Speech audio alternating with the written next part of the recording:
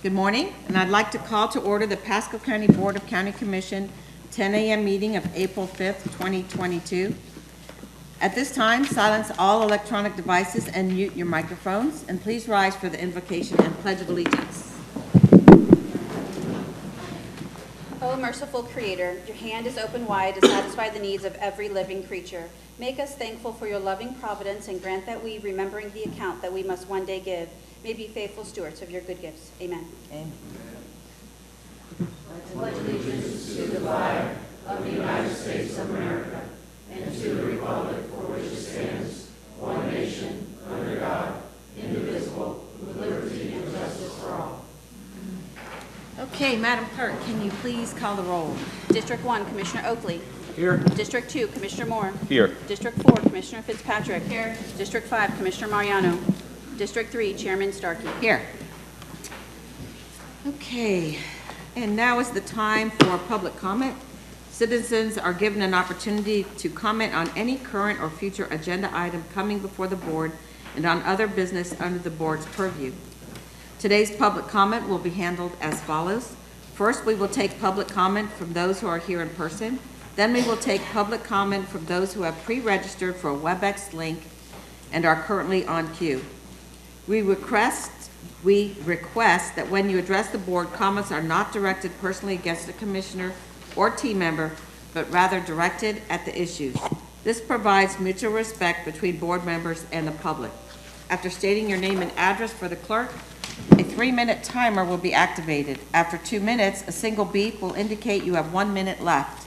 When your time is up, 2 beeps will sound, and you should close your comments. WebEx participants will be disconnected automatically when their time is up. And Madam Clerk, do we have anyone signed up for public comment? Yes, Madam Chair, we have 6 people signed up in person, and there is no one signed up on WebEx. Thank you. Let's call the first person. Okay, the first person signed up is Christy Zimmer, followed by Robert First, followed by Dixon Phillips. Good morning. My name is Christy Zimmer. My address is 3615 Pinecone Court, Land O'Lakes. I was recently told by one of the commissioners when discussing an issue why it got passed, and I was told because no one was there to object. Okay, I'm here to object to items C17 and C16 on your agenda. Both of those are land sales. One is for the property located at 7107 Hatpin Loop in Wesley Chapel, which is part of the Watercrest development. That property is designated forest and parkland, and it is being sold to Leonard Construction, and for the price of $26,500. According to the property appraiser's office, the assessed value is $47,220, and the just value is $68,276. It's designated forest property. Is this property going to remain undeveloped, or is this person going to be able to develop that property, and why is it being sold so cheaply? The other one is 7037 Hatpin, same buyer. Price is $28,000. Tax assessed value is $46,850, and the just value is $67,739. And it too is also designated as park property. If this is being developed into housing, why is this property not being sold in a bid process to the open market when we have such a high demand of values in that neighborhood right now? Why are we giving away the farm? Thank you. Robert First.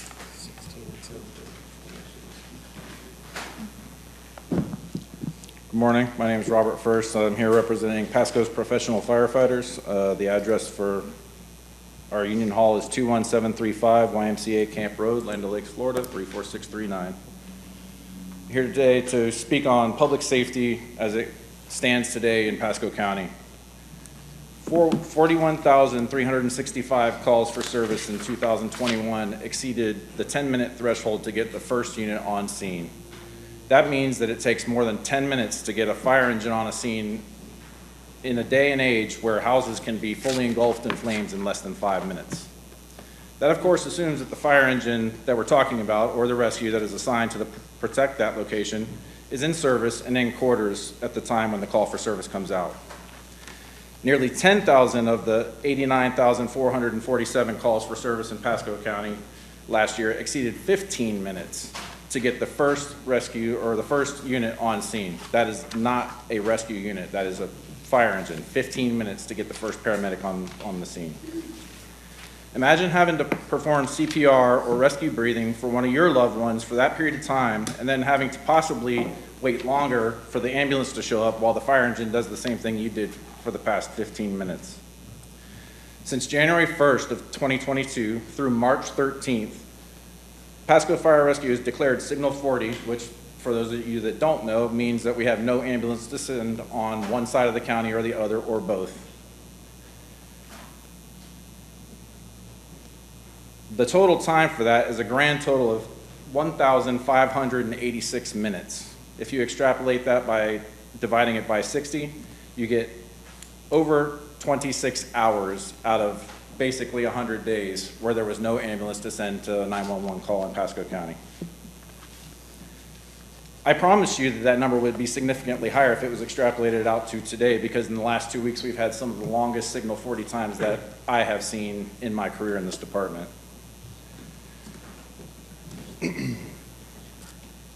As staggering as this statistic is, it's only the beginning. How many minutes was there only one ambulance or two ambulances to send in Pasco County? How long was the response to the next 911 call for that ambulance? What was the preventable negative effect medically on that person or the house that we were trying to protect from a fire? The normal or expected increase in yearly calls for service in Pasco Fire Rescue is typically around 5%. In 2021, the increase was 16%. That's more than triple the average. We attribute it directly to the growth, the unfettered growth in the county. Simply put, the fire department and the sheriff's department, as you can see with the representation here, we're stretched way too thin. The population growth and lack of infrastructure is overwhelming our ability to safely protect the residents as they want and deserve. Per capita spending in the greater Tampa Bay economic region for Pasco County is the lowest in the area on money attributed to fire rescue. We need more funding to perform essential services we are tasked with providing. The men and women of Pasco's professional firefighters will continue to work tirelessly every single day to provide our citizens with technology, expertise, and the care that they deserve. We need this board to be the public safety advocates they claim to be and provide the funding we so desperately need. Only then will Pasco have a chance of being a premier county. Thank you very much. And I gave him extra time because he's representing a group. Dixon Phillips, followed by Richard Riley, followed by Jennifer Seaney. Seaney. Thank you. Dixon Phillips, representing IFF Local 4420. My address is protected. Good morning, Commissioners. My name is Dixon Phillips, and I'm the District 3 representative for IFF Local 4420. On July 6, 2021, representatives of Local 4420, including myself, stood in this very room and asked for your support in an increase in the MSTU. We stood at this very podium and explained to you how our county is no longer safe. We told you that response times were longer than ever, and we were experiencing an increase in call volume that this county has never seen. You ignored us. Call volume increased by 16% from 2020 to 2021. The National Fire Protection Association states in Article 1710 that an ALS, Advanced Life Support Unit, must be on scene in less than 8 minutes on 90% of all incidents. On over 50% of Pasco County Fire Rescue's calls, response times were greater than 10 minutes. That means, on average, it takes over 10 minutes for an Advanced Life Support Unit, whether it's a fire engine or an ambulance, to arrive on scene of your emergency. Earlier this year, a witness cardiac arrest occurred in Pasco County. It took 8 minutes after the 911 call was received to find units available to send. Ladder 37, which services the Sun Lake area, came in service and was dispatched to the call. It took 14 minutes for Ladder 37 to arrive on scene, where unfortunately the patient was deemed dead on arrival. This was not the first time this has happened, and unfortunately it won't be the last for the foreseeable future. Then every firefighter's worst fear happened, a pediatric cardiac arrest. When this call took place, the units assigned to the call were available in their station. It took 14 minutes for fire rescue to arrive on scene after 911 was called. When they arrived on scene, they found a pediatric patient pulseless and not breathing. Thankfully, the crews, who some are represented here in this room today, were able to save this patient. However, the patient will have deficits due to their brain not receiving oxygen for such an extended period of time. The American Heart Association states that brain death and permanent death start to occur in 4 to 6 minutes after someone experiences cardiac arrest. The American Heart Association studies also show that a victim's chances of survival are reduced by 7 to 10% with every minute that passes without defibrillation and advanced life support intervention. Very few attempts at resuscitation succeed after 10 minutes. On July 6, 2021, the county administrator stated that 2 new stations, Station 9 and Station 3, were going in service this year. It was also stated that Station 30, which services Newport Richey, was receiving another rescue. Well, Commissioners, here we are. 9 months later, we have no new stations in service, no new engines in service, and no new rescues in service. Rescue 230, which has the station waiting for it, has sat outside of Westfleet parked for months. Until fire rescue is given what it needs, civilians, both young and old, will continue to die unnecessarily. Maybe one day soon we will finally be able to call Pasco County safe. Thank you. Thank you. Richard Riley. And who's after Richard? Jennifer Seaney, followed by Nancy Hazelwood and Neil Corella. Good morning. I'm Richard Riley, 20235 Old Shelby Road, Dade City. I normally come and speak to you about the rural protected area and the concerns we have up in the Trilby area. But today I'm going to ask about the penny for Pasco. I understand that it is coming up for renewal, that it has had 2 terms of providing extra money for the county for, according to the Pasco County website, for conservation of land and national resources, transportation, education, economic development, and public safety.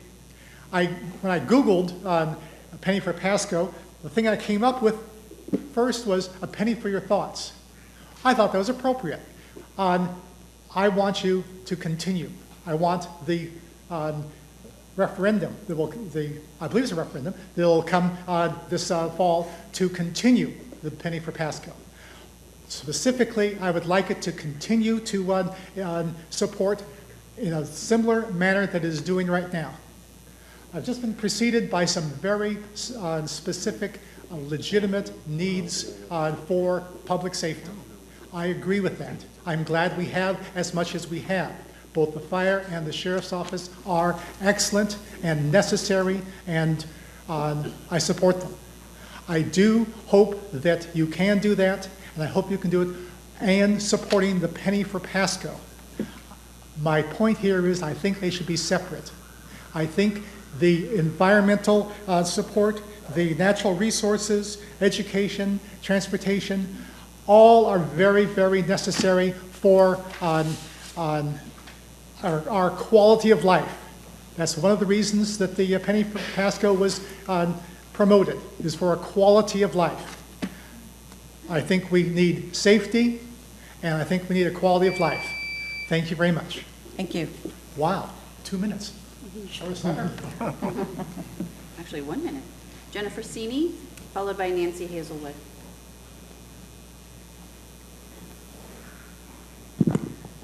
Good morning, Commissioners. 25605 Apple Blossom Lane, Wesley Chapel. It's been a long time since I've taken advantage of this public comment, but I was there in the beginning of the penny in 2004. As a matter of fact, I was part of the settlement agreement in 2000 that started this whole movement off. So I'm here to, first of all, say thank you for your joint workshop. I thought it was a good workshop. I'd like to see the school board and the county work together cooperatively. And I'm here to say thank you for supporting the penny as it stands today. I specifically want to point out that you kept the percentages in the penny the way it is. And I think that's very wise, because that formula has worked twice before. And we need a formula that will work again. Please do not make the mistake, do not fall into hubris and assume that because the penny passed by over 70% last time, you can do the same thing this time. In 10 years, the population of Pasco County has grown significantly, and there are many people in this county that don't know about the penny. And quite frankly, your penny PAC, Political Action Committee, of which I am a part, has the job of making sure that your citizenry hears about the penny in a positive way. If you mess with a formula that is already proven twice before, you run the risk of sinking this penny. I specifically can talk for the environmental groups in this county. We fought long and hard for the percentage that we got in the penny, and we did it in collaboration with the other parts of the penny. And there was a reason why the penny has been divided evenly for 2 decades, for 20 years. It was because that creates the synergy among all of us that allows us to campaign really hard for the penny. And by the way, your penny PAC assumes that the devil is after them. And that's the way we campaign, and we would like you to think about it similarly. So please, first of all, thank you for supporting the penny like you did at your workshop, but please keep the percentages the way they are. One more thing, I understand that everybody needs money, and I acknowledge that public safety, fire, and the Sheriff's Department are always looking for more money. They will never have a time where they don't ask for more money, legitimately so. But do not take it from other parts of the penny, because that will destroy the synergy of the penny.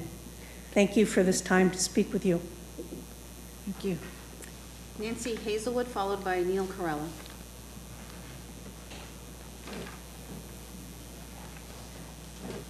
Nancy Hazelwood, 34110, A Nice Place, Dade City, Florida.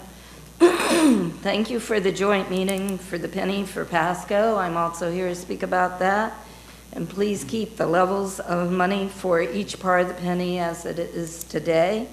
I am in favor of the penny, and especially the ELAMP program. I was also there when they managed to start the penny, and it was a wonderful thing for the whole county.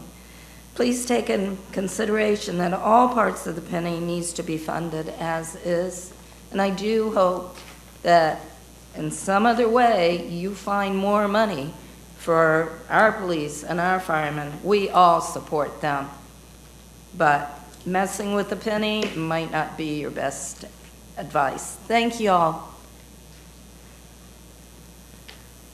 Neil Corella.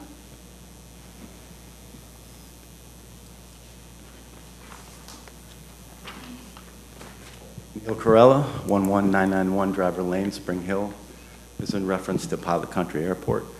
Does the board communicate back and forth? I've never been to one of these meetings before. Can I ask questions to the board, or I just got to speak? Okay.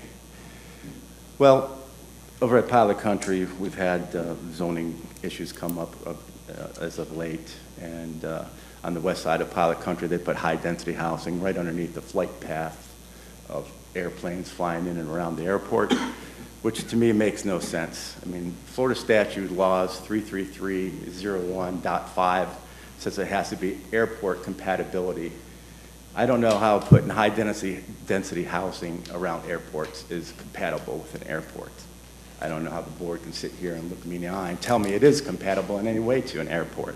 Now, there's plenty of other things you could do: industrial, Home Depot, retail. All kinds of other things can go there. All you have to do is move up the road another 3/4 of a mile and be out of the area that's protected by FDOT. So I just asked the board to consider the Florida state statutes when they do this next consideration on the things coming up in the future.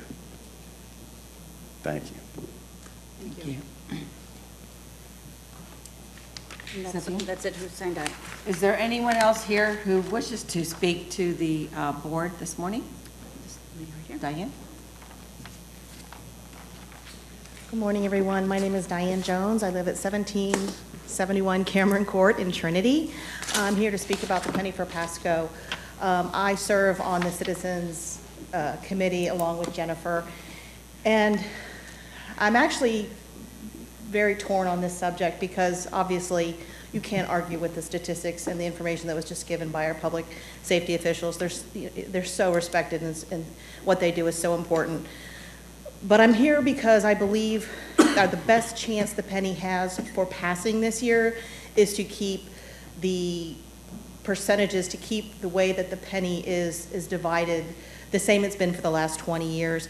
My grandpa always said, if it ain't broke, don't fix it, and I live my life and I live my business that way. And I do believe that the citizens of Pasco County have come to support the penny. They've come and they've seen how well it's done over the last 20 years and that it's working. And one of our strongest statements for the PAC this year is going to be promises made, promises kept. We're just going to keep doing what we're doing because it's working so well. Every category is so important. I wish there was more money.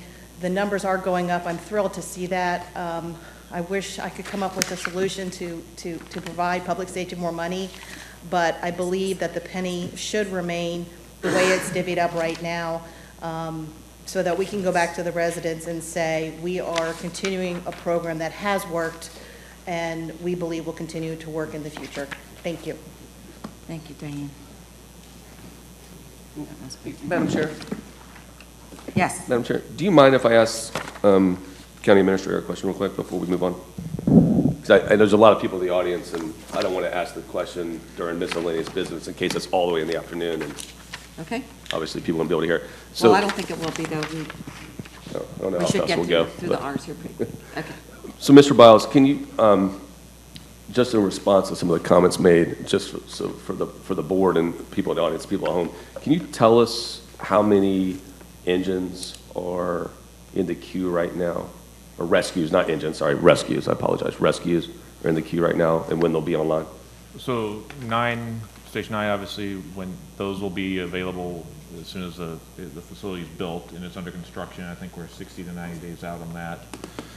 230, we're waiting for the trainees to get through the current training class, and then that will be ready to go. The units available, it's just a matter of getting the firefighters through the class. Station 3 will go out to bid and start construction here shortly with the next quarter.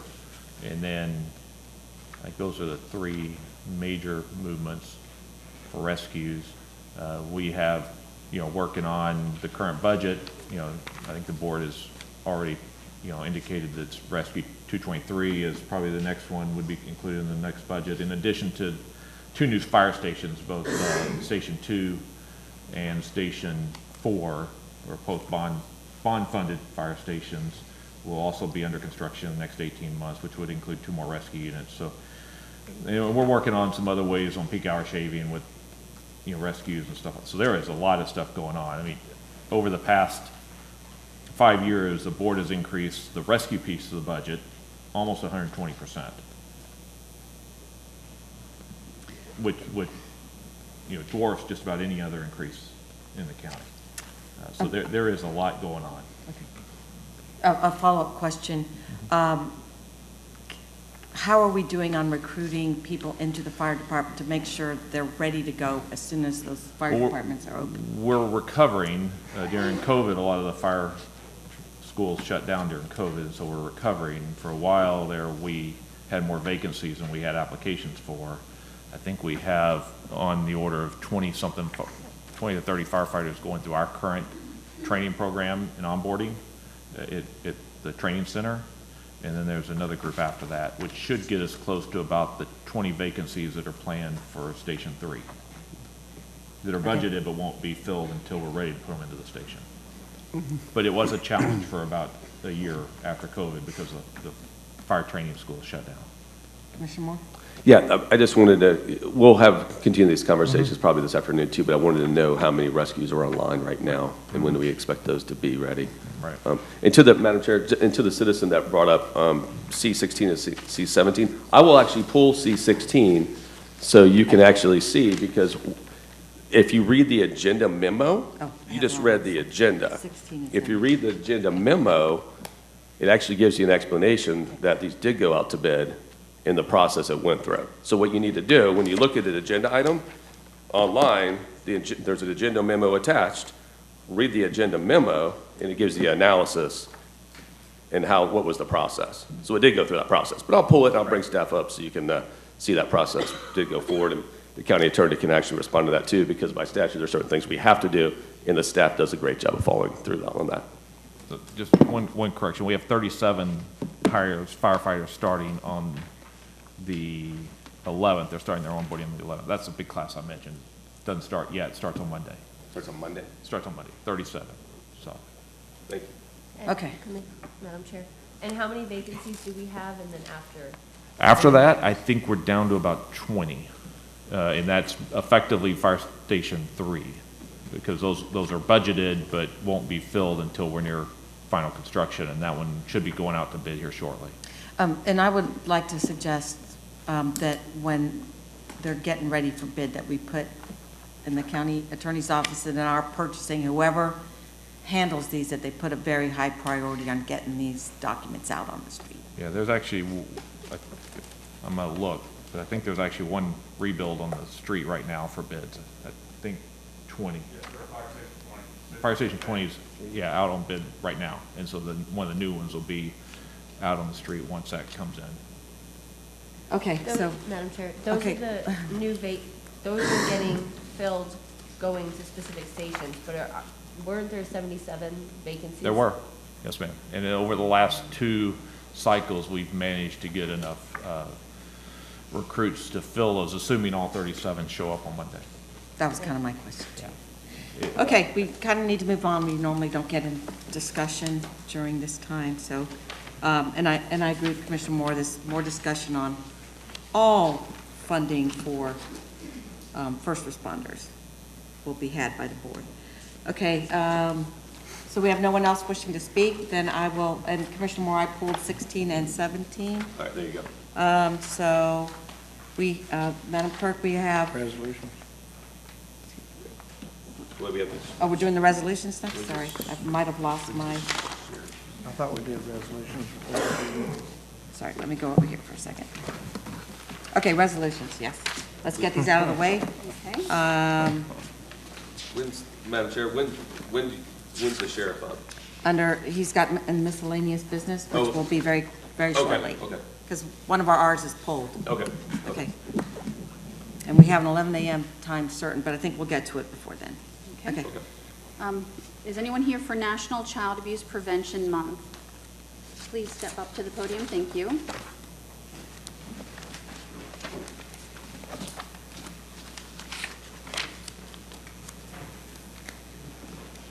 So as you make your way to the podium, I'll go ahead and read the resolution. Resolution number 22-101, a resolution by the Board of County Commissioners of Pasco County, Florida, proclaiming the month of April as National Child Abuse Prevention Month and celebrating the dedication of the Pasco County Guardian Ad Litem program in Pasco County.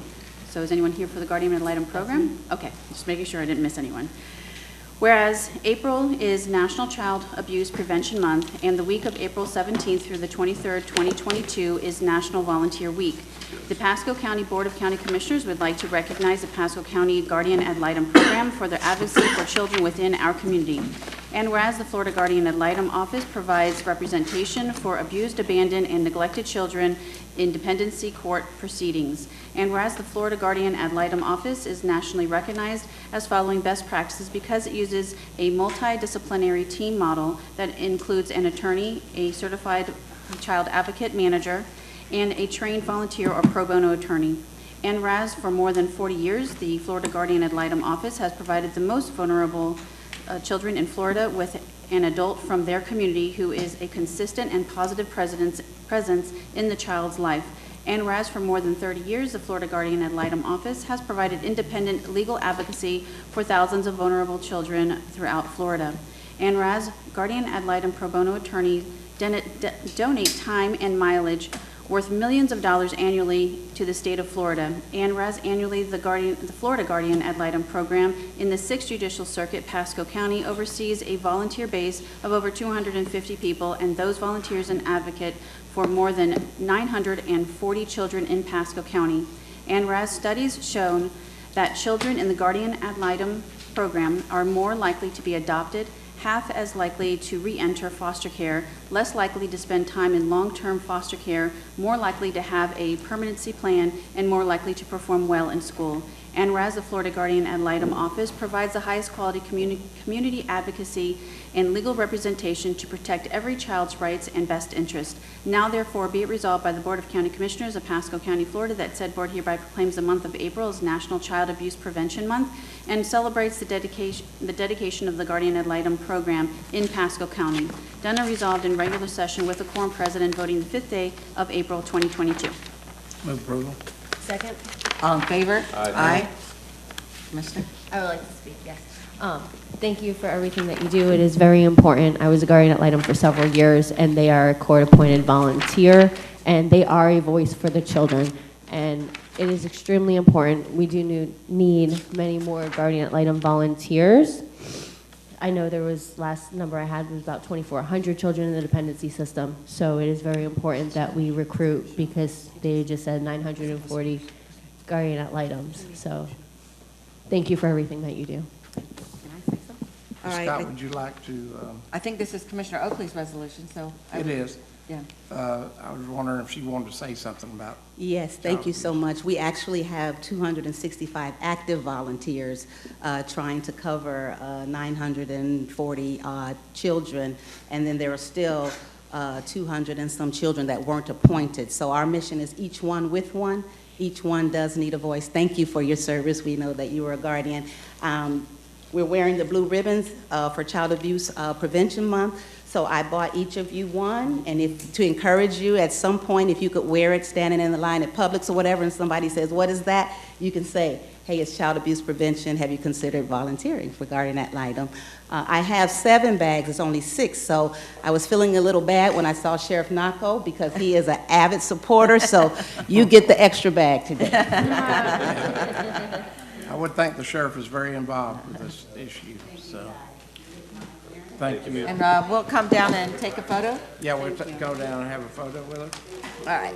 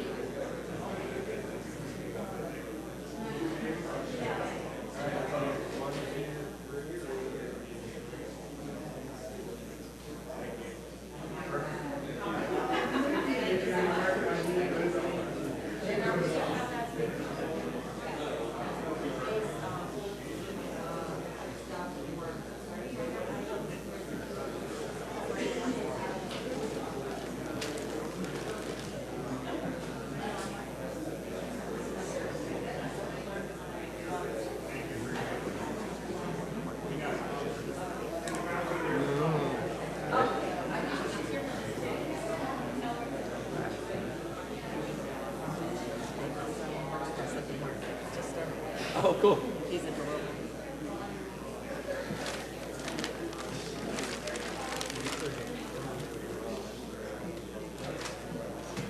Okay, let's keep moving. RS2, Commissioner Moore's resolution. Oh, thank you, ma'am.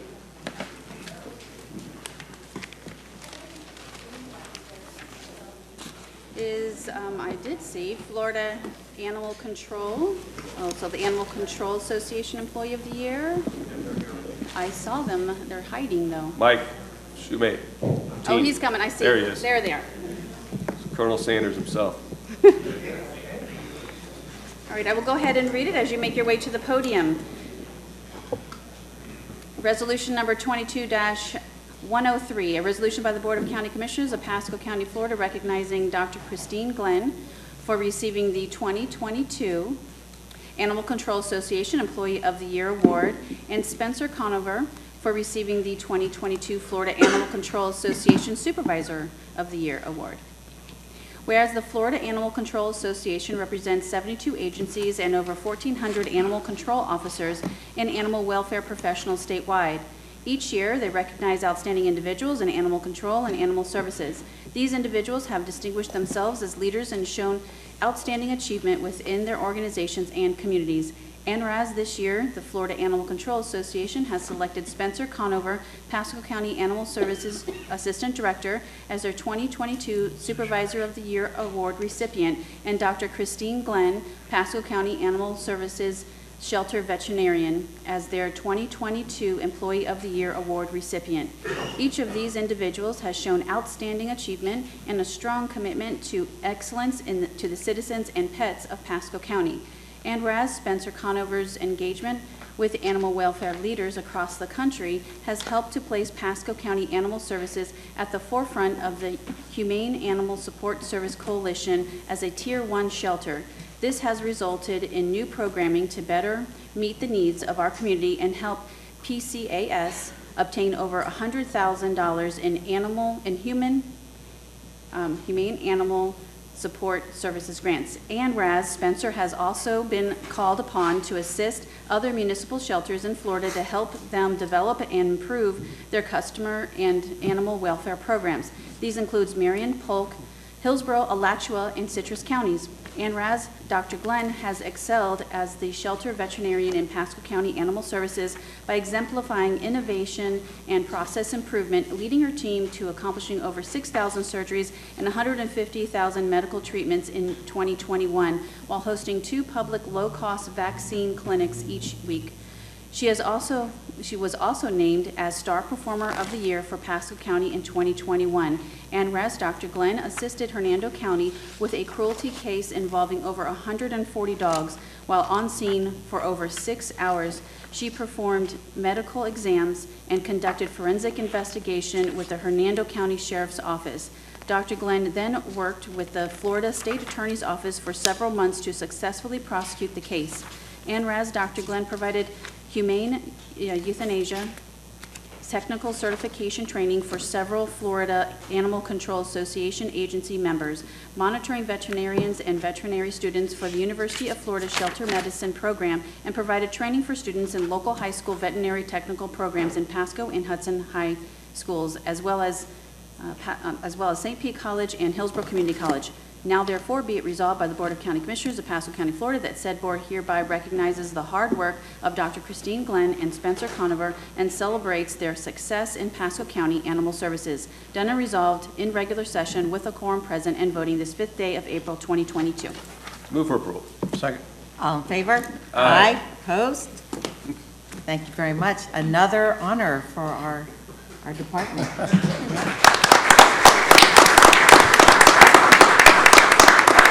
Commissioner Moore. Oh, thank you, Madam Chair. Before I say anything, Mike, would you like to come up and praise your people a little bit? I think all that pretty much says it. They've done outstanding work. These are 2 shining stars, and they represent Pasco very well, and they're very hardworking. We couldn't do what we do out there at Animal Services without these 2. They're sort of the backbone of what we do. We couldn't do what we do, especially without our medical team, and we've got an outstanding medical team. And again, I got to say, the board's been gracious to us and the county administrator for funding us to get an extra vet out there and get additional vet techs so that we can do vaccine clinics for the public and we can do other services that we need to do for the public. So, great people, love them to death. And by the way, did I tell you that Dr. Glenn had a baby during all that time? And, oh, wow. Little Olivia is sitting over here as quiet as can be. It's great. So. Congratulations. Well, Dr. Glenn and Spencer, congratulations to both of you. We're very appreciative of everything you do. And you guys keep winning awards. Your wall is going to be full in your offices. We're running out of space. Would you like to say anything? You don't have to, but you're more than welcome to. Oh, yeah. Please address us. Just real quick, we're very, very lucky, like Mike said, to have all your support. Nikki mentioned the organizations that we've assisted, Marion County, Polk County, Hillsborough County, they don't have a lot of the support from their commissioners like we do. And we're really, really blessed. Between your support, Dan, Kathy, all the way down to Mike, this county is well on its way to a premier status, and This team shows up every day proud to set that bar. Thank you. Thank you very much. Thank you. All right, shall we Well, go? I don't know if Dr. Glenn, you have any? And I just want to piggyback, and I just want to thank you all again for your support, and Kathy, Mike, the board, everyone. You guys are awesome, and we couldn't do what we do without you. Thank you. Great, thank you all. All right, We'll come down. Yep, let's do it.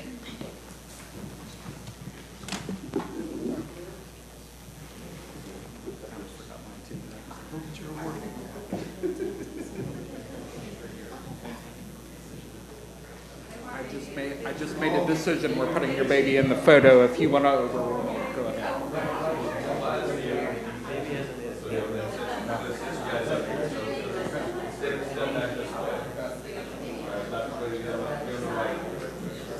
Okay. Will you have a better angle this way, Ron? Did you have those holes here? Folks right here first. We're going to go right here. 1, 2, 3. Here I get the baby. Thank you. Perfect. All right. Okay. Everybody can just. Oh. Okay. Go ahead. You're getting like side views and. Yeah. All right. Look right at me, please. You're good. Thank you. You're going for action side.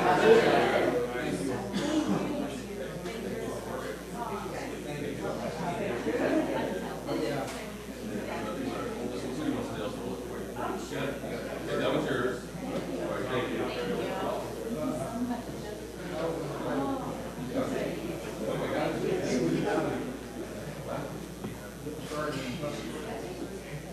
Up here in my chair. Oh, yeah, I'm like, what is this?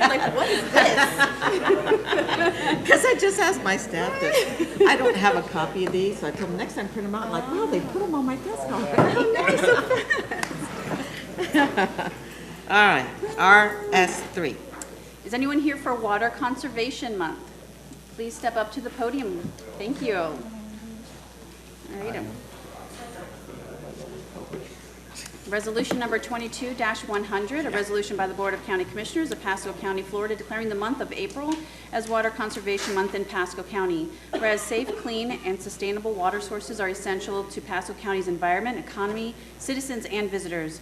And whereas although Pasco County has a limited supply of fresh water in our lakes, rivers, and underground aquifers, the county's population and need for water resources continues to increase. And whereas droughts and water shortages serve as a reminder that Florida's water sources, no matter how diverse, are finite. And whereas Florida has established the encouragement and promotion of water conservation and reuse as state objectives in chapters 373 and 403 Florida statutes.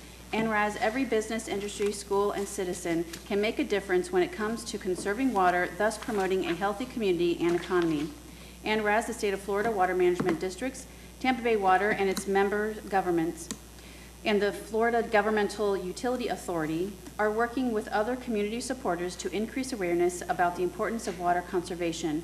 And whereas the Pasco County Board of County Commissioners supports and encourages water conservation measures within Pasco County. And whereas in order to preserve potable water resources, Pasco County treats wastewater to public access standards, stores more than 712 million gallons at 2 reservoirs and 11 tanks, and delivers approximately 25 million gallons per day of high-quality reclaimed water to 41,200 residents and a variety of other customers and locations. And whereas the State of Florida, the Southwest Water Management District, and Pasco County have previously dedicated April, typically a dry month when potable water demands are most acute, as Florida's Water Conservation Month to encourage citizens to help preserve Florida's precious water resources. And whereas the continued support of April as Florida's Water Conservation Month reinforces conservation messages, ordinances, and efforts put forth by the Pasco County Board of County Commissioners. Now therefore be it resolved by the Board of County Commissioners of Pasco County, Florida, that said board hereby declares the month of April 2022 as Water Conservation Month in Pasco County and calls upon each citizen to help protect this precious and shared resource. Done and resolved in regular session with a quorum present and voting this 5th day of April 2022. Approval. Second. All in favor? Aye. Aye. Opposed? Okay. Okay, welcome. You know, it's kind of apropos, just this week, the county came to my house and told me my water meter was running like 24 hours a day. And we had a plumber come yesterday, and our soft water machine apparently has a leak. We had no idea. So I'm very, very grateful that we found out and we're having that fixed. But it's very important that we do conserve water. So whose is this? Yours. Is this mine? Yeah, so it's the second time I've had that happen to me.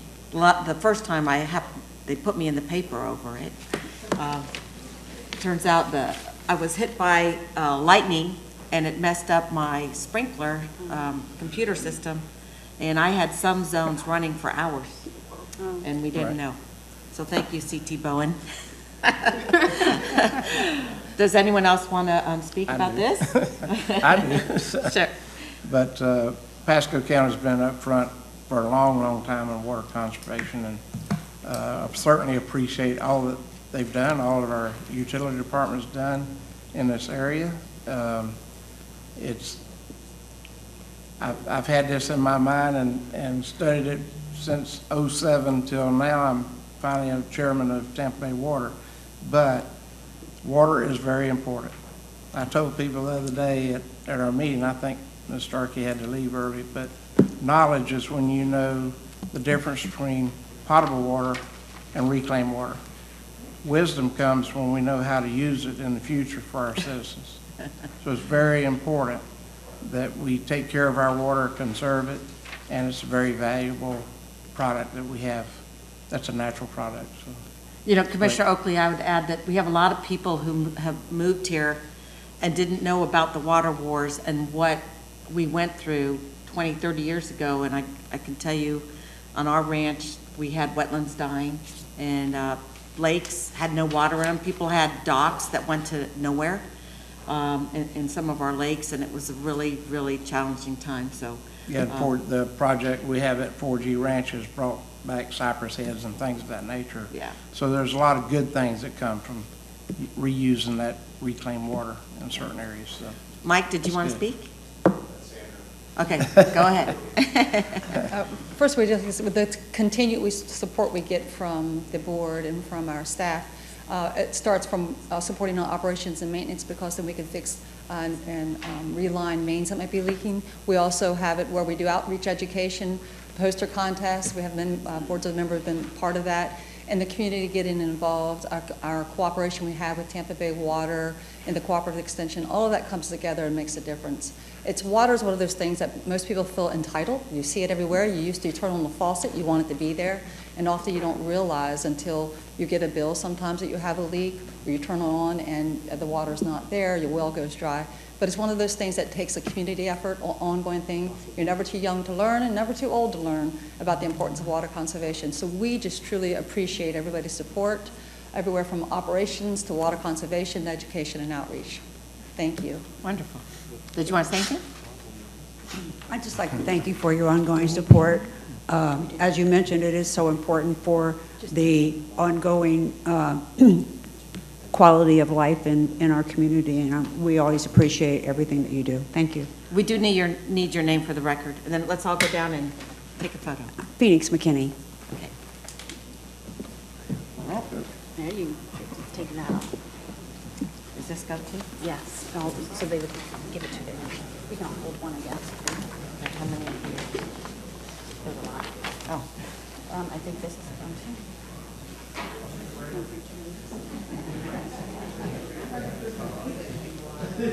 Mr. Mariano is not here. Oh, is that one of his? One of them's ours, side?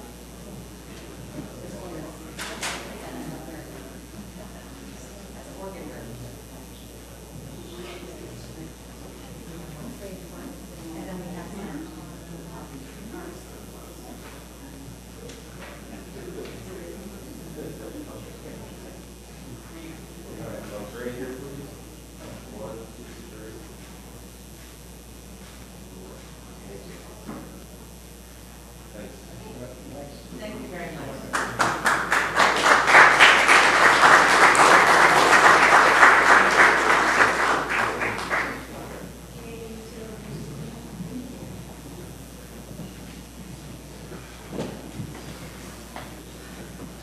right, the next one's Commissioner Mariano's. He is not here. But do we have someone for RS5? Oh, did I leave that over there? Eagle Scout. Four. Oh, sorry, I just crossed you off, Commissioner Fitzpatrick. So, I do see someone with a uniform on for the rank of Eagle Scout, Benjamin Borton. How do you pronounce your last name? Borton, okay, I did it well, okay. All right, here we go. Resolution number 22-102, resolution by the Board of let me try that again. A resolution by the Board of County Commissioners of Pasco County, Florida, congratulating Benjamin Borton on achieving the rank of Eagle Scout. Whereas Benjamin Borton, the son of Jason and Carolyn Borton, is 16 years old and a junior at Sun Lake High School. And whereas on December 14th, 2021, Benjamin attained his Eagle Scout rank as an active member of Troop 3. And whereas Benjamin joined the Boy Scouts in 2021, he joined Pact 323 in Land O'Lakes, Florida. During his time as a Boy Scout, he has held the position of patrol leader, historian, scriber, troop guide, and senior patrol leader. And whereas achieving the rank of Eagle Scout is of special significance, not only in scouting, but also in higher education, business, and community service. Benjamin had to achieve and maintain the highest standards of service, conduct, and involvement within his troop and in his community. And whereas, to earn the rank of Eagle Scout, a Boy Scout must fulfill different requirements in the areas of leadership, service, and outdoor skills. And whereas Benjamin has earned 35 merit badges, 21 of which are required to achieve the rank of Eagle Scout.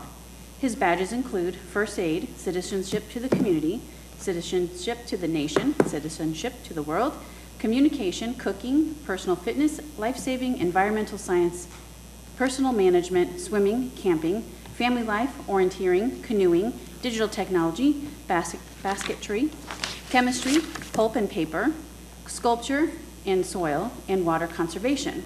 And whereas Benjamin has participated in numerous community service projects with his troop, his most memorable projects include helping with Thanksgiving meal distribution for the Wesley Chapel Rotary, helping to construct picnic tables at Connerton Elementary School, and helping with landscaping and outdoor construction projects in Land O'Lakes United Methodist Church.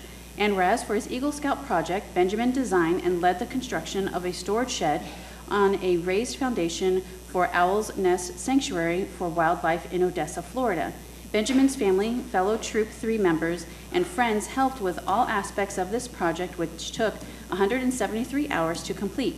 Now therefore be it resolved by the Board of County Commissioners of Pasco County, Florida, that said board hereby congratulates Benjamin Borton on achieving the rank of Eagle Scout. Done and resolved in regular session with the quorum present and voting the 5th day of April 2022. Motion to approve? Second. All in favor? Aye. Opposed?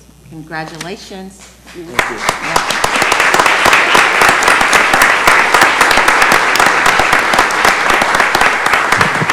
I know that's a lot of work because my brother and my nephew are Eagle Scouts. So, Commissioner Fitzpatrick. Did he want to speak first? Go ahead. You want to address the board? Sure. Thank you so much for this honor for coming up here. Do you know how when you get a reward, you kind of don't feel it until everything's said and done, you get a hand, like reward and everything. I'm kind of at that stage where I'm like, whoa, what just happened? But thank you so much for having me here. It has been such a big honor. And I've seen you all through some of my citizenships. I'm having to watch all your boards from like videos and all that throughout COVID, and actually being able to see it all happen in person is kind of crazy because I've never expected to even be here in the first place. So thank you so much for this honor, and thank you for allowing me to be here and take part of your time. Very nice. Thank you. Very nice. Okay. So I'd like to say congratulations for being awarded the Eagle Scout. Your hard work, dedication, and service is very evident with everything that you do. I look forward to seeing your future accomplishments in the future, and I truly feel it's very important that we continue to invest in our youth. Thank you. Thank you. Let's take a picture really quick. Trying to move this fast. And he's got parents waiting. Oh, yeah. Do the parents want to be in the picture? Yeah.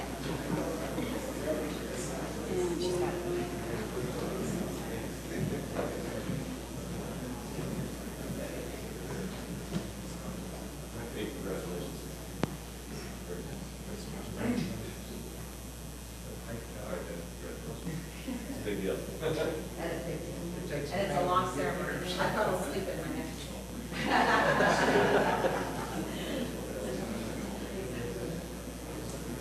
All right, folks, right here first. 1, 2, 3. Thank you.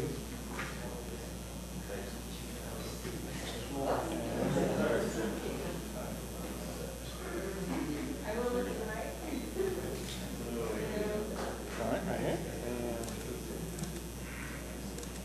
Thank you. You're good, you're good, you're good.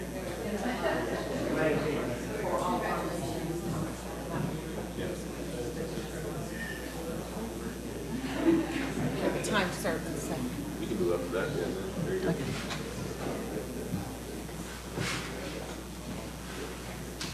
Okay, Don't R, forget- R5, You have RS5. consent, you have consent. Oh, yeah. You got one more That'll go very resolution. quick. That's not here, I think she said. Is anyone here for Donate Life Month, honoring organ and tissue donors? Let's do a title only, Madam Chair. Yes, title only, please. Okay. Resolution number 22-104, a resolution by the Board of County Commissioners of Pasco County, Florida, declaring April as Donate Life Month in Pasco County and honoring organ and tissue donors. Move for approval. Second. All in favor? Aye. Aye. All right, we have an 11 a.m. time certain, but I'd like to go ahead and do it if we can get that out of the way for our last R, no, which one is that? It's R, oh, I'm sorry, I don't know what number it is. But can we do that? That's the graduation? Okay. Yeah, I don't have the number here in my. 47.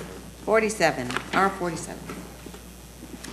Good morning, Commissioners. Gina Jeffers, County Administration. Today we celebrate the spring 2022 graduating class of the Pasco Citizens Academy. We have 31 graduates this time around, including 7 internal team members: Shelley Bandy, Mark Bellinger, Scott Ferry, James Kaplan, William Maytree, Rebecca Singh, and Michael Yoder. Over the course of 10 weeks, the Pasco Citizens Academy toured several county facilities, including the wastewater treatment plant, the Traffic Control Center, 911, and the Emergency Operations Center, and the county jail.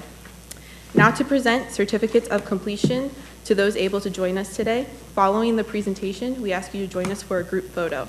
Class, when I call your name, please come up for your certificate, and if you could just gather right here in the small line. Maybe right here. Preston Baker. Do you want to tell her to line up? Okay, I'm gonna move over. Shelley Bandy.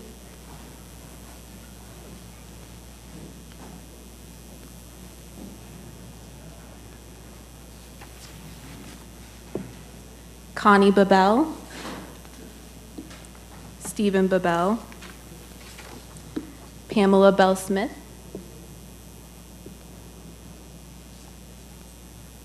Someone needs to help her pay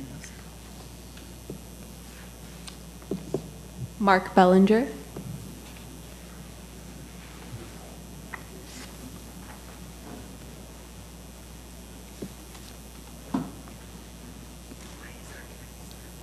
Amanda Callis.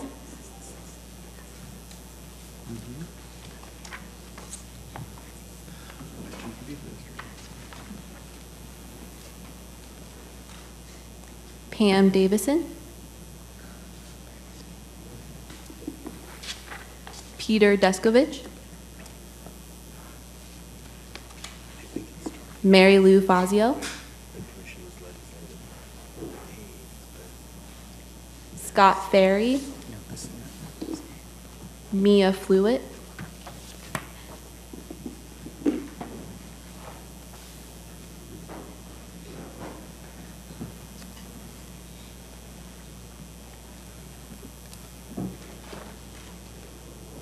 Tina Gordon.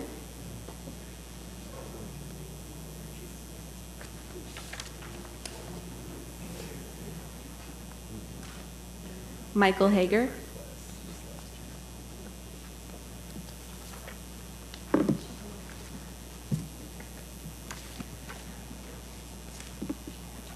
Anthony Caldaz.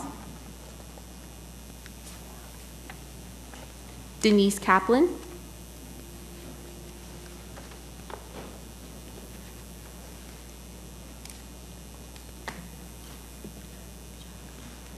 James Kaplan.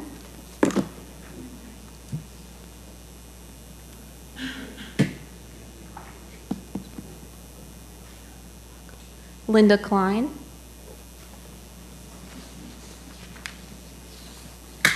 Can someone help her so we can go through these a little quicker? Like she can be calling the names and they can, instead of waiting for them to come up. Yeah, thanks. William Matry. Gerard McGurrick. Brittany Morgan Grimes. Is that related to other? Terry Nelson. I asked this one question. Jatam Patel. Rosini Plaza. Dennis Reel. Rebecca Singh. Deborah Small. Alan Stern. Dan Winfield. Armando Xavier. And Michael Yoder.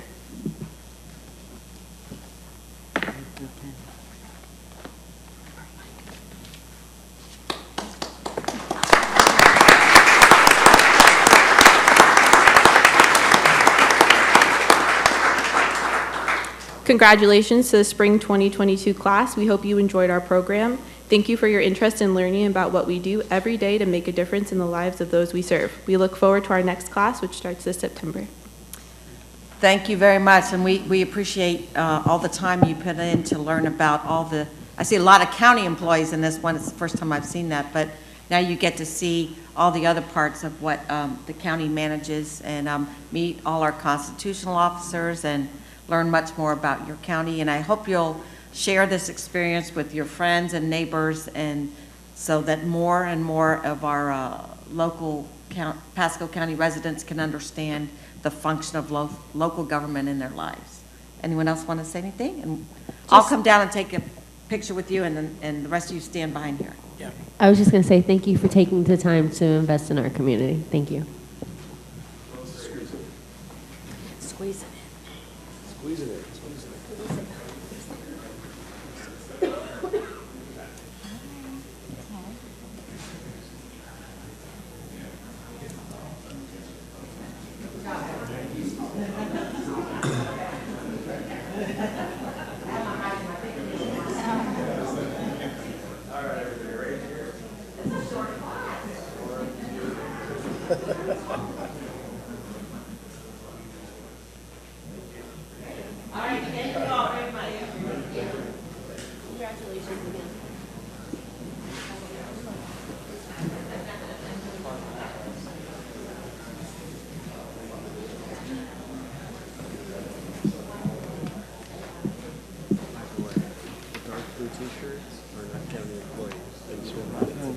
Oh, okay, I thought everyone in a t-shirt was a county employee, so I was a little worried there. And I said, I hope they're all not from permitting, so. So just because they were in a county t-shirt doesn't mean they were a county employee. All right, so R47 is pulled. So we're now on to the consent agenda. R46. No, 46 was pulled. Oh, I'm sorry, R46 was pulled. And then you have R48. You do? Okay, R48. That one will go You need to go back to your consent agenda. Go back to the consent agenda. And approve it. before R48? Okay. Yeah. Okay. Consent. All right, so we have some pulled items. Motion to approve the consent agenda. We have pulled. Well, we have to talk She about has the to polls announce the polls first. first. So we have an updated one. So we have C21 withdrawn, C23 pull and discuss, R46, we already know that's withdrawn, and I pulled 17 and 16 for quick discussion. And with that, I'll take a motion. So moved. Second. All in favor? Aye. Aye. All right, so C20, well, let's go C17, C16. Good morning, Commissioners. Andrew Baxter, Facilities Management Director. I'd like to talk about C16 and 17 together, just to give the update on the process that we do related to surplus and disposition properties. These specific properties are what are called tax escheatment properties. So there's a multi-year process that happens before the county even acquires these through an escheatment process, meaning that taxes were not paid. It goes through the tax collector's office, it goes through the clerk's office, and then the county becomes a reluctant owner of these properties after no one makes claim to those tax bills and they escheat to the county. At that time, we then determine whether they are valuable to the county following our surplus and disposition process. In these cases, these properties were determined to have no significant benefit to the county, and it was better to return them to the tax rolls. So it follows a process where we follow our disposition process. And in this instance, on December of 2019, the parcels were offered for public sale with a minimum bid of $60,000. There were no bids received. Again, we offered them up for a minimum bid of $40,000. Again, there were no bids received. And then we offered them for a minimum bid of $25,000, and that's when 2 bids were received.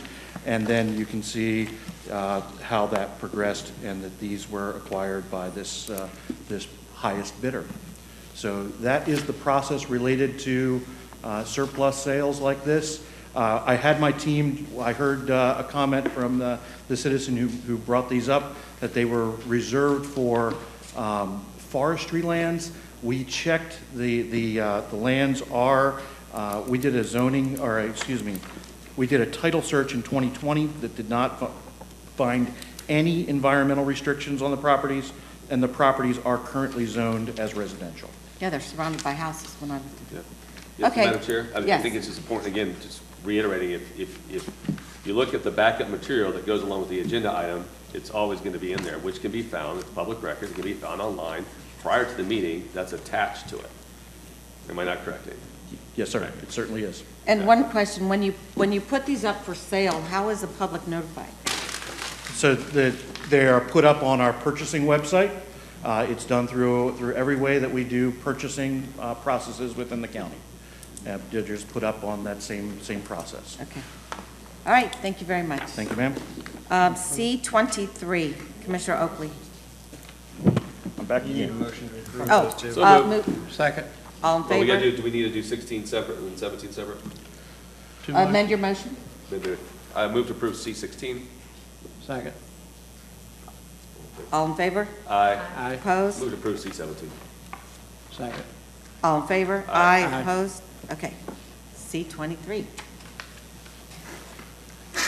Okay, I pulled this item because I was thinking it dealt with some issues with some of the cameras and all we have here at this courthouse, and was concerned about that if we were approving, because it's been an ongoing issue for a while. And I was just wondering if that had to do with those cameras here or if it was some other issue. Yes, sir. Again, Andrew Baxter, Facilities Management Director, responding to item 23. The camera issues that we've been experiencing in this particular location are maintained by this company and then supported by our in-house team as well. In this instance related to the cameras here, we installed software on different computers so that video feeds could be seen. Due to some changes in our security posture related to things that are going on in the world right now, that then caused some delays. They were going through our firewall and we now have approached that in a little bit different way, and we now have what's called a thick client installed on those devices. That resolved the delay that was being received in those cameras, but it has no function on this particular contract. It really was more of an IT networking issue on our side related to how we were sending those camera feeds through our system. Okay, all right, thank you. All right, thank you. Thank you. Move approval. All in favor? Aye. Opposed? Okay, so keeping track here. We are on 40, we're on 48. Good morning, Mike Carbala, Assistant County Administrator for Public Infrastructure. Item R48 is a resolution to establish intent to reimburse certain capital expenditures in connection with additions, extensions, and improvements to the combined water and sewer system of the county with proceeds of future tax-exempt financings and providing certain other matters in connection therewith. There is no funding required for this. Essentially, it allows the flexibility for the county to be reimbursed for soft costs such as land acquisition and engineering in advance of issuance of $150 million estimated of debt, which we anticipate we'll need in about 18 months or so. It does not obligate the board to actually go in on the debt, but simply stating the intent gives us the flexibility to have costs incurred now in advance of that debt reimbursed with those debt proceeds, so it's not coming out of our current pockets. Sounds very good. Any questions? Take a motion? So moved. Second. All in favor? Aye. Aye. Opposed? And then lastly, 49.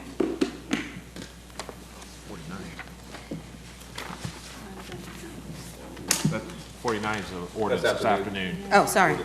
Okay, that's a P? Oh, yeah, it is. Okay. So now we're on miscellaneous business. And board members, I am going to pull the sheriff up in front of us, if you guys don't mind. We'll take him out of order, and we'll have a presentation by the sheriff. Thank you, Madam Chair. Madam Clerk, I'll make sure. Chris Nacco, 8700 Citizens Drive. I know everybody coming up, that's been causing a panic scene for her. So thank you very, very much for allowing me to come up and speak. A couple things, Madam Chair, I would not bring up your water issues anymore, no more stories for the paper. I just wanted to mention, for the record, I'm not anti-growth. I want to put that out there. I'm not anti-growth. I am from Philadelphia. I grew up in a row home. There were fire stations I could walk to, police, there's more than I could throw a stick at, but I wouldn't throw a stick at them because the paddy wagon would then pull up. But those are the type of things. I grew up in an environment that, there was a lot of people around. There was a lot of growth around. I'm not anti-environment either. I love the fact that we have bike parks here that I can take my family on. I love the fact that we have fishing holes. I don't lose any more fishing holes either. So that's those things I just want to put out there. But I want to make sure that we understand as we talk about, some of the things that are going on with growth and how it can affect us. And I'll give you this scenario. So picture Pasco County as a big restaurant. It's a big, wide open restaurant. And now we're putting tables in. And so when you bring the tables in, you're bringing people into the restaurant. Unless we, increase the people to work in that restaurant, we're going to fall behind. The people in the restaurant are going to get upset. They're going to say, where's my food at? I need a drink of water. I need food. So what we represent in law enforcement, public safety in general, and, beyond public safety, a lot of your resources, we're the service group in there.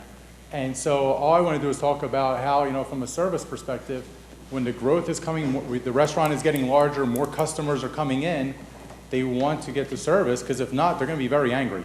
And they're going to start pointing fingers. And I want to address that before they start getting angry.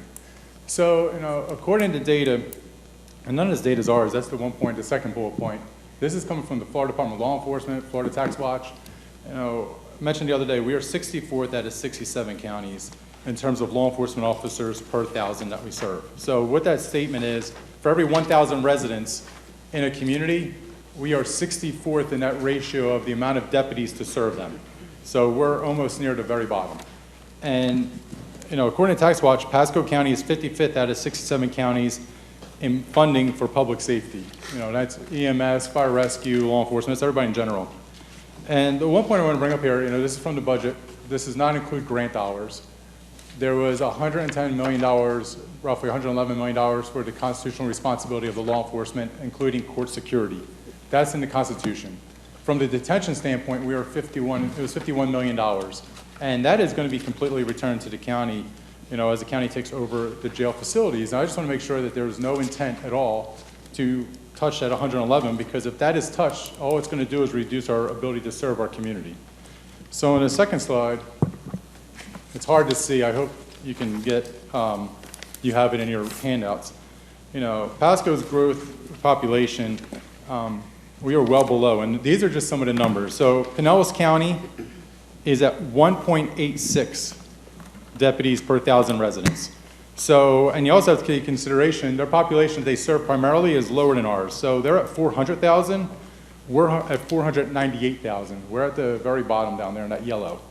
And so they have cities like St. Petersburg, Clearwater, Largo, You know, you take Hernando County, they're at a ratio at 1.32, our ratio is 1.06. You know, they're at 200, you know, their proportion is much higher than ours. Polk County has Lakeland, and they're at 1.26, and their population is around, that they serve directly, is 462,000. So with the Lakeland, that takes out a big chunk. And in Hillsborough County, with the city of Tampa, their ratio is still higher than ours by a good percentage. They're at 1.23. So right here, these numbers just represent, you know, if we're the same level of service as these other counties, to keep that level of service, you know, for Pinellas County, we would need an additional 399 deputies, Hernando 130, Polk 100, Hillsborough 85, you know, that's because our ratio is 1.06. So that's why, you know, but these are all numbers from the Florida Department of Law Enforcement. Make sure, you know, we didn't just make these up. So growth and permitting. So I go back to, again, I am not anti-growth. I want to make sure people don't know I'm not anti-development. That's not my role and responsibility. My role and responsibility as the sheriff is to make sure, you know, we do everything we can to keep our community safe. And it's also my role to come here and explain this, to tell you, hey, this is where we're at. So for every 1,000 residents, Pasco should be adding 2 deputies. You know, if 10,000 residents move in, at an average of 3 people per household, that's 30,000. You know, we're looking at an additional 60 deputies. That's just, you know, to slightly go above where we are now, our percentage-wise. That is, if you took a standard to that point, 2.0. You know, we're trying to just maintain the level that we're at. We seem to be falling behind. In Polk County, the commission just, Sheriff Judd went in front of the county commission, and above what their standard is, they're going to start allocating 25 deputies per year. So they're going to be at 125 additional deputies in the next 5 years because of their growth. And then they're going to still continue to backfill their positions. The problem we have is, you know, we're 2 to 3 years behind. So if a permit happens, you know, by the time that permit goes in, by the time that that person actually starts paying taxes, because we all know in January is really when they start paying that tax, and then that tax goes into effect. Then we as a sheriff's office get it. Then it takes us a good over a year to hire somebody, train that person, put them through new member orientation, and then put them on the street. So now we're about 2 to 3 years behind about one person moving into that house. So when you multiply that out, that we keep falling further and further behind. So that's one of the things I just want to make sure, you know, you're aware of as we're looking at this. I apologize, this is small too, but you have the other graph. We can see it here. You can see there? Okay, good. There's no way I can see. All right, so this is the permits that we were able to look at. So the permits have been filed, and this is generality, just want to make sure, but this is the numbers that, just to give a good picture of what's happening. And so, you know, for the first 84 days of the year, from January 1st to March 25th, there's been 3,745 permits that have been filed. So just saying everything perfect, you know, they all go through, everything's perfect filled world that they get through and everything's done. You know, that would be an average that we would need additionally, you know, looking at it's only 2 people per household. You're looking at 14 law enforcement officers just to maintain, you know, try to get that 2 ratio just to kind of go up. So that's just kind of inching us up closer out of that 1.08 number, but it's moving us up a little bit further. But however, that's just addressing what is going on now with the permits. The other issue we have, and I want to say I thank the board, because I think it was around 2014, 2015, I was in front, and you all saw the issue that we had actually lost over 100 officers had left Pasco County to go to Tampa. They actually called it the Tampa 100 Club. And that club was people that were in Pasco County, trained, you know, they've been here for years, got experience, and then Tampa picks them up. So basically, you go back to that restaurant scenario, you take good, highly qualified chefs, and they're trained, they're worked up, and all of a sudden another restaurant takes them from you. Now we have to go back to hire somebody, back to that year-long process. That's where we were. What is happening, though, is just because we started catching up, and we never caught up directly to Tampa, but we were kind of the same ballpark as the other counties. They didn't stop. And now with the issues of hiring law enforcement officers across our country and across everywhere, you know, we're all competing now for people because a lot of people lost interest to say, hey, maybe I don't want to get into this field. We're now competing against other, you know, higher paying agencies. So Tampa PD is starting at $60,000 a year. You know, you can go down the list, 53, Pinellas is 51. Pasco and FHP, we are told that the governor signs, and he said he will approve it, they're going to jump to $56,000 a year starting. So Pasco, we're right now at $46,948, and we're just slightly above Hernando. If this isn't addressed, which, I'll be submitting the budget, is that, I want to be comparable, for our civilian members with the county at the same rate. I have to understand for our sworn law enforcement members, we're going to have to be, we have to do the matrix that you guys, worked with us on, and I appreciate that. And our citizens need to recognize that. You did a great thing by recognizing that. We stopped that slowing growth of people going to Tampa, but we're going to be back in that cycle again if we don't start addressing it. And that is a major issue as we talk about staffing. So a couple of things just to hit on. We must continue to fulfill the constitutional responsibilities of the Sheriff's Office to provide the law enforcement services and court services. I don't think there's anyone who disagree with keeping the current budget for law enforcement and court security at that $111 million. Is there anybody that, I've spoke to everybody, I just want to make sure that everybody's good with that. That $111 million stays with the law enforcement budget and the $51 million will transfer back to the county. If there's, yeah, we're good? Well, I haven't had a budget meeting on this, so I'm not prepared to say anything about numbers. Okay. I've been very busy the last 3 weeks. No, I understand. Okay. But this is not an increase. All this is saying is, no, I get it. I just want to just put it on the record because we spoke, but I want to make sure I say out here too. This is, so in the budget that we present every year, there is a budget for our constitutional duties, which is the law enforcement and court services, and then there is for the jail. The jail budget is $51 million. Our services are roughly $111 million for law enforcement and to secure the courthouse. What was proposed before when we talked about giving back to court, giving back to jail, is just moving that pot of $51 million over to the county, because it's the jail. If that $111 million gets touched and tries to get reduced, all it's going to do is reduce law enforcement services in our community. So I would defer. I think we have a budget workshop coming up. Okay. And this is not for next year, this is just for right now. No, yeah. Oh, okay, I'm confused. Go ahead. Sorry. Yeah, Commissioner, I know they're working on their budgets like we're working on our budget, and we are, as part of the jail transfer, our budget office is working there is to see what their expenses are in the jail, because we have to build a budget based on line item expenses, so we're working on that. I would not expect that we would want to decrease the 111 million piece. In fact, we're talking how are we going to split the growth going forward with the jail now back over to the county, and we're still working through those numbers. But I can't imagine that we would expect to decrease it. There are some probably support elements that are in that support the jail operation, but they're, we're going to work through that. Yeah, exactly. So I mean,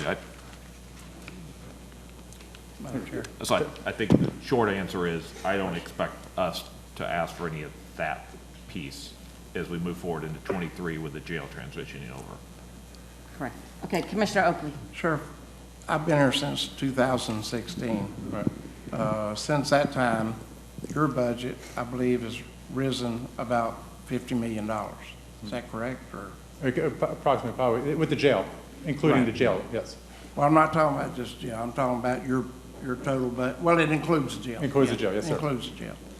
But during that time, how many officers have you hired to keep up your officer count against 1,000? Right. And we mean probably officers on the street, not an administrative programs.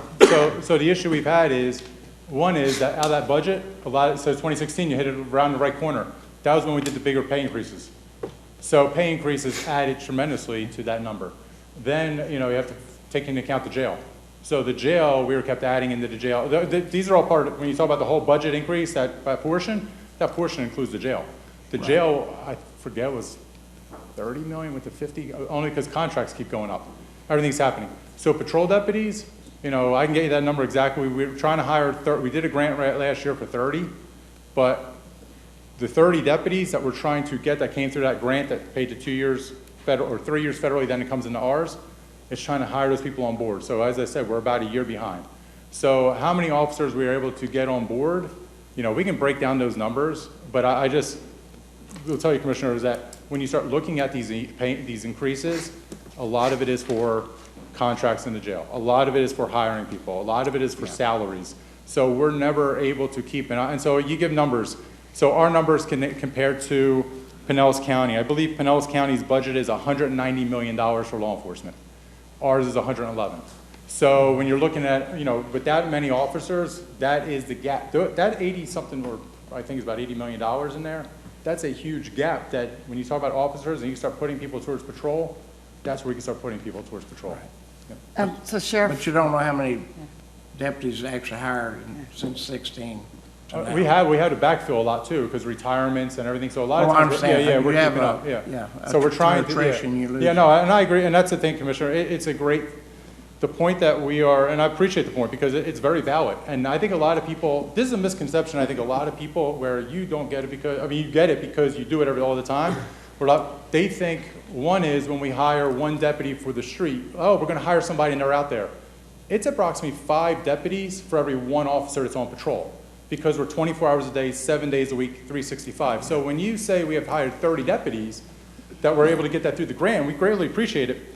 That means that there's only 1 deputy, we have 30 squads. That means there's only 1 new deputy per squad, which means roughly it's 5 deputies roughly on patrol for the entire county during that shift, during that time. So for every 30, you've added 5 basically for patrol.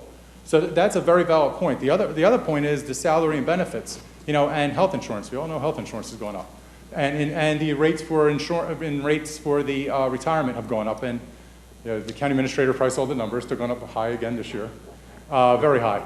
Those are those type of things that we take in consideration. So, as I say, Commissioner, I really applaud you asking a question, because it really shows the point that when citizens, we watch a TV show and they said, we hired a new actor on the show, that means they're in there all the time. They think sometimes, we hired a new cop, there's a new deputy out there, they're out there all the time. That's not. That's how staggering it is. So, Commissioner, I appreciate that, because we can get you the numbers. We did shift people around. I'll tell you, one of the big things we had to do, mental health and substance abuse was huge.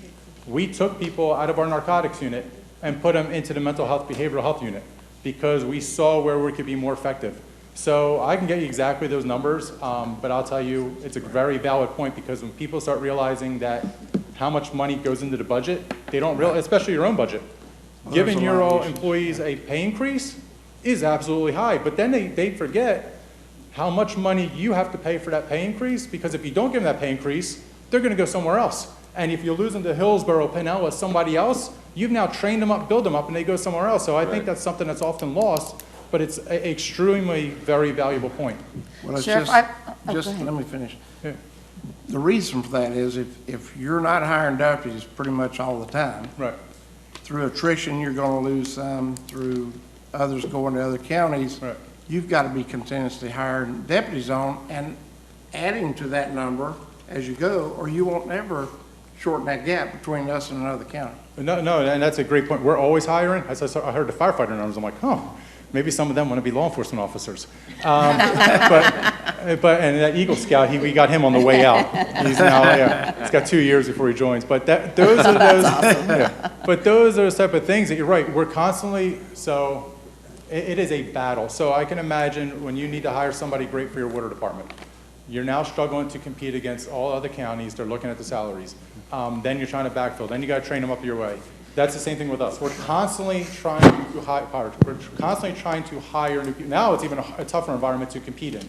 So now we're competing. Now we're trying to just backfill positions. Now we're trying to inch ahead. And so this is a continual cycle that you're right. It's a very and it's very dangerous when FHP says they're going to start at 56. It's very dangerous when Tampa is starting at 60, and then they're bringing our people on for 70, if not higher, who have experience, and they're buying. And the other one too is what you may find. I don't know if you find it already. The 30-year retirement does not help county employees or recruiting for county employees, especially when they go to the city of Tampa and have a 20-year retirement for high risk. And I'm not sure how it is for the city, but that is a very enticing thing when you take a 25-year-old and then say, would you rather retire at 45 or would you rather retire at 55? And so those are things that counties are struggling with right now as municipalities are doing a 20-year retirement. Madam Chair, can I kind of pile on a little bit? Yeah, Commissioner Moore. So, Sarah, question for you then. And this is a question of me saying, okay, what can we do to help in this situation? Right. Okay. So you're talking about in this slide it says growth and permitting. Yep.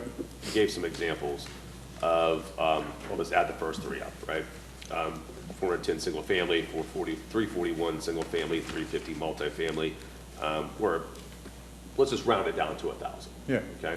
So your statement is, we need two law enforcement deputies on the street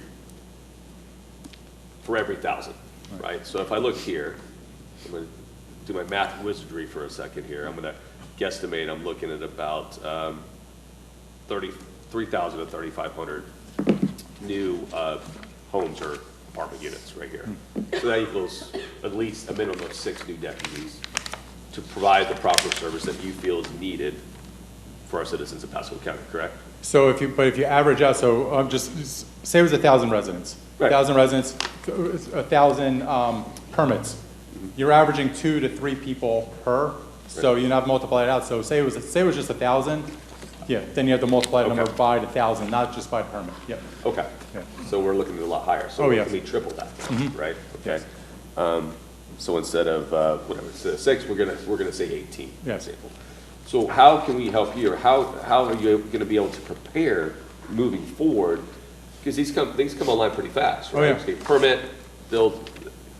I know we're a little bit behind because of product and things like that. We're in a Right. unique situation now. Mhm. So typically, maybe they'd be able to get, these would be up in 6 to 8 months. Right. Okay. So how are you going to be able to, I guess, keep up with the Joneses, per Right. se, be able to hire that many people and train them and have them online? Right. In reality, what you need to have them almost in the wait. Right. Correct? Yeah, no, in an ideal world, yes, it'd be, it's just like any other service. You want them ready, as soon as they walk in the restaurant, you want to have the waiters there, the people ready to go, the cooks cooking, already cooking. And it's the same with any department within the county, everything. And that's what I said, this is not just a sheriff's office law enforcement, this is probably every department issue. So yes, I think one of the things is if we had a strategic plan where we would know, okay, so it's 2022. So in 2023, 2024, 2025, we know what will probably permit it out. We know what will probably be built. But now we're adjusting to that now, saying, okay, this is what to expect, and now we're given the resources to say, okay, start planning for this. There's a lag. Yep, yeah. And that's the problem. I have a little bit of time that, hey, we know it's coming online, this is what we're looking at. So, being conscious of the situation as the board and future boards. Right. If there's an approval of 300 units, in your mind, you got to think that's going to probably equal to 2 new deputies. Yeah, that's, 300 units, so just roughly say 1,000, so 1,000 that's 2 deputies, for that unit. And that's where, from our standpoint, having that seat on the board, on the planning board would be great. Where we're allocated at doesn't really, it just kind of says these are the departments coming through, and all we give is recommendations. However, I think, if there could be a plan in place that would say, this is what we think, we know what lanes are available, we know where developers are talking, but at least have an idea saying this is where we think we're going to be, that would be phenomenal for us. And then, being able to come back to you and say, hey, Commissioner, same as in Polk County, when they went in front of the Polk County Commission and said, hey, we know where we're at, we know where we're going, this is how many deputies, and said, okay, above and beyond your allocation, this is what your number will be. That puts us in a much better position. And then we start planning out recruiting, hiring, and as I said, we're traveling to different colleges across the country. We're trying to recruit. We're trying to bring, the good people here possible. The other one too is the Explorer program. That is a phenomenal program we have in place right now. We're building up people in our own community, and I think that's one of the things that's often lost is trying to recruit in your own community. And that's the one thing. The environment that we've built here, the commission, the sheriff's office, other constitutionals, is the fact that there's not blowouts. Everybody says, okay, things are working here. Makes people realize, okay, this is a place to come. So that's something we're working on right now. All right. To me, I just want to say I have no doubt that between the fire rescue, all our first responders, I think we need to help all of them. Right. And the sheriff and I have had this conversation a couple of times, and I mentioned it at the Penny workshop. We brag about how low our taxes up here, but that comes at a price. And it comes at a level of service that we're offering to our citizens with the money that we have. And so that's just something that this board, because we're the ones that have to, at the end of the day, find the money to fund all these operations. And I think we all know that public safety is almost always number one. If you don't have a safe community, what do you have? So I think it's really important that this board, as we go through our budget workshops this year, really start to look at that and address it. Well, Madam Chair, I was going to bring this up anyways during miscellaneous business since I'm second. Maybe we'll bring it up now. This is a question for Mr. Steinsteiner because I had brought this up before, but it's been some time. When we talk about, new growth coming in, under state statute, or I don't even want to bring up our own comp plan or land development code, but under state statute, is there not a way, are we not able to, when we see new growth and new people do move into the area, that we have some type of possibility can you have a separate MSTU for new people coming in? On top, EGA, public safety, MSTU for new growth, new people that come into the county. Is that a possibility? Or should we adjust the impact fee? Before you answer that, after you answer that, I'll say something. So you can't, your general millage is limited to being consistent throughout your population. Correct. An MSTU might be able to be crafted in such a way that it would pay for additional municipal services, but you're not really talking about additional municipal services. You're talking about shifting the tax burden to the new folks coming in so that growth pays for itself. In addition to what for example, we have a fire MSTU now, right? But the fire MSTU is consistent throughout. I understand. Anybody who is getting fire service. Correct. Is there a possibility when it comes to new growth to add an additional one, and it could be, for example, a general public safety MSTU? And then we would figure out how to divide that up, but is that a possibility? As I said to you when we discussed this many months ago, it might be able to be done. Okay. I think it's out on the edge. I'm not sure whether it's defensible or not. Okay. I don't know who would be I don't know anybody else. Because if they move in here, they know they're going to pay it. I don't know anybody else who is doing it. Now, there is the possibility that the prior sheriff had approached the commission at one point in time about doing a law enforcement impact fee to help fund the sheriff's operations. That's a possibility, but again, with impact fees, you're not going to be able to pay for deputies, really, because it's not a capital cost, and you're not going to be able to pay for the backlog. So it'll be attributable to new growth, but it'll be the bricks and mortar and vehicles and and equipping, that sort of thing. But an MSTU could pay for an MSTU is a tax, so it could be used fire rescue personnel. The new MSTU could be an additional MSTU could do that if you feel it's defensible. Right. And I understand you obviously you want to make sure something like that's defensible. At the same time, thinking forward, if a new resident is coming into the area, they already know what they're buying into. They know that's there, right? So there's no question to them. It's not like you're putting on an additional one on their current resident. You're telling new people that come to the area, this is what it's going to be. I don't know who would sue that. So I'm wondering if we can move the discussion to a workshop, was really a more appropriate place to have this kind of conversation. Yeah. And I have no idea when that is, if we have it scheduled. And I'm going to be talking about workshops, other workshops. The budget workshop's in May. I'll get the date. In May, okay. 24th. So we hear you, we understand. I know, I understand. We No, face appreciate this in a lot of our departments, but certainly yours and our fire rescue, they're very important to the May 24th. quality of life for our residents. May 24th is the board's budget workshop. And I'm not here May 24th. No, that's April 24th. Yeah, May 24th is the board's budget Okay. workshop. All right, thanks, All right, Sharon. thank you all very much. Have a wonderful day. All right, Commissioner Oakley. Okay. I believe we had this past Friday, we had a Public Works team go out to Woodard Elementary School, and here are some pictures of that team.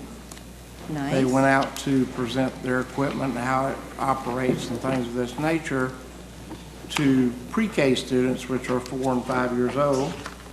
And you can imagine how excited these kids were.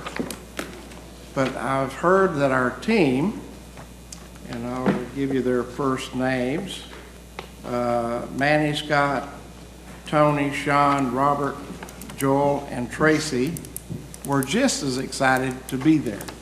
So it was pretty exciting for the kids, and they really enjoyed themselves, and quite a few kids. You know, these kids love seeing this kind of equipment and actually meeting some of the people that actually are out there in Public Works doing that work, you know, for our citizens in the county.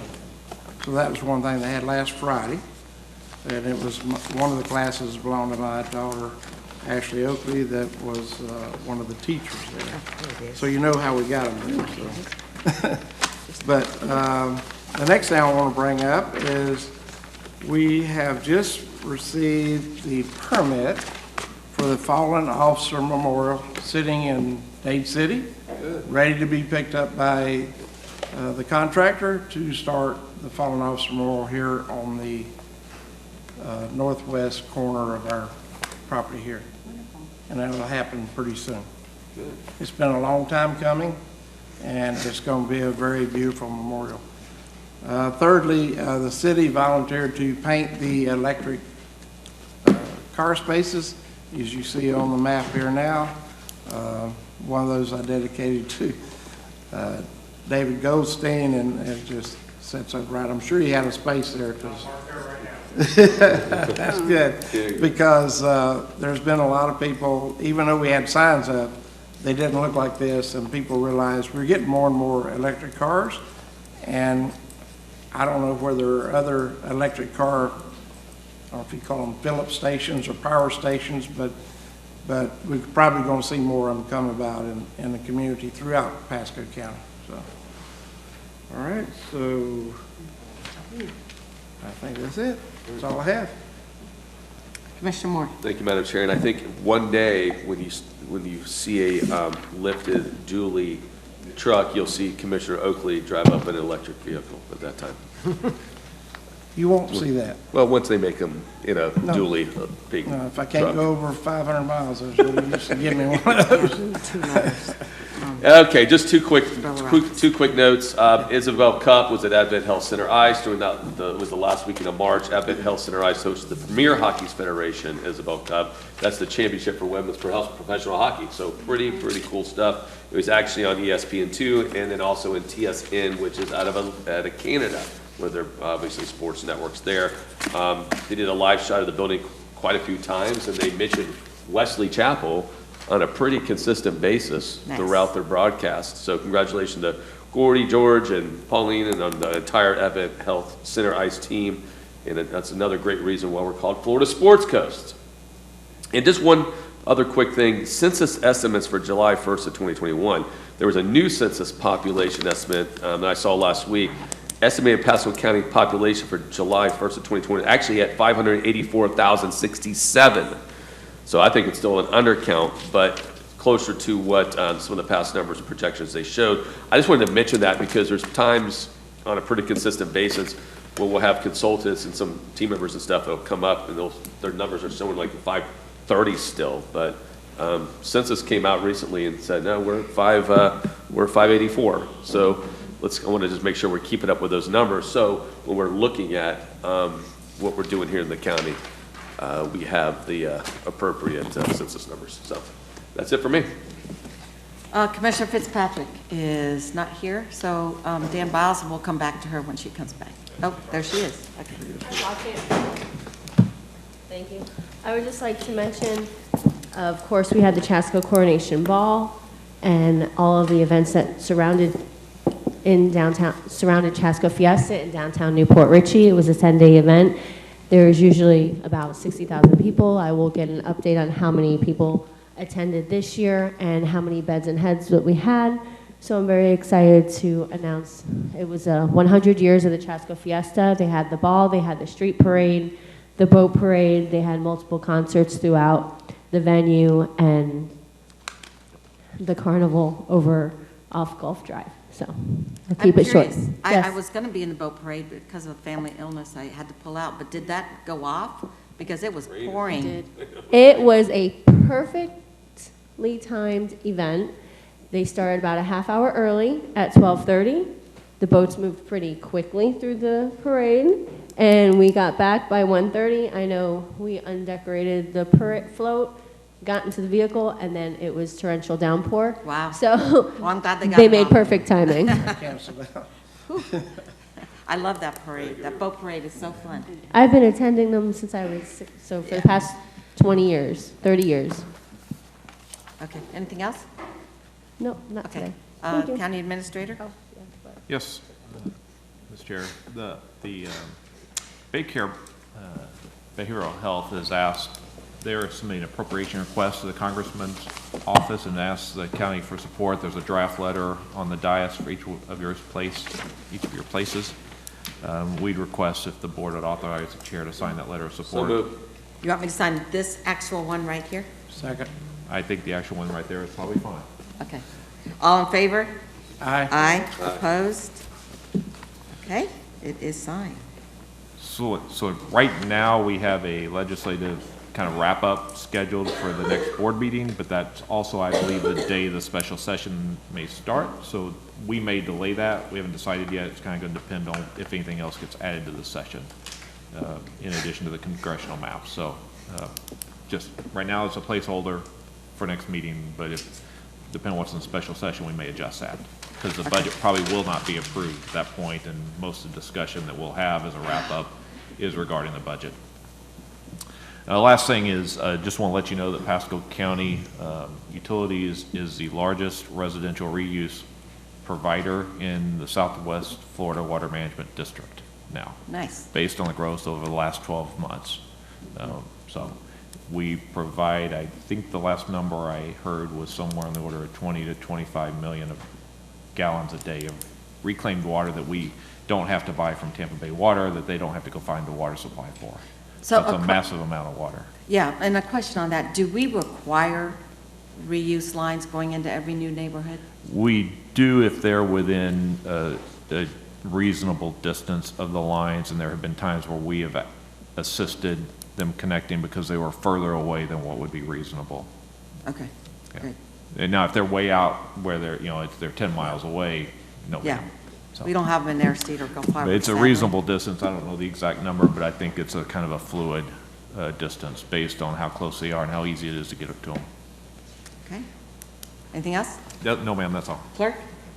Yes, I wanted to make a couple of comments in regards to the transfer of the jail from the sheriff to the county. With that transition, my office is going to have probably significant operational impact with that coming over. And we have, our budget is due May 1, so just learning about the jail transfer last week was, so we're scrambling, right, to try to get in, meet with the sheriff, meet with the county, and we had our first meeting yesterday? Well, Monday, seems like a long time ago. Yes, Monday, but I feel like we're gonna have to have a lot more meetings so that we can really explain our role and how we're going to need a lot of conversation to find out what is coming to my office and what isn't. It's going to be a significant impact to my finance department, finding and understanding all of their accounts and their credit cards and, reporting for grants and capital assets, and do they have any capital projects that are outside of the general obligation bond, and there's so much more just off the top of my head. And then we have some IT stuff with interfaces to our system that we do. There's an impact in courts, both civil and criminal, and I want to make sure that we identify what role is the sheriff keeping, what role is going to be coming to the county as it relates to that. And there's also some local administrative orders that we need to look at as it impacts the role. And I don't know if it would still be with the sheriff or now if it goes to the corrections for some of the things there. And then we have, let me see. Oh, this is really important. So one I want to talk about is the budget's due May 1. I would like to be able to attend the BCC budget workshop on May 27th, so we can have good conversation. 24th? Did I Oh, hear the 24th? 24th? Sorry, Tuesday the 24th, thank you. And so we have good conversations around this. I may need a couple of days. I don't know if I can get all the information in to get the budget prepared for May 1, that's great.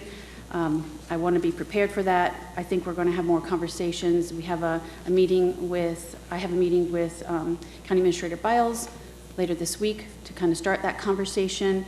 And a different subject on the topic is when you are going to transfer a operation from one government entity to another, it's very important to do a transition audit so that on September 30th, you know what was with the sheriff, and now we know October 1 what's going to be with the county.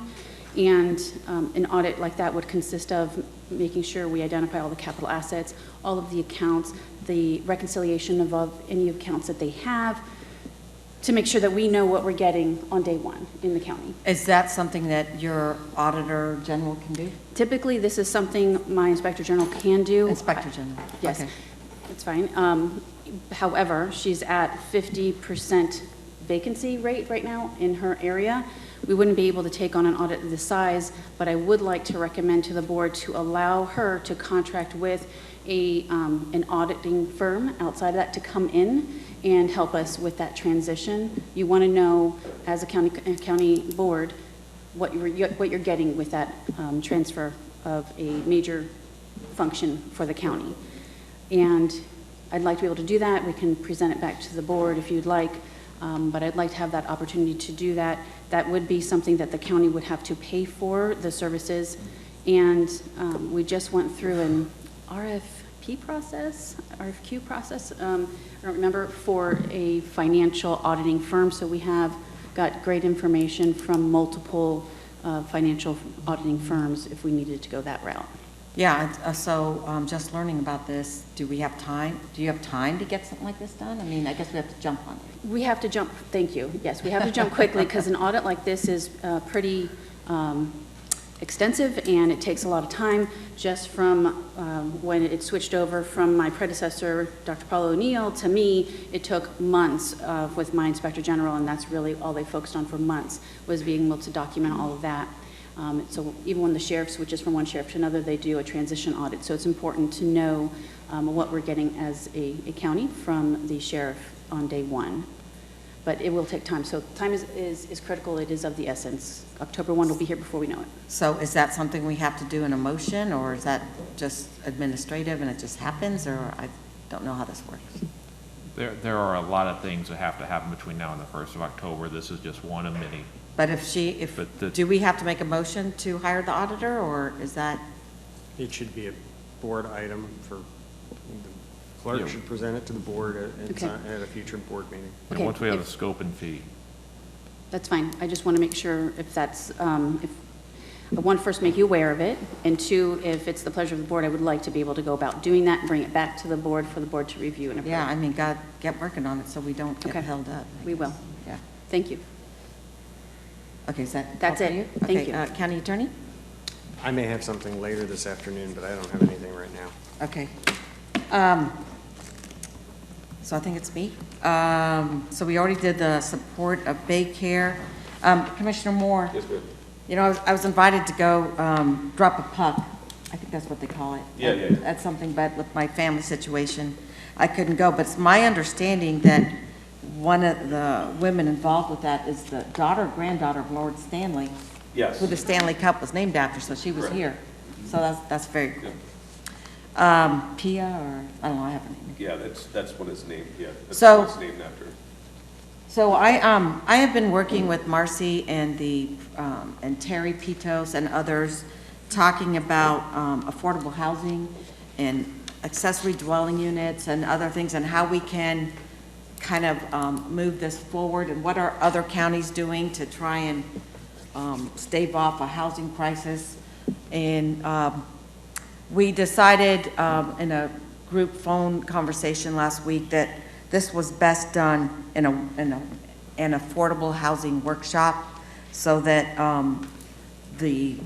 what's going on can be articulated to all the commissioners, and if we need to do some policy changes or we have some ideas, I have one concerning accessory dwelling units, that we could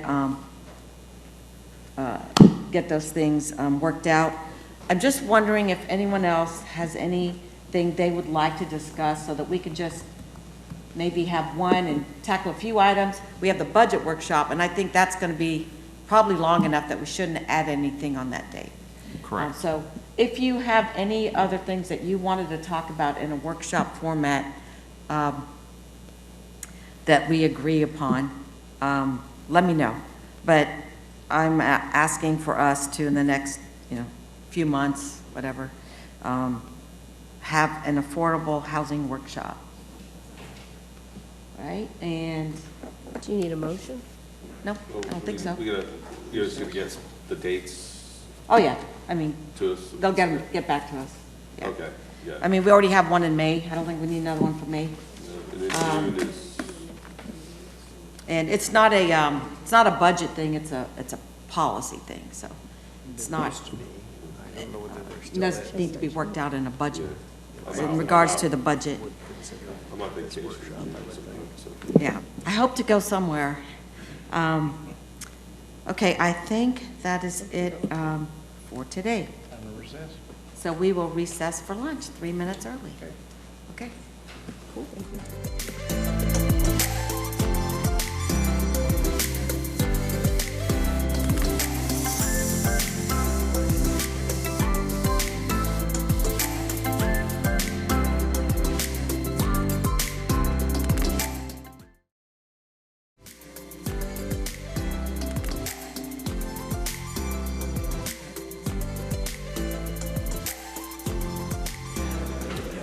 Remember, I turned yours off. Yes, thank you. Good afternoon, and welcome to the afternoon session of the Board of County Commissioners. At this time, please make sure your phones are silenced, and I will find my place here. So we're at the April 5th meeting of 2022. We'll now proceed with public hearings, starting with ordinances P49. Item P49 was published in the Tampa Bay Times on March 23rd, 2022. Good afternoon, Commissioners. Elizabeth Blair, Senior Assistant County Attorney.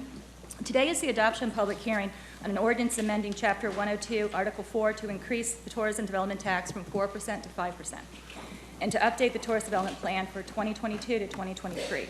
The tax is imposed on an overnight stays within both unincorporated and incorporated areas of Pasco County where the duration of the stay is 6 months or less. In 1990, the county adopted an initial 2% tourism tax, which was increased to 4% in 2017.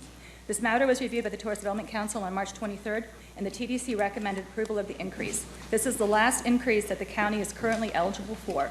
The title of the ordinance is as follows. An ordinance by the Pasco County Board of County Commissioners amending Ordinance 90-10 as amended, codified in Chapter 102 of the Pasco County Code of Ordinances, by amending Sections 102 and 186 and 102-190 to levy and impose an additional 1% local option tourist development tax and to amend and update the tourist development plan for Pasco County, providing for inclusion in the Pasco County Code of Ordinances, severability, conflicts, and an effective date. Adam Thomas, your tourism director, is also here to say a few words. After hearing from him, I ask that you open the public hearing on the amendments and adopt the ordinance by a roll call vote. Any questions for me? All right, thank you. No. Good afternoon, Adam. Thank you, Ms. Blair, Chairman Sarkey, fellow commissioners. Thank you so much for the opportunity to even have this discussion to increase what we call in our industry a user fee. This is paid by the visitor that comes and stays in our short-term lodging. And in 2019, you invested and supported our rebrand of Florida Sports Coast. And since then, we've taken our market share to new heights and new levels that we previously did not reach. And since 2019, we've seen our visitor economy grow with the current resources that we already have in place. And we can't thank you enough for even having the discussion today to further expand that share of voice, not only in our domestic market to our target audience, but now taking the brand and telling our story at the community level to our international marketplaces, especially in Europe, which we now are attracting visitors from. So today, I just say thank you very much for your consideration with this increase, and I'm here for any questions or comments. Madam Chair? Yes. This was passed unanimously with the Tourist Development Council. No real issues, no questions. Like Adam stated, it's not our citizens here in Pasco County that pay this, it's actually people that come and visit. We're the lowest in the area, and as we all know, Adam and his team have done an excellent job with the funds they've received so far, and just the numbers back it up for the increases that they've been able to achieve. And I haven't had one person reach out that said they're anything negative about this, and the hoteliers are on board, and they're the ones that, if they're going to have concerns, they're the ones that are going to have concerns about it. So I know we had to take public comment, but I'm definitely obviously support. Yes. Thank you, sir. Ditto. Does anyone else want to speak? All right, do we have any public comment on this item? Madam Chair, no one has signed up and no one on WebEx on this, but I don't know if anyone else is here. If you're standing up to speak and you want to speak, then please come to the podium and give us your name and address. Is there anyone online that has signed up Make for sure this? she knows this is on tourist Yeah, development. this is on the tourist development item. Yes, ma'am. Okay. Chairwoman. Ma'am, wait till you get to the microphone, please. Yes, I understand, Chairwoman Starkey. It's about the tourist tax. Can and- you give us your name and address? Yes, it's Kathy with a K, Lambert, in Dade City, 37109 Howard, city resident for 49 years, 50 next May. I would just like to say this. I was here back when you first instituted this tax, and Saddlebrook was here and very much against it. And I think I was the only member of the public that supported Saddlebrook in their opposition to having this tax. I just want to say this. I would like to see some real Republicans up here and prove that they're not going to keep digging into the taxpayers' wallets, whether they're from Dade City or D.C. and Washington, D.C., coming down here to enjoy the county. I do believe that if you're going to spend money on MLB, Major League Baseball, to take care of the billionaires that own these teams and use tax funds for it, you won't be in office very long. That's all I have to say. Thank you. Thank you. Is there anyone else that would like to address? No, Madam Chair, before I make a motion, I will state for the record that Saddlebrook is on the Tourist Development Council, and they were very supportive of this as a voter on this Tourist Development Council. The previous concerns they had were in reference to something that has nothing to do with what we're voting on this time around. They had past concerns. So they were on board. They voted for it on the Tourist Development Council. So like I said, it was unanimous. With that, I'll make a motion to approve. Second. And under discussion, I have not had any opposition from anyone in that industry. Heard not a peep. They actually welcomed it. Yeah, exactly. They think Because it's, they pays for the tourists that come to this. yeah, gets this them area. more business, so. Okay, with that, it's a roll call vote. District 1, Commissioner Oakley. Aye. District 2, Commissioner Aye. Moore. District 4, Commissioner Fitzpatrick. Aye. District 5, Commissioner Mariano. District 3, Chairman Starkey. Aye. Thank you. That passes. All right, P50. Item P50 was published in the Tampa Bay Times on February 16th, 2022. Good afternoon, Madam Chair. This is Nectarios Pitos with the Planning and Development Department. Item P50 is an ordinance amending the Pasco County Comprehensive Plan, providing for a small-scale comprehensive plan amendment to the future land use map 2-15 and sheet 04, from Res 1, residential 1 dwelling unit per gross acre, to IH, industrial heavy, on approximately 8.86 acres of real property located on the west side of Soft Wind Lane, approximately 0.39 mile north of Hudson Avenue, and providing for additional text amendments as necessary for internal consistency, providing for repealer severability and effective date, and this comes with a recommendation of approval.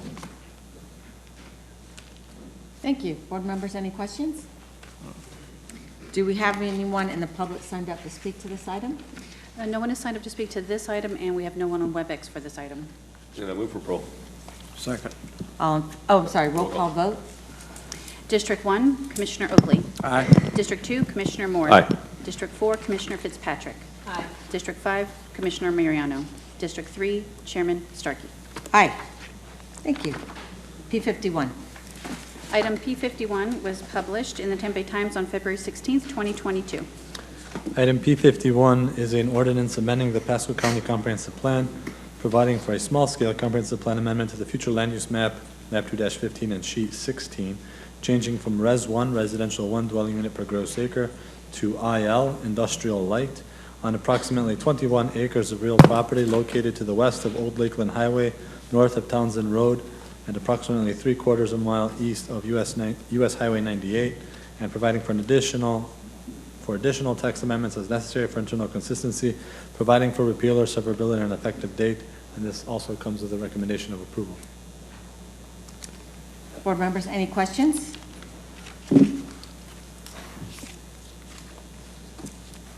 And is there anyone signed up to speak to this? No one is signed up for item P51 and no one on WebEx. Okay, I'll entertain a motion. Move approval. Public first. Oh, I thought I did. Public comment? I only allow people online to speak. Ask if there's anybody else there. Is there anyone here that would like public comment on this? Okay, this is a roll call vote. Move approval. Second. Roll call vote. District 1, Commissioner Oakley. Aye. District 2, Commissioner Moore. Aye. District 4, Commissioner Fitzpatrick. Aye. District 5, Commissioner Mariano. District 3, Chairman Starkey. Aye. Okay, P52. Item P52 was published in the Business Observer on March 11th, 2022, March 18th, 2022, and March 25th, 2022, and April 1st, 2022. Item P52 is an ordinance establishing the PTC Community Development District pursuant to Chapter 190 Florida statutes, providing for authority and power of the district, providing for powers and duties of the district, providing for the Board of Supervisors of the district, providing for the district budget, providing for functions of the district, providing for miscellaneous provisions, providing for an effective date, and this comes to the Board of County Commissioners with a recommendation of approval. Board members, any questions? This is a great project. Is there anyone here who wishes to speak to P52? No one is signed up for P52 and no one's on WebEx. You can come up to the podium.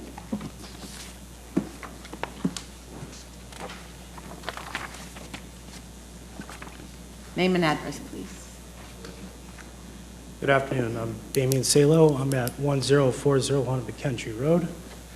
So I'm in this Exhibit 10. So I just basically wanted just to make mention, just for the record, that as part of the executive summary here, it states correctly that my acreage is 9.99 acres. However, on Exhibit 10, it's saying that I have less than that. So I just want to make sure that if this is approved or what have you, that my boundaries, my property lines are respected. Also, my property is not a flood zone. So if this does get developed, I just want to make sure that that stays that way. Other than that, I have no other objection, and I hope that this does help bring, opportunities to the community as it's being stated. So, sir, is Allen and Company your surveying company? No. That's the company itself, or whoever bought the land. That's who bought the land? Correct. Okay. So I just want to note that in the Pasco County records, my warranty deed and my land is all documented there, showing I have 9.99 acres. I don't know what type of survey that was performed or how it was, performed. There's a caveat that it's more or less the acreage that they surveyed, but I just want to make sure that, when development happens, they're not bulldozing on my land. So you're the out parcel. You're not part of this petition. You're the out parcel. Yes, correct. Okay. Now I understand your concern. Yep. Do we need to see that exhibit up? So there was a survey done that excludes a 7.7 acre, more or less parcel that a surveyor did out of Winter Garden, Florida, it appears. And what the gentleman is indicating is he's not part of this petition, and his warranty deed is for a larger amount. That's going to be a boundary dispute between the two parties. But you're out of it. They can't assess your land, and because you're not a party to this petition. Correct. So, but I just wanted to state that for the record. Yeah, the applicant is online. You just want to make sure that your total land is recorded correctly. No, my land is recorded correctly. I don't know how. Their land is recorded correctly. Yeah. So I just want to make sure that, for the record, I'm stating that, Pasco County Records has my deed and shows that I have 9.99 acres. Right. And I just want to make sure that that's ensured that no one's going to come onto my property, that's all. Okay. And the applicant is online. Perhaps he could address that. The individual that's named, I think, is Jennifer Kalinsky. If we could allow her to say a couple words. Let's see. Okay, it looks like she's able to speak. If you can go ahead and begin your comments.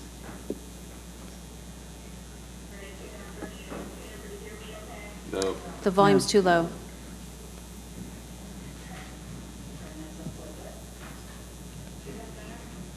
No. Still not yet.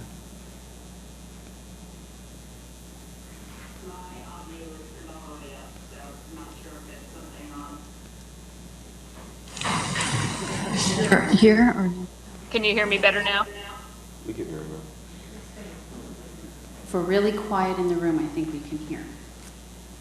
I'll try to speak as loud as humanly possible here. Yeah, this is Jennifer Kalinsky. I am here on behalf of the petitioner, P.T. Boyette. I am with the law firm of K Law Group. And as the gentleman noted, the petition excludes an out parcel that's clearly articulated as 9.99 acres and references the deed that he is also referencing. It's not within the district. The district won't be assessing that property. It's not within the district boundary. That's the meet and bounds that would be attached to the ordinance. And we're aware that the gentleman's property is not part of the district and will not be impacted by the district's activities. Okay, so now it's all. No further questions. Thank you. Is there anyone else wishing to speak to this? I see Terry walking out. Move approval. Second. Is this roll call vote? It is. Roll call vote. District 1, Commissioner Oakley. Aye. District 2, Commissioner Moore. Aye. District 4, Commissioner Fitzpatrick. Aye. District 5, Commissioner Mariano.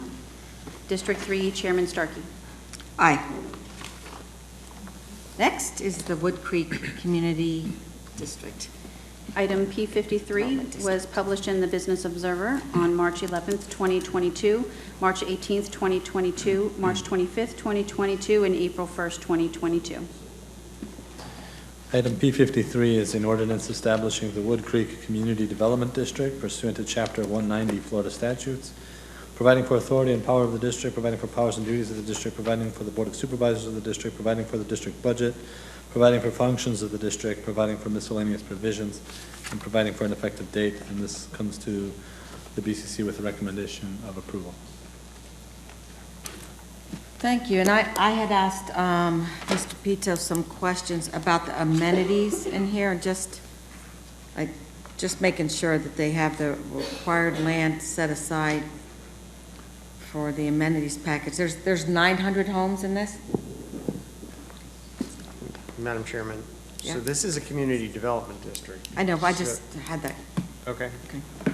Yeah, so he did answer my questions. They had set aside some part of it. Okay. Right. Anybody else have any questions? Okay, and is this also a roll call? You're going to take public You're going comment? to take. Oh, yes, sorry. Public comment? So there's no one signed up, and no one is on WebEx for this item. Would anyone like to speak to this item? Move for approval. Second. Roll call vote? District 1, Commissioner Oakley. Aye. District 2, Commissioner Moore. Aye. District 4, Commissioner Fitzpatrick. Aye. District 5, Commissioner Mariano. District 3, Chairman Starkey. Aye.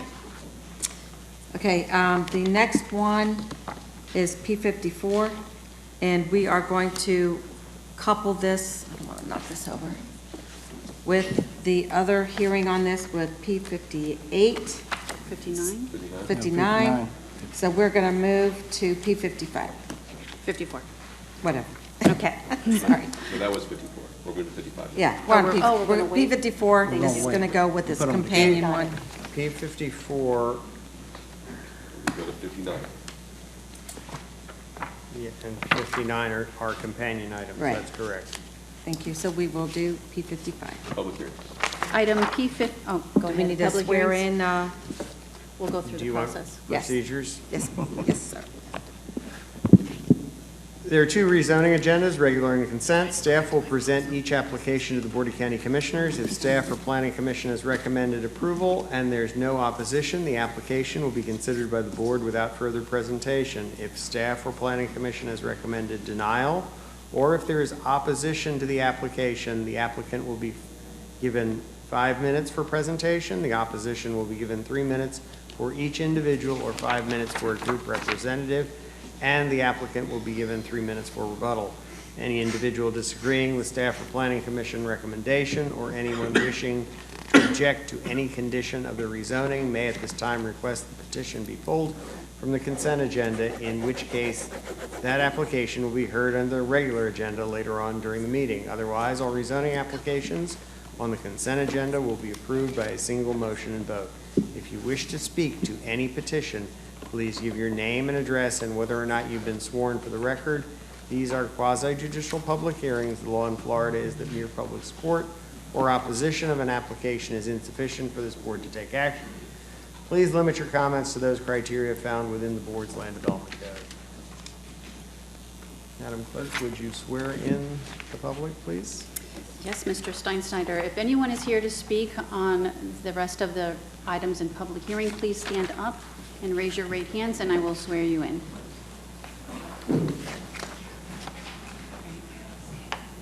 All right, please raise your right hands. Do you swear or affirm the testimony you are about to give is the truth, so help you God? Thank you. You may be seated. Okay, P55. Hold on. Yes. Thank you.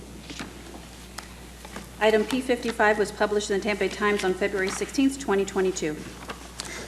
Item P55 is a large-scale comprehensive plan amendment, CPL 2123 Northridge. It's the transmittal of the proposed large-scale comprehensive plan amendment to the future land use map of map 2-15 and sheet 05, changing from Res 1, residential one dwelling unit per gross acre, to PD plan development on approximately 178.13 acres of real property at the south side of County Line Road. The text amendment creates sub-area policy through 7.165, titled Northridge, and it is a map amendment to the future land use map 2-9, adding sub-area map 2-965 Northridge. And this comes to the Board of County Commissioners with a recommendation of approval. Okay. Any questions? Consent. All right. Does anyone wish to speak to this item? No Is one there- is, I have no one signed up for this item and no one on WebEx for this. Okay, we will keep it on the consent. That's your only Move to consent. And that's approve the our only Move consent. to approve the consent agenda. Second. All in favor? Aye. Opposed? All right, we are done with the consent. P57. 56. 56. Sorry. So item P56, my office was not provided proof of publication, but my understanding is Yeah, it's being okay. continued. That is Thank you. correct. Andrew Baxter, Facilities Management Director. Item P56 will be continued to a future meeting due to a publication error. Okay, So Andrew, you're re-advertising this. You're starting over for Yes, another agenda. so then we don't need a motion. There's no action to be taken. Okay. Okay. So then we are on to P57. Item P57 was published in the Tampa Bay Times on March 2nd, 2022. Good afternoon, Commissioners. Ainsley Cole, Public Works. This is the PW 22-0027, Lexington Oaks, PVAS. There's one street involved in this project. The approximate estimated cost is $1,088,188. Maximum cost per ERU is $2,802.05. Discounted amount is $3,029.30. Maximum cost per ERU after the discount is $2,351. In terms of the possible votes, there are 1,533, 674 or 44% responded. 420 or 62% were in favor of the project, and 254 or 38% were against the project. Annual installation is over a 10-year period. Interest rate is 3.25% interest. This is a location map, condition of the road, and staff is recommending approve. Okay, Commissioners, any questions? Is there anyone here who wishes to speak to this item? I have no one signed up and no one on WebEx for this item. Move for approval. Second. All in favor? Aye. Aye. Love those. Madam Chairman? Yes. Just in an abundance of caution, the previous one you did, the vacation, the motion was to continue the public hearing to consider the petition to vacate a portion of the undeveloped Orangedale Avenue platted right-of-way to the May 3rd, 2022 BCC meeting at 1:30 in Dade City. And so, yes, if you will make that motion. Motion just to make time sure. certain, May 3rd. Second. All in favor? Aye. Aye. Opposed? Okay. Okay, so now we are on P58. Item P58 was published in Tampa Bay Times on February 16th, 2022. Thank you, Commission members. Jessica Kowal with the Planning and Development Department. Item P58, a little bit of housekeeping on this one. There were some ex partes given to me last night. They have been given to the clerks. The chairman has also granted the applicant's request for 9 minutes on this item. Item P58 is PDD 227586 in the name of Jordan Road LLC and others for a requested change in zoning from AR Agricultural Residential District to an MPUD Master Planned Unit Development District to allow for 220 multiple family units and 74,813 square feet of commercial office uses on approximately 27.75 acres. The property is located in central Pasco County on the north side of State Road 52, approximately 2 miles east of Interstate 75. The subject parcels currently reflect their original AR zoning district. The future land use classification is ROR, Retail Office Residential. The subject site contains a single-family dwelling unit and agricultural pursuits, is within the South Market area and the urban service expansion area, but is outside of the rural areas. Section 402.2C8 of the Land Development Code allows for deviations from the code if approved by the Land Commission and the Board of County Commissioners during public hearing for any application for an MPUD rezoning. Variation shall be allowed where the BCC specifically finds, in the particular case, that the proposed variations meet or exceed the intent of the code. The applicant is seeking the following variations. LDC Section 901.6D11, continuing existing street pattern and street access to adjoining property, requires streets within a proposed development be connected to adjacent areas to provide for proper traffic circulation. Per staff analysis, requiring vehicular connection to Hartman Road would trigger substandard roadway improvements on Hartman, making the project financially infeasible and would not continue the existing street patterns. If the residential area is designed as a private residential community, it would be desired to allow for gated connections to the residential area internal to the subject site. Requiring a vehicular connection to Hartman Road would encourage public access through the residential area to Hartman Road, thus limiting the developer's ability to secure the community with gated access. In accordance with Land Development Code Section 1003.1, gates, fences, and walls, gating vehicular access connections to and within residential areas can be permitted as a gate if a gate is considered a part of the private residential development's entrance feature. Therefore, this applicant is proposing to provide a vehicular connection to State Road 52, vehicular cross connections to the east and west of the proposed non-residential area, and a 10-foot multi-use path within the residential area to connect to the possible future Orange Belt Trail along Hartman Road to the north.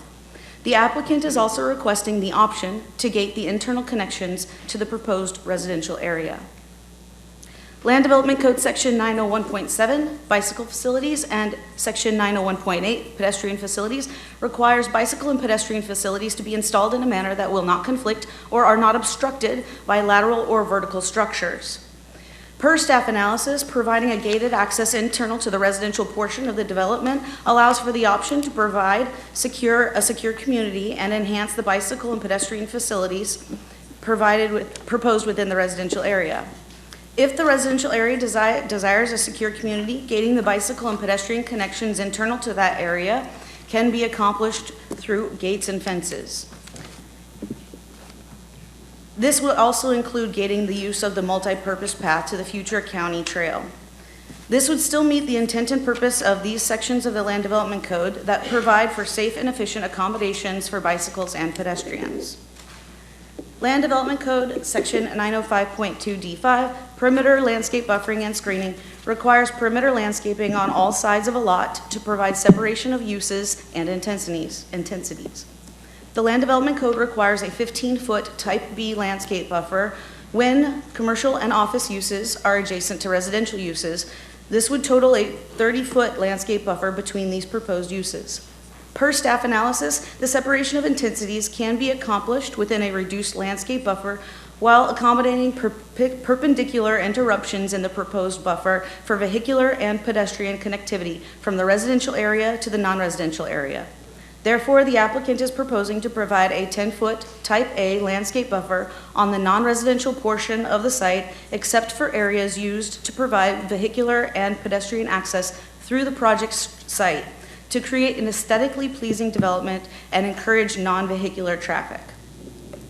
Presented here is the master plan for the MPUD, and here is their connectivity plan.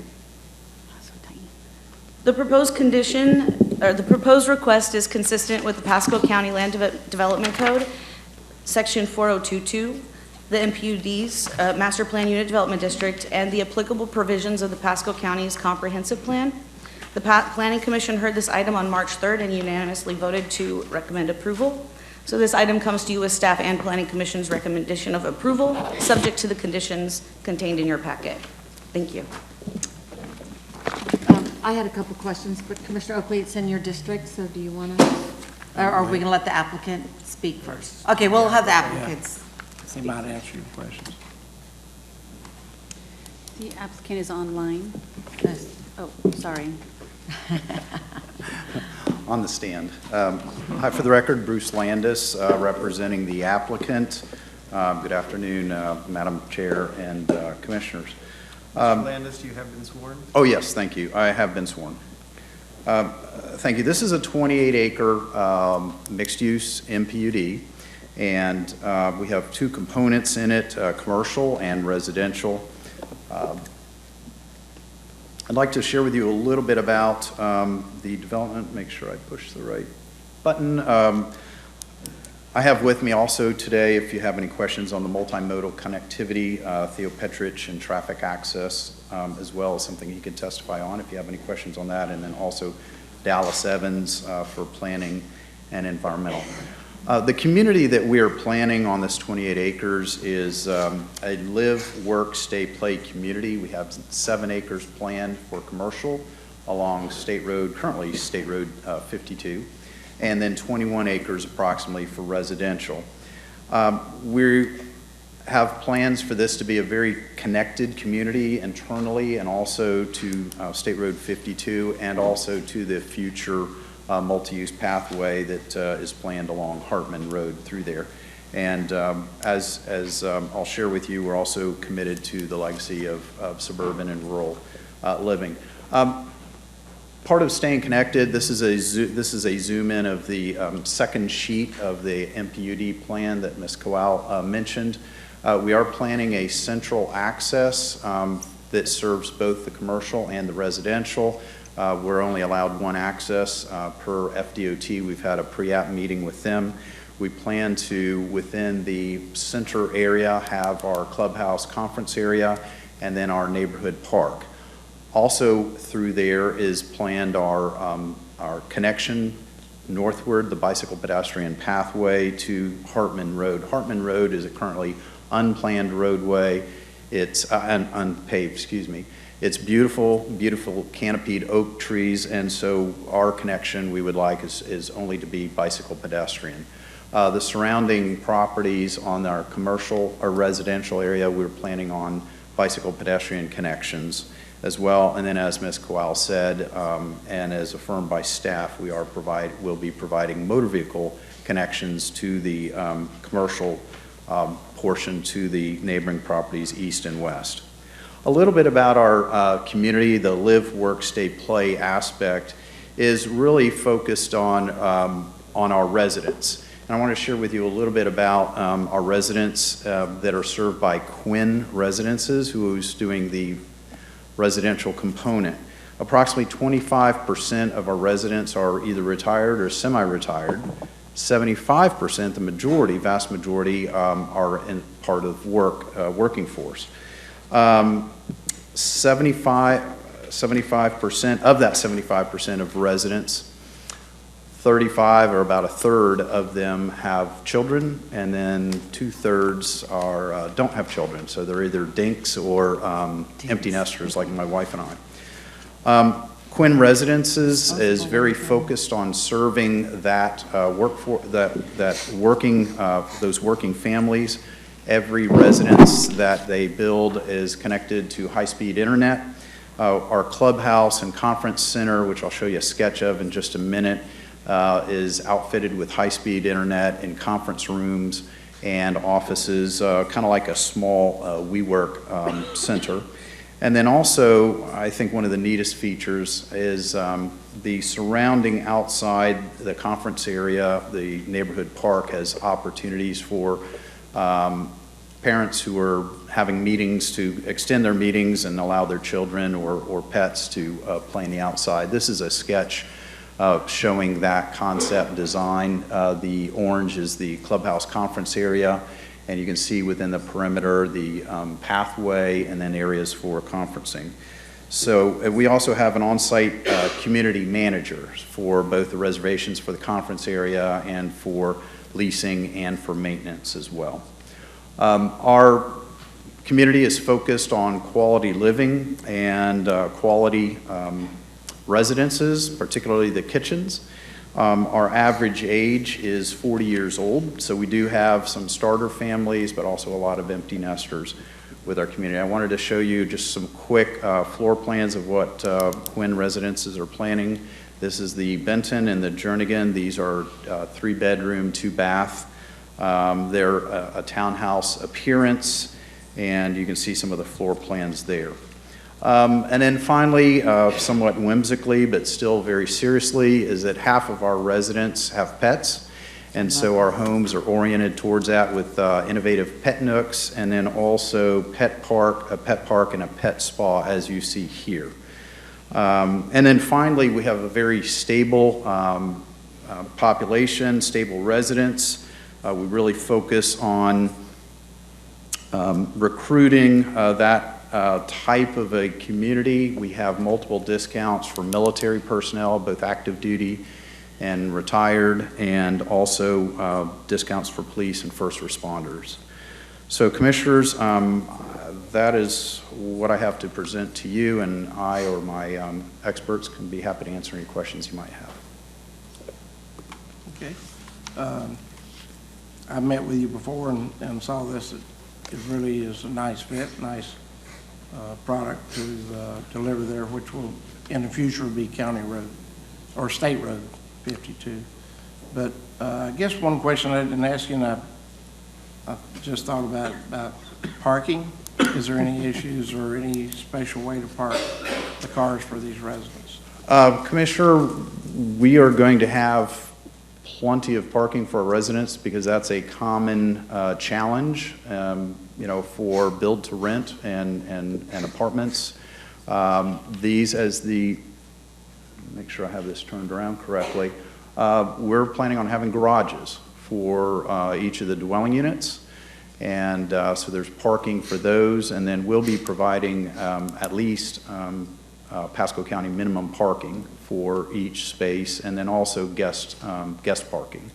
And also parking along the clubhouse and conference area because, we are designing for what we think is the future, which is going to be probably at least 20% of the workforce will continue working from home. So we expect to have, small conference. We don't, not large conference gatherings, but small. So we will have plenty of guest parking. All right. Okay, I have some questions, and parking was one of them, and that's what he said to me as well. Just a normal one, Yeah. So one of my questions was about the access on 52, and I wanted to ask staff, really. The applicant mentions that he's dealing with DOT standards, but isn't this road going to become a county road when Clinton Avenue? Will this become old 52? And Clinton Avenue will become County Road 52. So I don't think it will be a DOT maintained road, and it doesn't apply to DOT standards. But maybe I'm wrong. No one's told me. Commissioner Starkey, Jessica Cole. The current situation is that DOT has already permitted the plans for any improvements along 52 in this area. Staff, when projects have been submitted, have been coordinating with DOT to make sure that the site plans and such are submitted in accordance with the plans for FDOT's improvements, if any. They have not requested extra right-of-way, of course, because they do intend it to be handed over to the county. I think in this case it might be a timing issue. We don't know exactly when the construction for this site would, if approved, be permitted versus those constructions being completed and that being handed over to the county. That was at least the perspective when we were going through the review process in planning and development. All right, at some point, we're going to have to get that trend. We have to understand when that transition is going to occur, because what's required and expected is different. Just so everyone knows that, from a state road and a county road. If it assures you any, the folks in long-range planning, our transportation planners do review these projects, and they also assess it with the county standards as well as what the state does. Sometimes we do ask for more right-of-way. At this time, it's not necessary, except for what was noted in the conditions as requiring the 67.5 from center line. All right, now the other question I had was, it's one in and out on 52. But I do see it has future connectivity next door, but normally we want two. So what's the process there? So with this site, and especially with the connection to Hartman Road being substandard, if you look at an aerial more spanned out, Hartman Road actually goes west and then south, connects back to 52 for quite some feet, would require substandard roadway improvements all the way through there. There is a planned emergency access through the non-residential site slightly west of their current noted access point that FDOT has been looking at. Thank you. So they do intend upon having an emergency access for that point, but the... That's this one right here. I don't know if you can see the light green line. I see it here. I'm just getting all these things on the record. No, gotcha. So Okay. there is an emergency access plan for that instance. All right. Then I had a question on, two more questions, I think. A question on the reduction in buffering. So normally the buffer would be 30% between these kind of uses. 30 feet. I mean 30 feet. Correct. We are reducing that buffer, but are we requiring the commercial, is this office? This is going to be office, or do we not control that? It's commercial, and they have the ability to do office uses with the land use exchange matrix. Okay, so what I'm concerned about is making sure that the site plan layout for the pedestrian uses that, so they're getting that reduced because they say they want to encourage that, we're calling this mixed use, but it's really mix of uses. Between the residential and the commercial office is an advantage, but where are we requiring the layout of the commercial to be such that we're not putting the backs of a strip mall or the garbage dumpsters even closer to a residential townhome? I mean, I think there has to be, if we're giving up 10 feet of buffer, we have to be sure that the site plan is reflecting that relationship between the two uses. Understood. The main concept initially when we were discussing it at the pre-application stage was how do we encourage non-vehicular use between these sites? Once we got into the actual design, specifically with the emergency access, we identified those, at least the vehicular connections, we would have to have an interruption in the buffer. When looking at how people approach how they would use these uses, if I'm a resident and I want to go visit these non-residential uses, we didn't want to discourage it by having lots of tall features that would, especially with the type B buffer requiring the 6-foot screening, that could potentially discourage that walkability. That being said, the reduction in the buffer width would not give us any less plantings, except for the fact that if you had 2 buffers, 2 rows of 60-foot trees on center would be required rather than the 1 that would be proposed with this request. There is the actual claim that the shrubs that are required, the continuous row of evergreen shrubs, except where interrupted by the pedestrian and the vehicular perpendicular interruptions, that is actually more plantings than what the type B would require. Our type B doesn't require shrubs unless they're used as a visual screen, so it is an option for them. In this case, I do understand what you're saying about the reduction of width, but typically the width can actually discourage pedestrian and bicycle use as well. This case, it was more staff's leaning to approve this request and recommend approval to you folks, simply because this is a smaller site. At 28 acres, having 30 feet between 2 uses is taking up quite a bit of land unless there's something that would allow for more of a linear park type use. Well, that's what I was just going to say. I mean, this could really act as a linear park if we let it, right? Correct. And I do understand that this is the zoning stage. I don't want to, the conceptual that was presented to us actually brings a lot of focus to the central part, right where the O and the M are on our on this connectivity plan. And it has this nice little feature that brings the residents into it. It does create kind of a park-like feature, but the focus was that we wanted, the developer wanted the option to provide a secure gated community. So if that is the case, they wanted to bring those park features to be central to that residential area rather than encouraging those uses as much as would be in, like you're saying, a traditional mixed-use project, rather than the mix of uses. Okay, well, I think those were my questions. Does anyone else have any? Okay, she answered it great, unless you want to add anything, but that's a, yeah, I know. Do we have anyone signed up to speak to this issue here? No one is signed up for this item and no one on WebEx for this item. Would anyone like to speak to this There's item? a lady right in the middle. I can't see her, I think she's behind. She's behind. You can come to the podium and give us your name and address. Thank you. Jill Yelverton, 34915 O'Berry Road. I just have a question. And have you been Oh, sworn? I'm sorry. Yes, I swore. Thank I you. did. And I probably will again. But I just have a question. It sounds really nice, live, work, play. Has the county ever done any kind of a study on how many people actually live and work in the live, work, play developments? Because I've never heard of anybody actually living in a live, work, play development. They all work somewhere else. So I'm That's just an interesting curious. question. I have family members who work where they live. So, shoot, my dad did that his whole life. He actually pretty much worked out of his home. But I know lots of people who live, work, and play in the same place. So, you guys? A development or in just like a regular? I'm not going back and forth.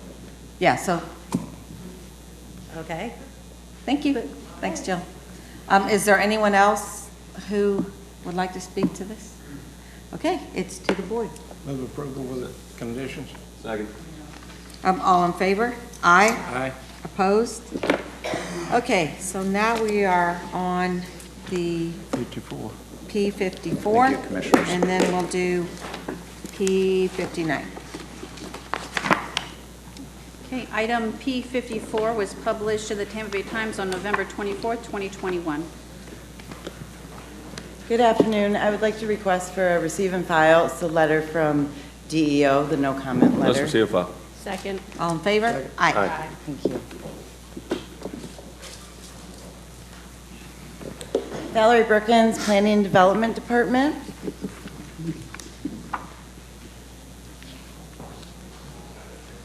Do we need, okay, there we go. Today we have the PDD 22088, the Large-Scale Comprehensive Plan Amendment, CPAL 2110 North Pasco RV. This is for ordinance today, which is an ordinance amending the Pasco, An ordinance amending the Pasco County Comprehensive Plan, providing for a large-scale comprehensive plan amendment to the future land use map, map 2-15, and sheet 7, from AGR, agricultural rural, to PD, plan development, on approximately 131.6 acres of real property located east of Lake Iola Road and south of Blanton Road. A text amendment creating sub-area policy FLU 7.1.63 North Pasco RV Resort, a map amendment to the future land use map 2-9, adding sub-area map 2-963 North Pasco RV Resort, providing for additional text amendments as necessary for internal consistency, providing for a repealer, severability, and an effective date. This shows the site location, which is in the North Market area and also the Northeast Pasco rural area. As you can see, it is along I-75, east of Lake Iola and south of Blanton Road.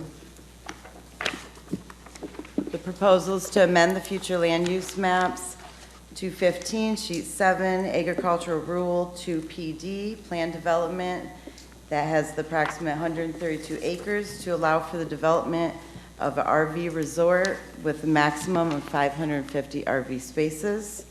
The location, as we previously saw, the resolution to amend the future land use maps 215, sheet 7, create sub-area policy FLU 7.1.63 North Pasco RV Resort, and amend FLU map 2-9, creating the sub-area policy, or creating sub-area, 2-963 North Pasco RV Resort.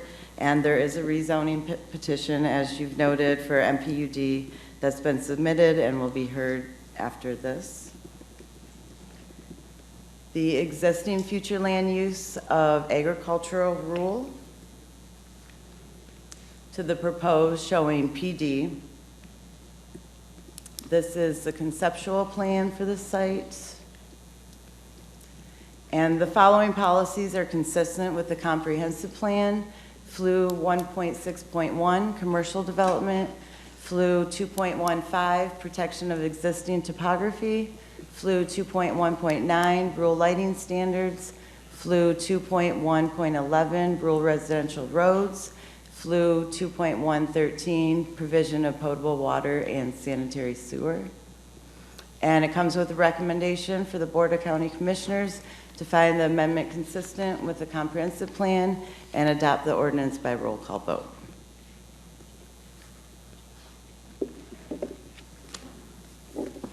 Okay, it's time for the applicant.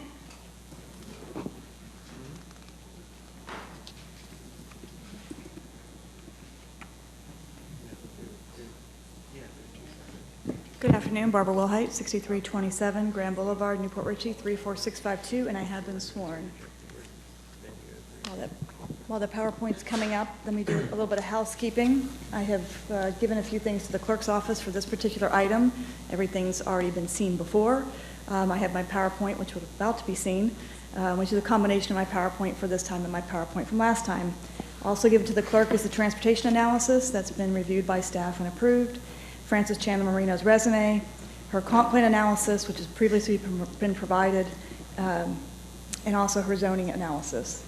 And I also have the DEO comment letters that staff just put in the record, but those are the items that I gave to the clerk for this comprehensive plan amendment hearing. If you would be so kind to receive and file. I'll take a Motion to receive and file. Second. All in favor? Aye. Opposed? Thank you. So I have not requested additional time because we've had extensive hearings on this, and so I'm going to run through in the 5 minutes that applicants are given, and then I have my full team here for rebuttal. Joe Simon with WRA, Steve Henry, Links and Associates, Greg Mayfield, Southern Water, Francis Chandler Marino, Fem by Design, Brian Nolan, Lucida and Associates. Don Ferezzi is not with us, but he did a lot of our renderings and graphics. These are the sub-area policies that are specific to this project and were written for this project. We did a lot, listened a lot. We've been at this for a couple of years and listened, had 2 neighborhood meetings, and I've read every email that's come through over time over the 2 years. We provided that the property should not be subdivided. Recreational uses adjacent to Moody Lake are limited to passive only, no motorized vehicles, requirement for cutoff luminaries, landscape and tree preservation buffer on the western-northwestern boundary, a very special, specific Lake Eola corridor buffer, which I had gone over, is actually in the conditions of approval for the MPUD. And there's language in the sub-area policy to guide that. Prohibitions on chain link fences and opaque walls on Lake Eola Road. Lake Eola Road is a scenic road, so we took special care to exceed the county's requirements for scenic roads. We met them and exceeded them. Preservation of existing native vegetation along I-75, and we did a 100-foot setback for the RV spaces from the existing Lake Eola Road right-of-way, not required by code or your scenic road provisions, but we proposed it and agreed to it. No mining and regulations on grading within slopes of 10% or greater. Those are all things that are in your implementation of the Northeast Pasco rural area policies in your code that apply to residential development. We had them, took them all and applied them and exceeded them for this development. I'm going to run through the things that we did after the first public hearing to answer questions, address concerns, and I'll let you, this is over in the MPUD, but I think it's important to see the whole picture. One of the things was we heard in the comments from the public that we were just going to bait and switch. And we have added that the concept plan that we have shown throughout is a binding concept plan.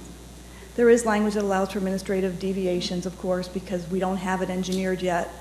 But we certainly wanted to have the commitment of what we propose to you is what we'll be doing.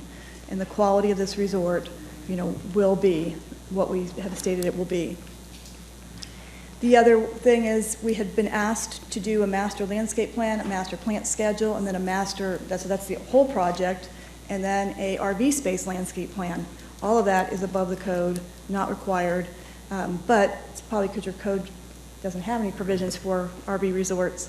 So we made all of those binding as well. That's the master landscape plan. It's hard to see at the scale, plant schedule, and each space has specific planting and tree requirements.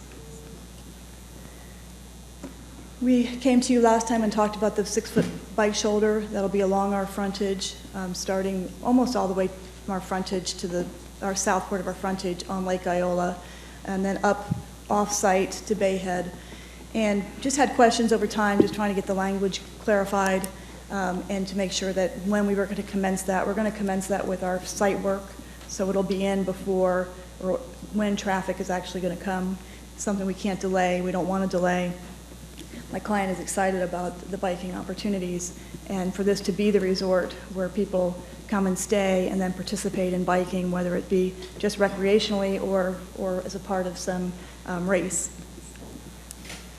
And that's a graphic depiction of where that shoulder is.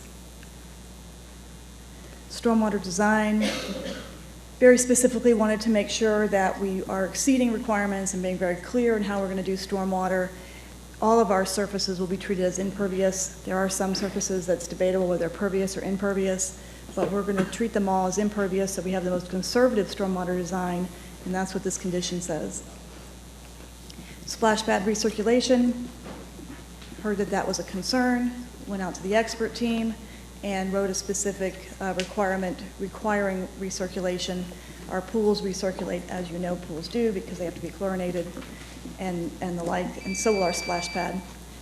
One of the things that was questioned was our water treatment plant. Want to make sure that's clear. It's for our project only. We won't be oversizing it. Nobody else outside of the project will be able to hook up to it. We wrote a condition for that. The concept of adding the ability to do equestrian-oriented facilities, we have added that. It was suggested by the board. It was a great thing to include because I didn't have anything that allowed that as a permitted use, so that's been included. Accessory use has been clarified. This is what else can we do along with our RV? And the concept being RVs are RVs, and they're not supposed to become permanent residences. And so it's important to say that we can't attach anything permanent to the recreational vehicles. So that's what this language is cleaned up, to put it in one condition instead of broken in two, and to clean up the language instead of saying included but not limited to, because it doesn't really tell you what it is. We've cleaned up that language. What's also been discussed or asked about and discussed in the comments that I've seen from the public at all the hearings and in all their materials was asking about the 6 months, and do the RVs have to be removed after the 6 months? And the answer is yes, unless they go to a storage place on site. The other thing is how are you going to know? And the way I learned about this was, how would you know, is that when I went to a campground in my RV, they asked for my license plate. They went outside and took a picture of my license plate on my RV. And I asked them why. Curious me. And they said, that's the way we keep track of that you left or you came. And so instead of names, because I can just use different names between myself and my significant other, they track it by license plate. So we added that kind of clarity to the conditions, that's what's going to be the expectation here as well. And with that, I had one other thing, if you will indulge me for just a few more seconds.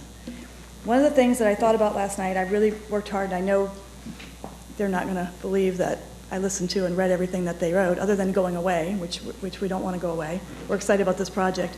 One of the things I thought about last night was, could the county make a finding of fact in the ordinance when they adopt this, specifically stating why they're approving this in the Northeast Pasco rural area? And I had heard staff over time state why they were recommending approval, and that's because of its location on the interstate. And I heard Frances Chandler Marino testify to you, and I looked in her report, and she's telling you why she found it compatible with Northeast Pasco, because it's located on the interstate.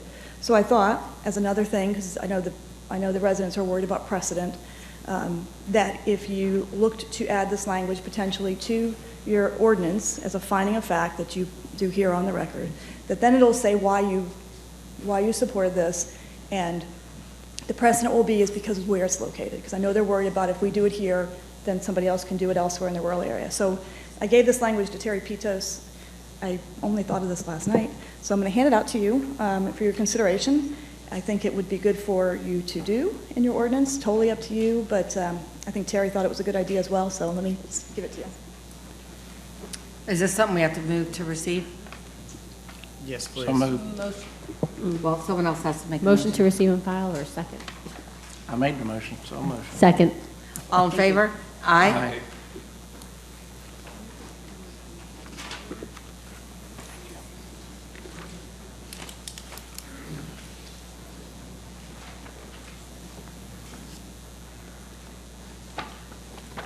So I'll just leave that.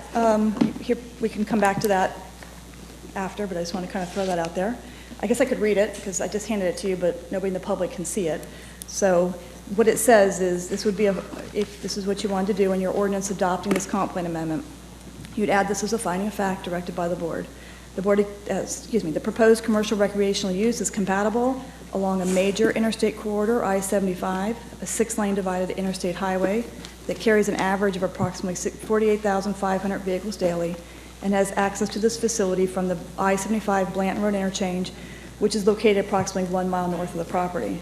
So we can come back and talk about that, and your county attorney can look at it. But with that, I'm just going to reserve for a rebuttal and answer any questions or anything that comes up from the public. Thank you. Okay, so do we have anyone signed up to speak to this? So we have 4 people signed up to speak to item P54, and we have who have also signed up to speak on P59, and we have others that are signed up to sign on to talk on P59. So I just want to make sure that those that signed up for P59 know that I've got them down to talk on P59, but I'm only going to call the ones that signed up for P54. County Attorney, could you articulate the distinction between one and the other? So the hearing that we are currently in now is the future land use map amendment with sub-area policies for the comprehensive plan. It's the comprehensive plan side of this project. The 59, when it is taken up, is the MPUD rezoning for the same piece of property. Comprehensive plan has to be amended before you can take up the rezoning. Is that what you were looking for? Yes. Okay. So what are the rules for signing up to speak to either one? They can sign up to speak to each one? They have, under your procedural rules, they have 3 minutes to talk about each item. So if they signed up for 54, they have 3 minutes that they can talk about the comprehensive plan. When that is concluded and the rezoning hearing starts, they've got 3 minutes that they can talk about the rezoning. Okay, so one is the comp plan and one is the rezoning. So if you're speaking on the first one, let's talk about the comprehensive plan. Maybe, and then the second one, rezoning. Okay. And let's go. All right, so I will call the ones that signed up for item P54.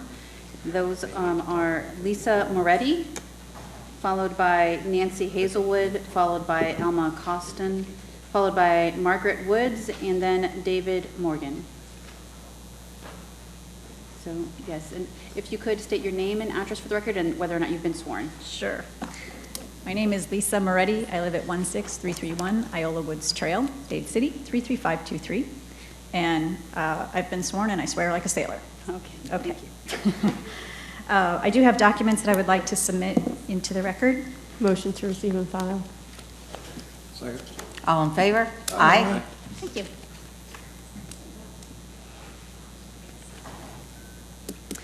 I want to start off by saying that I'm a resident of the rural area and I'm affected by this development. It will greatly impact my life and the life of those in our community. This project is incompatible with our community and it will dramatically change our way of life. I gave you quite a bit of information. I'm just going to quickly summarize. I hope you'll read my written commentary for you because it's very detailed. And it would be hours if I went through all of it. So. We've made a good faith effort, not only in 2019, but most recently with the assistance of Commissioner Fitzpatrick, to sit down with the developer and his attorney to find potential compromise. At both times, the developer and Ms. Wilhite have chosen not to meet with us or consider our input, other than what has been just sort of put into the public record. We didn't reach out directly because, frankly, we didn't trust having a meeting without one of you there and present. Instead, we have the developer's attorney writing a new ordinance for a large-scale amendment to the comprehensive plan to map 215, sheet 7. But the developer, his attorney, and their planning consultant, I don't think have met the legal requirements, all of the legal requirements as defined in the Land Development Code to make such changes. I'm providing you in the written comments that the language from our own future land use policy, as well as the Florida statutes that demonstrate for you that this is a major comprehensive plan amendment that is not compatible nor consistent. It is required that all of the conditions be met. And in fact, there's a good chance in passing that you're doing something that is not compliant. You've received emails over the last 2 months, because we've received them too, at nostjoervpark.com. And I brought them with me. You already have them, so I'm not going to submit them into the record. These are the ones in the last 3 days. These are both sides of the page from the last month and a half. We've actually been writing to you for 3 years. As well, you have the testimony and appearance here today from multiple residents. And I would be happy to supply Ms. Snyder with the transcript of people that signed petitions at our stores and meetings. I hope you'll take the time to read my comments. It's important that you see the will of the community. This amendment will not benefit the rural area economically, culturally, or in any other way. It will endanger our visitors, our wildlife, our water supply, our property values, and our community lifestyle. You're forcing longtime residents out who came here for a rural life, all to please an out-of-town developer who won't be sticking around, doesn't work in the community, doesn't care about the rural area. He only cares about one thing, and that's his investment and his money. So, we built a community. I ask that you don't let him tear it down. I urge you to deny this comprehensive plan amendment change. Thank you. Thank you. Okay. Nancy Hazelwood? No, you cannot clap in here. This will be the only warning that I give you, okay? You can't react in here, sorry. Thank you. Nancy Hazelwood, 34110, a nice place. Sandy Sprigg And has state asked whether or me- not you've been sworn, ma'am. Sworn. Okay, thank you. Has asked me to submit her written comments because of health issues. She cannot make it. She lives within 1,000 feet of the RV application. She does not want this RV park here in the rural area and has brought up issues that I have here to give you. And she has asked you to deny the project. File and see, what is? Motion to receive and file. Thank you. I need a second. All in favor? Aye. Over Just here. set them down so you're not using up your time. Yeah, And hand them then, over. yeah.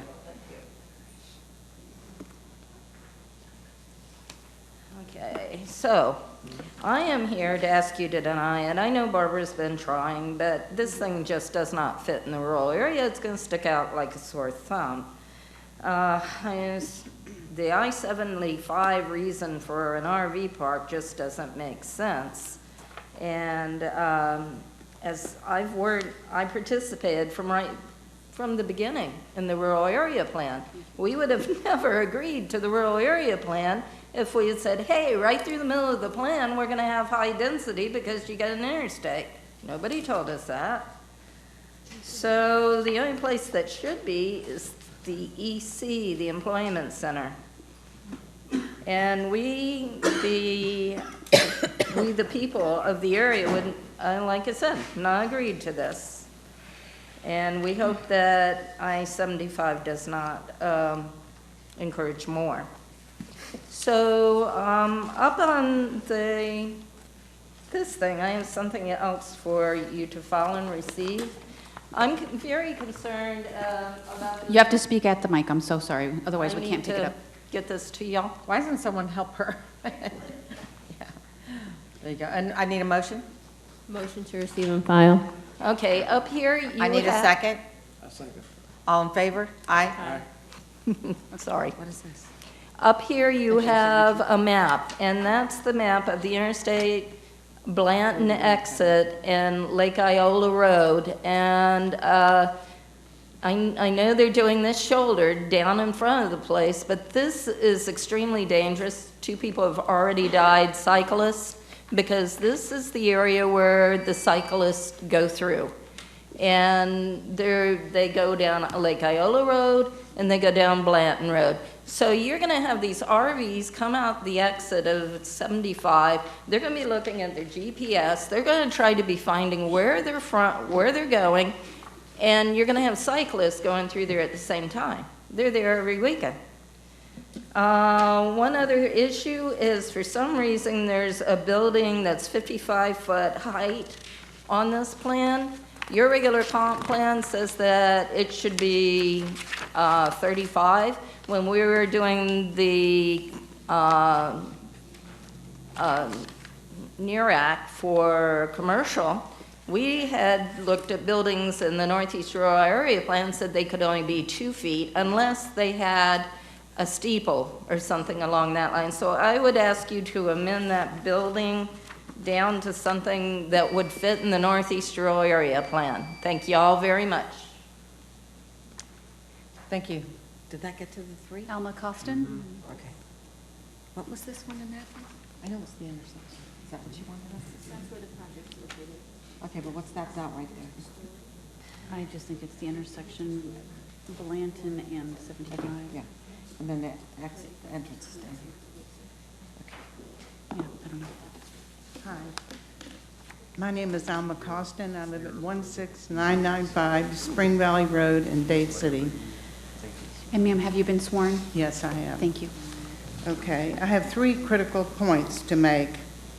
The number of the RVs is way too high for the area. This is a rural area. The Interstate 75 exit, where the RVs will have to travel north and south, is substandard and is one of the most dangerous on the entire Florida interstate system. On the interstate, with a speed limit of 70 miles per hour, which is normally slow, if you're driving 70 miles an hour, you're the slowest person on the interstate, it's impossible to exit. The interstate itself you have to decrease your vehicle speed to 60 miles an hour on the interstate to be able to make this exit. And once you get on the exit, you have to go down to 40 miles an hour until you get to Blanton Road, and this is a 180-degree curve. So if you have a car and a vehicle on it, you don't have that much of a room to get your RV and your vehicle, and then you have to stop on Blanton Road, and it has to come to a complete stop before you can make a left turn.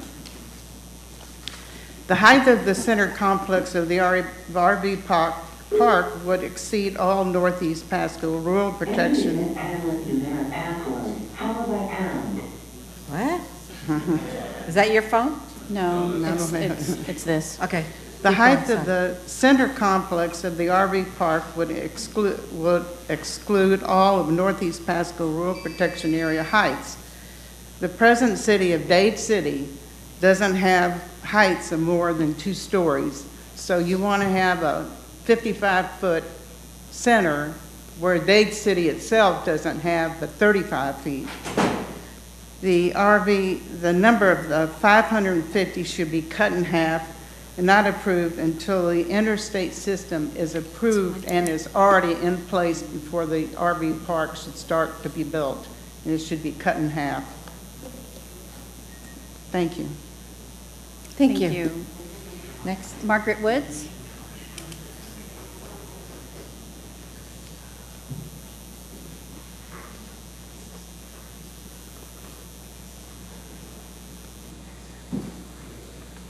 Good afternoon. I'm Margaret Woods. I live at 36332 St. Joe Road, Dade City, Florida. I'd like to preface my objection to the RV park with a fundamental issue first, and that is that Mr. Oakley has not recused himself, even though there appears to be a conflict of interest on his part with regard to this property and with the project itself. The property was owned and sold by his sister. He's been actively involved in promoting this RV park from the very beginning. Even at the neighborhood meeting, he was there promoting the RV park. So in the appearance of impartiality, ethics, and transparency, I believe that Mr. Oakley should recuse himself from both discussion and voting on this matter. My second objection is that no one seems to be able to come up with whether this is residential or commercial. If residential, it doesn't fit into the ordinances that were set for NERPA. If it's commercial, there are no final ordinances because, unfortunately, NERAC was disbanded basically because it wasn't fulfilling maybe what Mr. Oakley hoped it would. And at those NERAC meetings, in the public comments, no one was allowed to even bring up the RV park, even though it was considered a commercial venture. We were told in the public comments that we're not going to talk about that right now. My next thing is the applicant must meet the standards of FLU A1 for a comprehensive plan amendment. That section details the standards of review, and specifically when it comes to increasing density in the defined and protected rural area. Under that statement in the code, it says that the applicant must demonstrate need and compatibility. Under the demonstration of need, the applicant should be able to demonstrate that additional lands are required to accommodate the population, housing, and employment needs of the county over the horizon of the comprehensive plan. Well, I don't see that an RV park fits that specific demonstration of need. And under compatibility, an applicant shall demonstrate that the proposed amendment shall create and or provide an appropriate transition of land use adjacent to existing rural residential development within either the Northeast Pasco County rural area or the rural character area. An applicant shall demonstrate how the proposed amendment shall protect existing rural neighborhoods consistent with FLU 2.1.7 or FLU 2.3.3 as applicable. An applicant shall perform a soil suitability analysis and shall demonstrate that the soils can support the proposed amendment.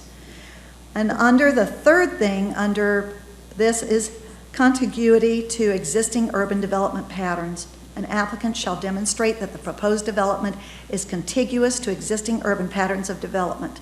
And one should note that the interstate does not qualify as urban development. It is an interstate that runs through the rural area and other areas like the Everglades. and areas preserved and protected by local, county, and state entities. The protected rural area is no different. Thank you very much. Can I turn this in to them since I didn't mail my letter in? Motion? I'll accept them. Second. All in favor? Aye. Thank you. All right, David Morgan. Now, Mr. Morgan is the last one that I have actually signed up, and there is no one on WebEx for this item. Okay, thank you.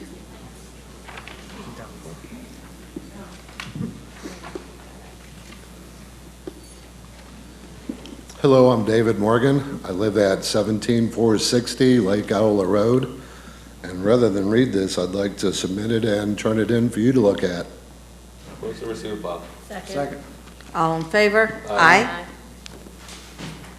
Thank you. Wait, well, okay. Okay. I'm new to this.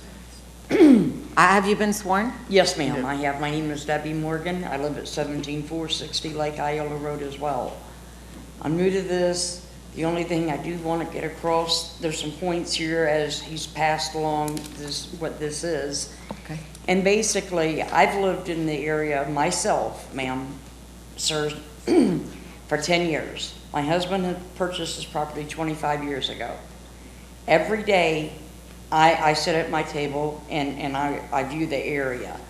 And on the weekends, it is a biker's dream. And there's bikers from 6 o'clock in the morning until 6 p.m. in the evening. We watch these bikers go through. And to bring in an RV park of this magnitude, where we are located at, it's just absolutely, it's going to be a fatality. They don't have bike lanes as it is out there. So now we want to flood the area with more RVs. And as the previous speaker spoke, when you get off that interstate, it is a very, very treacherous curve as you're going around. I myself witnessed 2 accidents on, when was it, on April 22nd, we watched 2 accidents within a 3-hour period of range, and on the last one, the airbags deployed on them. It's just, it's a very, very sharp curve there. It's all rural and residential out there. I'm not saying it wasn't a good idea, it's just not a good idea for Lake Iola. And for the general area and for everyone that's lived out there. You know, I came from the city, so when I came here, it was a drastic adjustment for me. It was quiet and there was nothing. And I wasn't used to that. I was just used to, you know, motion, kids, this, that. So when I came, it was shocking to me. And now that I've lived it for the last 10 years, I couldn't imagine it being any other way than what it is today. Thank you. Those accidents happened at Lake Iola Road and Blanton Road.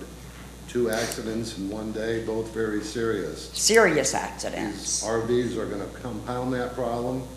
I'm confident that there'll be a fatality within a year if this is allowed to go on. I'm not sure how we do 2 people at the mic at one time. Okay. Thank you. On the same 3 All right, minutes, so. all right, okay. That was about up. Okay, is that it for signed up? Signed up it Okay, is. if anyone else wishes to speak to this, please line up. I see one. And then line up behind, let's see. This lady sends us a lot of stuff by email, so I should know your name. Come on up to the mic. And then line up behind her, whoever else is in the room that wishes to speak. And remember, we're on the comprehensive plan, and then we're going to have the rezoning. Chairwoman Starkey, I didn't send anything except to Shelby. I need your in name and plan. address for the record. Yes, Kathy or Catherine Lambert, Dade City, Florida 37109 Howard. Because I can't see very well, could you please raise your hand if you're keeping my time and let me know if 1 minute or 2 minutes you go? Right in front of you, miss. The bell will go off. Oh, I see. That digital readout tells you how much you have left. Yep. So they're actually counting the time that it As takes you're to telling say us your name. that it's counting down. Yes. I just want to say, I live in this incorporated municipality, but I've seen the roads, and around Lake Iola and Lake Moody, all the way to, the Brooksville Highway 50 area, Spring Lake Highway. The lady was from Spring Lake Highway that spoke. I just want to tell you, this is Commissioner Oakley's district, and Commissioner Oakley is at the age now when he must be thinking about his legacy. And the comp plan, which was written probably around 1989, 1990, but not approved until much later in the early 2000s, when Ted Schrader took on the task of protecting the Northeast rural area, he was made out to be a big hero. And when Commissioner Oakley took over Ted Schrader's seat, I thought, well, no use coming to the meetings anymore because they're going to undo everything Ted did. And I don't want to hurt your feelings any, but I don't want to hurt Ted's either, but Ted is selling his orange groves too to developers. But the difference is Schrader's groves are on the south side of Highway 52. They don't qualify as part of that comprehensive plan, Northeast Pasco protection area. So the area you're speaking of to redo and amend the comp plan is definitely part of the Northeast Rural Protection Area.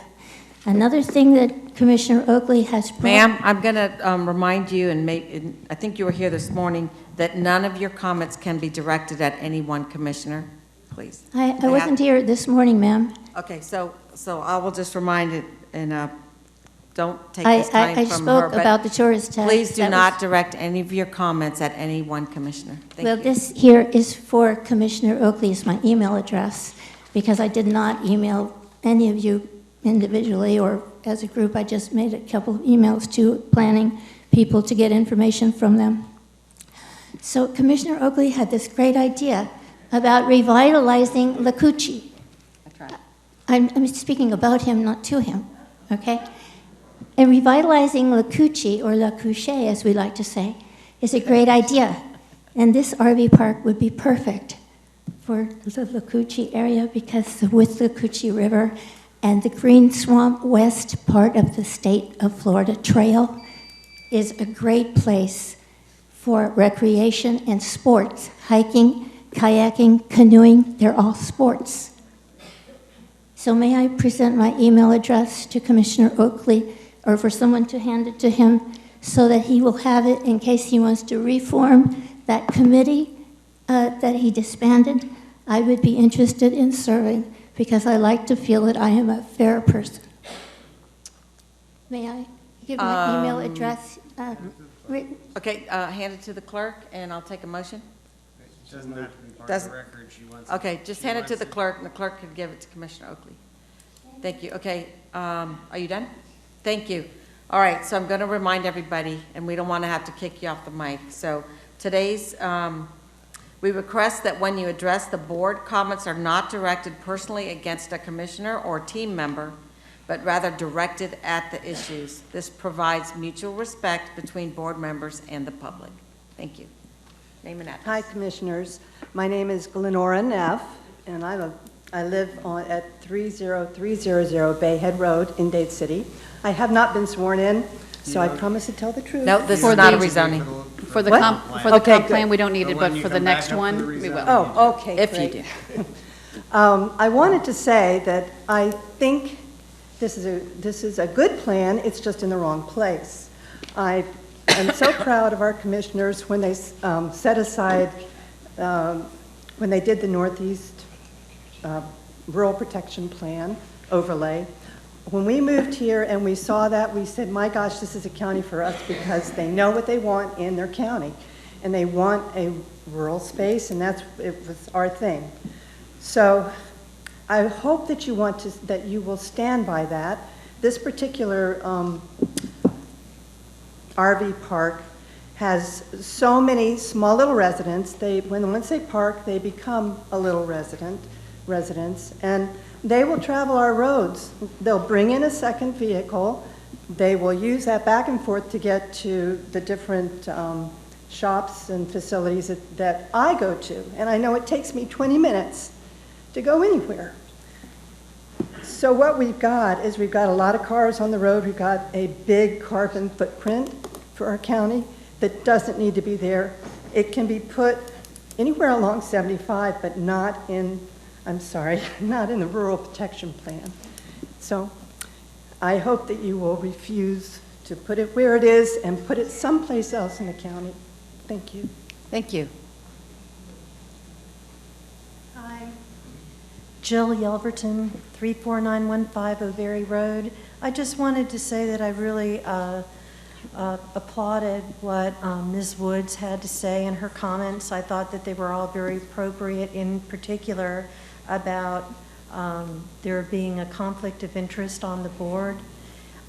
You can't have a blood relative sell property. We'll address that. For something. Yeah. And also, it's very interesting that someone who used to be the county attorney at the time our comprehensive plan was adopted, and the same group of people who helped write the comprehensive plan are now making a proposal. You know how to untie knots that you knotted to begin with, and that's, you know, kind of unfair. Thank you. Next. Good afternoon. My name is Jim Pavick. I live at 31152 Reed Road on the north side of Lake Iola. I've lived in Florida 50 years. I'm big into cycling. I've logged in 300,000 miles in the last 50 years in 10 countries, so I'm concerned about the cyclist. First of all, could I thank somebody here? Can I mention a name of a commissioner? Nothing derogatory. Commissioner Oakley went out of his way to help me get signs put up on many roads to keep the cyclists safer. I just wanted to mention that. And I also wanted to know, is Tina Russo, Commissioner Starkey, you know her, right? Of course. Okay, is she involved, does she have any input into anything that's going on? Yes. In this project? Okay, she is. Okay, that's all I've got to say. Thank you. Okay, thanks. Hello, Commissioners, and I'm Jimmy Lyons. I live inside of the Northeast Regional Pasco area, and I just wanted to thank you for allowing me to and reaffirm our First Amendment free speech rights. I want to preface in why I came up here from Tampa. It's very much like where I grew up in Mobile, Alabama. There's an area called Spring Hill College. It's very hilly, and this area is the similar way. And Dr. Martin Luther King wrote a very important paper called Letter from the Birmingham Jail. He talked about Spring Hill and how he wanted everyone, every kind of person, to be represented in government and to be no discrimination. So when I came here, that's what I loved about here.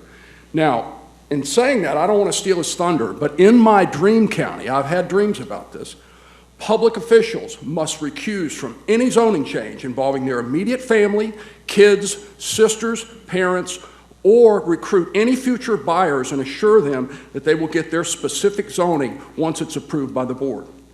Public officials cannot meet with developers regarding their private land, and I'm saying in my dream county, I'm not accusing anyone of anything right now. But they can't promise them a zoning, sell it, and then claim hands off because they no longer own the land. That's in my dream county. Public officials cannot have perfunctory meetings in my dream county with nearby residents, dismiss it of the proposed development, and just dismiss them and intimate it as a done deal. The public must be served. In my dream county, developers are not allowed to offer people free landscaping or any type of remuneration for their approval. That can't be done. In a free county, it cannot be done to get their approval or extract their desired zoning. That should be a crime. In my dream county, public officials are not allowed to show up at an unveiling of a new subdivision before it is even approved and act as a cheerleader. That should not be allowed in my dream county. County business owners are not threatened by goons that show up, threaten their business, and do not even want them to sell business that certain people are selling in competition. In my dream county, public notices of board meetings are put on the homepage of the county website. It's almost impossible to find where it's at. I've gone through this, it's ridiculous.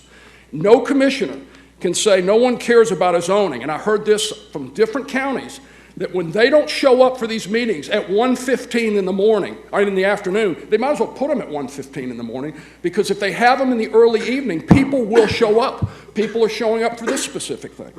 So in my dream county, public officials should respectfully listen to all citizens, exactly the same way that they listen to developers and people that come up here, attorneys, etc. My dream is the county has a public charter in which commissioners are voted on only by their constituents in their specific counties with no R&D on their name, because that's not democracy.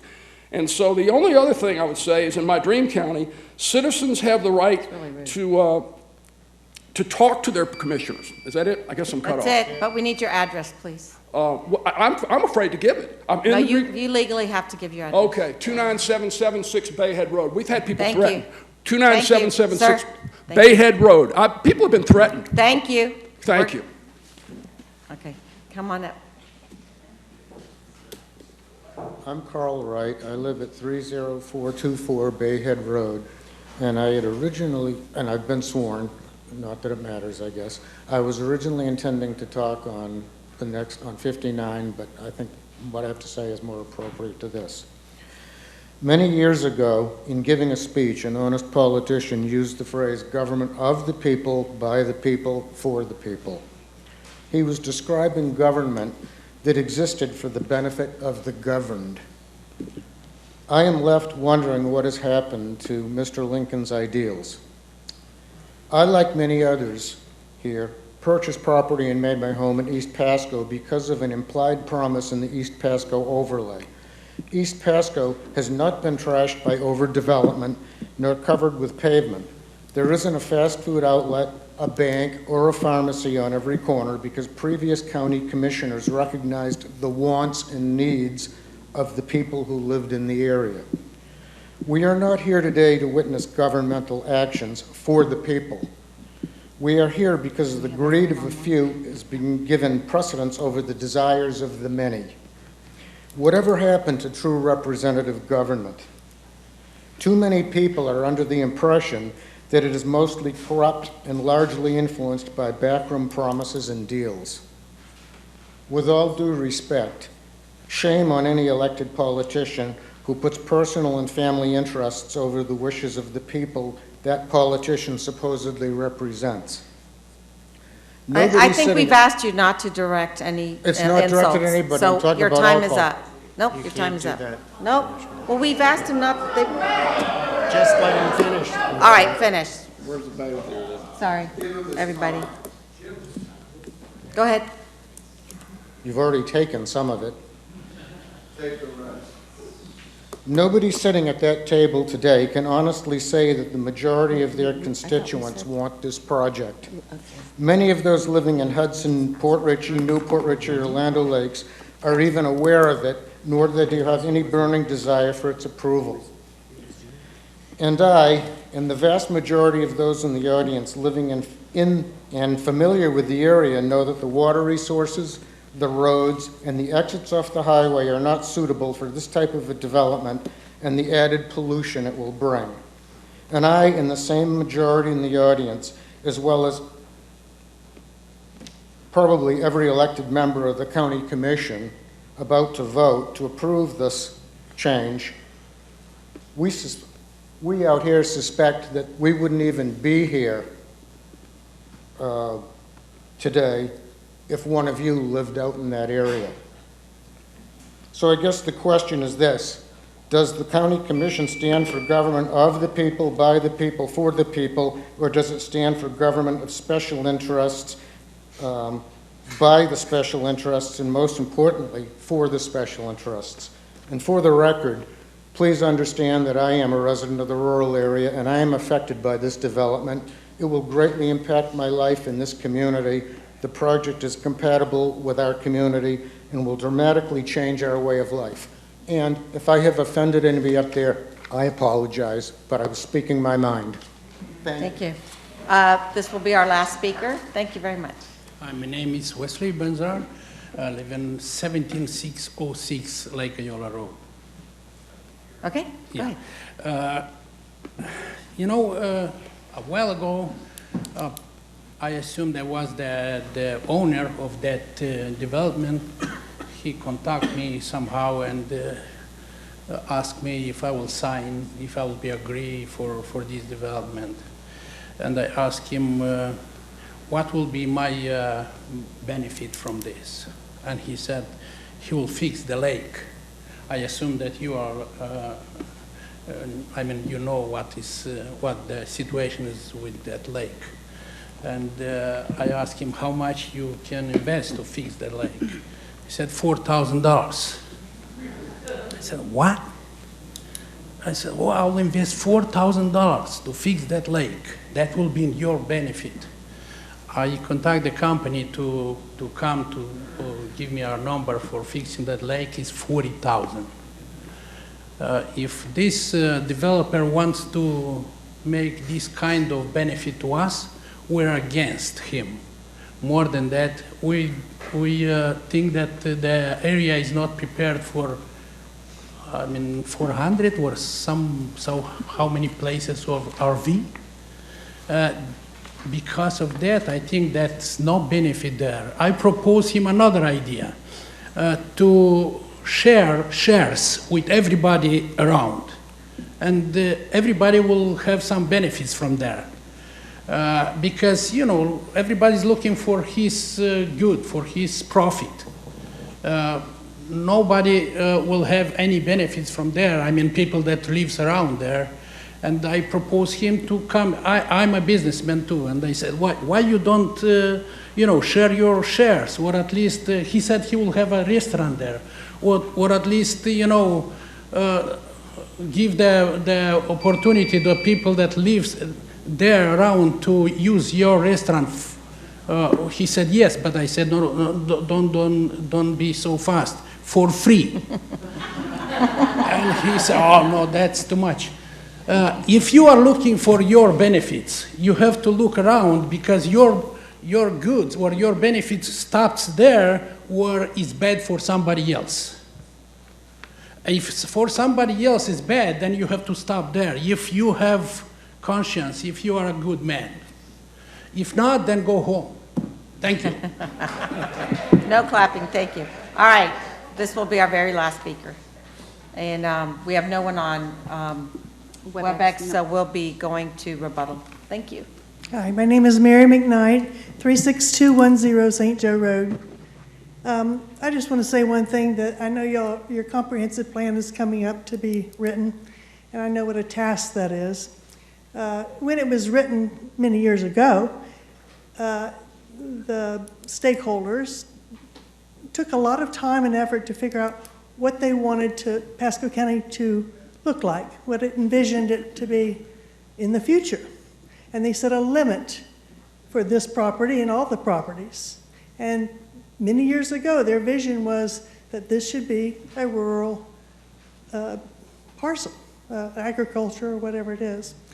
And so it seems strange to me that the developers come and expect you to change your plan, the plan you worked so hard for, to meet their needs. I mean, I understand that people can sell their own property. I think they have a right to.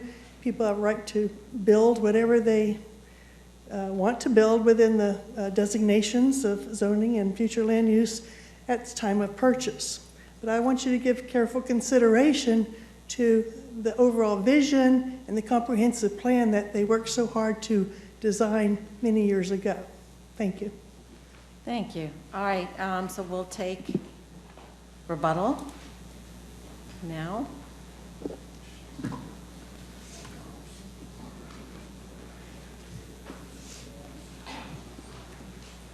Barbara Wilhite for the applicant. Before Francis Chano Marino comes up here and addresses some of the Northeast Pasco rural area and reminds you that this isn't density. We do not have any dwelling units. We are prohibited from having any dwelling units on this property. And so a lot of the things you heard deal with density and policies about density.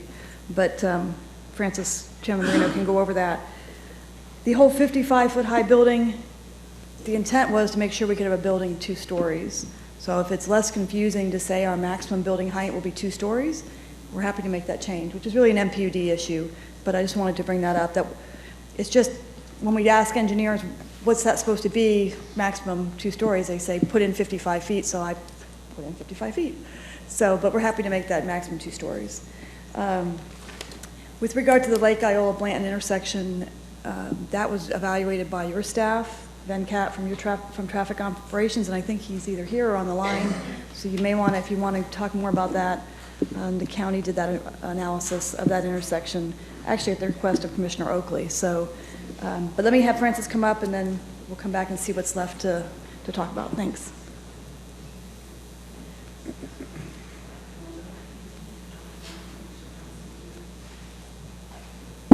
Thank you. Good afternoon. My name is Frances Chandler Marino, 1239 Fruit Cove Road North, St. John's, Florida.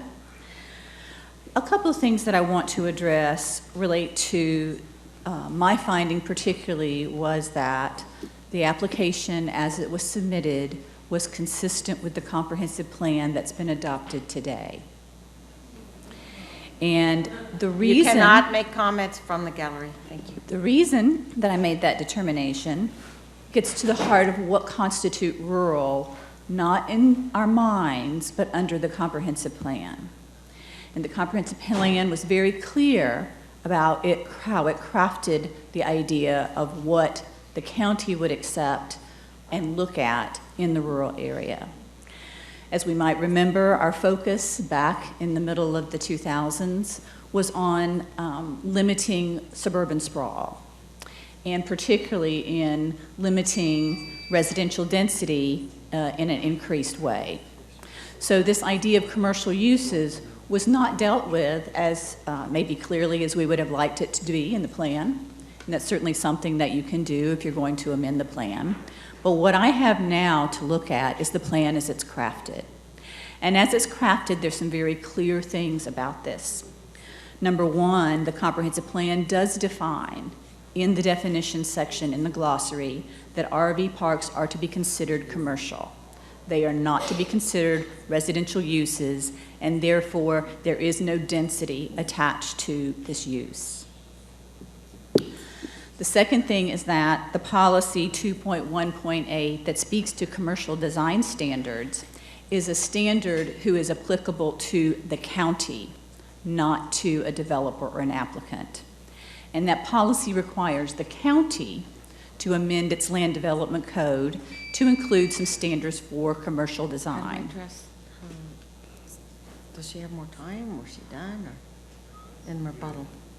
Rebuttal, if the board wishes to extend your time, then Yes. they can. I move we do. Is it a... How much more time do you need? There were just the three things that were brought up that I was going to address. The one, I would say like 3 or 4 minutes, probably not even that, but... The commissioner wishes to make a motion to extend her time. There was a motion, I didn't amendment. hear a second. I don't know how much time they had left on rebuttal. She said so- 3... No, I about mean, 3 they minutes. had, They didn't lose any time presenting. yeah, I think they cut their presentation down to leave extra time for rebuttal. Right. So I don't know what that is. I don't know what it is either, Yeah. but there was a motion to extend your time. Second. And discussion, all in favor? Aye. Okay, and I'll get that. Go ahead, Francis. The policy that related to the commercial design standards, its obligation fell on the county to execute, not onto an applicant or a developer. And there's nothing in that policy that provides any limitation on commercial uses or their design in the absence of the county amending the land development code. So the county would have to amend the land development code, and then an applicant would have to comply with that. So that did not factor into a consistency determination. In the alternative, this applicant actually applied the very restrictive residential standards, which normally a commercial standards would not be as restrictive as those. So in an effort to meet the standards and the obligations of addressing topography and lighting and other things, they actually met the residential standards in the land development code, which were very restrictive, and they exceeded them in some cases. And finally, the notion that an RV park is an urban use. We talked about this last time. It is not an urban use. It is an outdoor commercial recreation use, and often found in rural areas, particularly next to parks, state parks, other kind of parks. So that would be a typical use for it. The use itself is definitely compatible in a rural area based on my findings. The question that I had was relative to the number of units that were going to be allowed, the number of RVs that would be allowed to be parked there. And that's where the factor of the amount of cars, the 48,500 cars that were traveling past it every day, and its proximity to the interchange helped me make the determination about the number of uses being compatible. So the use itself, it's a rural use. The question about compatibility had to do with intensity in this case, which is the number of units, and that intensity determination was based on its location and proximity to the interchange. Thank you. Okay, any questions for Francis? Okay. Madam Chair, Yep. I don't know if it's as much as a question, maybe there's a question in there, a comment. So I obviously did some of my, as I always do, some of my own research and due diligence on this matter. Full disclosure, I have a motorhome. I have an RV. I know a lot of people out here do. My family and I like to travel to state parks, national parks, and we've gone pretty far in the past in it, north and up the eastern seaboard a little bit. So when I think about rural areas, I think about our state parks, I think about our national parks, I think about our county parks as well. In the state park system, doing my research, I won't talk about state parks now. The National Park Service, there's 130 separate campgrounds. Some of those there might be multiple campgrounds. There are multiple campgrounds in places, say like Yellowstone National Park, for example. There's multiple campgrounds within that. So we're talking about the most rural, some of the most environmentally sensitive areas in the world. And you can't dispute that because they are the most environmentally sensitive places in the world. Locally, Rainbow Springs State Park, Alafaya River State Park, Hillsborough River State Park, Lake Manatee State Park, Lake Kissimmee State Park. We also have some county parks. Turtle Beach, for example, which is in Sarasota County. It's a county park that has a campground actually that abuts the beach. So when I think of rural, to me personally, campgrounds are rural. RV parks tend to be in rural areas. So I guess maybe my question for you is, doing your research and doing your own due diligence on this matter, typically let's use national parks, for example. You may not be able to answer this. I may have you on the hook a little bit here. But in a national park, for example, a large national park like a Yosemite or a Yellowstone National Park, Everglades National Park has some campgrounds as well. Typically, do you know how many units are within those campgrounds as a whole? I do not know. Okay. All right, just curious. I've got some numbers, but. Yeah, so you brought that up, so I thought I was going to bring that up later, but I personally, that's me. I mean, I think campgrounds are rural.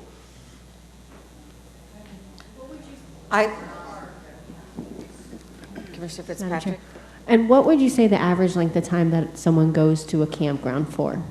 Well, it varies. I mean, you're asking me this question? Yes, just curious. I mean, we go to different ones, and I've gone to different ones throughout the years. For example, I'll use Stock Island in the Keys, for example. That's not a national park, though. I mean, it's obviously an environmentally sensitive area because the Keys are very sensitive. You have campgrounds that are literally on the water. The only coral reef we have, obviously in the United States, is in the Keys, so there's always environmental concerns there from the runoff from campgrounds. People at Stock Island, I know they definitely, I would say it's probably 6 months is their max there. Because what I notice is that lots of times in these campgrounds, they'll have people I'll use a KOA as an example too. I used to stay at a lot in just right outside Key West, a little bit north of there. People would come for 4, 5, 6 months, and they would stay at that campground. They end up going one up north during the summer. So they spend their winters down there, and they go up north there. But you also have a lot of folks like myself that I would go for sometimes 3 nights, sometimes we go for 7 nights. In the national parks and the state parks, depending on, they all have different rules. Each one has different rules. Some might be there 6 months, some might be there might be a max of 30 days at some of them too. So everybody has different rules. Each campground has different rules. State park systems have different rules at specific campgrounds, and the national park system has different rules on the lengths of stays. So again, sometimes we stop one night. You know, we might be traveling, we'll stop at a campground for one night in our RV somewhere just to get to the next spot because we need to sleep and rest. But what I've noticed is that these, personal opinion, is that one of the great things I like about it, my family likes about it, is that, and we have what I would consider, you know, middle to lower end RV. It's not a Prevost or anything like that. And we go to these places, and there'll be a travel trailer that only sleeps 1 or 2 people in it, next to one that's a 40-footer and costs $2 million. It's such a variety. But everybody gets along. Everybody has a great time together. Nobody cares how much money each other has. Everybody's just there enjoying the outdoors and enjoying life. And that's one of the things, personally, that I love about that lifestyle, I guess you could say. I mean, heck, my wife and I talked about personally that when we retire, we'll probably end up in a mobile home and cruise the nation and go back and forth and see our kids. But, I mean, I think the lifestyle is great, and I think it fits a rural area, personally. I do feel that a campground. Are you done? Yeah, I'm done. Okay, Commissioner Fitzpatrick. Thank you. I do feel the campground is more for a rural area. Maybe there is a concern with how long the length of stay is, and if you're going to 6 months, then it's more of like you're living there in a dwelling. So the state law of transient is less than 6 months. So 6 months or is less? The state law is what transient is. Yeah. So that's where that number comes from. It's repeated in your code for determinations of when you're permanently living somewhere versus transient. I would add one little thing of perspective about the numbers of our spaces, because I think it just might be helpful. It's kind of not really answering Commissioner Moore's question, because I don't know the state park, national park, but we did look at how your RVs are, how many spaces per acre in the county. And there's a resort RV park on I-75 just south of us, outside the rural area, and it has 9.41 spaces per acre. We designed ours with 46% open space. I said approximately 50% at the last hearing, and then Ms. Moretti questioned staff about that, and so I made my folks go back, and so it's 46% open space, not including the open space on our RV spaces because we have landscaping areas, but our RV spaces per acre are 4.66, that's half. So what you see, we are being sensitive to where we're at. It's half of what the park has to the south of us outside the rural area. So I just want to give that little bit of perspective on the numbers, because everybody throws the numbers out, but they don't relate to anything, so. I'm sorry to cut you off, but I wanted to finish my rebuttal so you all can talk. Did you have any more questions? Not for applicants. Okay, so, and we have no one online? No one online. Okay, so I'm glad that you clarified that about the 55 feet, because that was, 2 stories is not 55 feet. That's a lot more, so. I did want your traffic person or someone to address the Iola-Blanton intersection and if this affects it. You can, and defer to, okay, let's let Steve introduce it. Good afternoon, Steve Henry, Links and Associates, and I have been sworn. We did do an analysis of the intersection from a capacity standpoint, and from our standpoint, the intersection operates at acceptable level of service today and with the project. Now, what your staff has done is looked at different alternatives for the intersection, because there are some safety concerns at the intersection. It's not a capacity issue, it's a safety concern.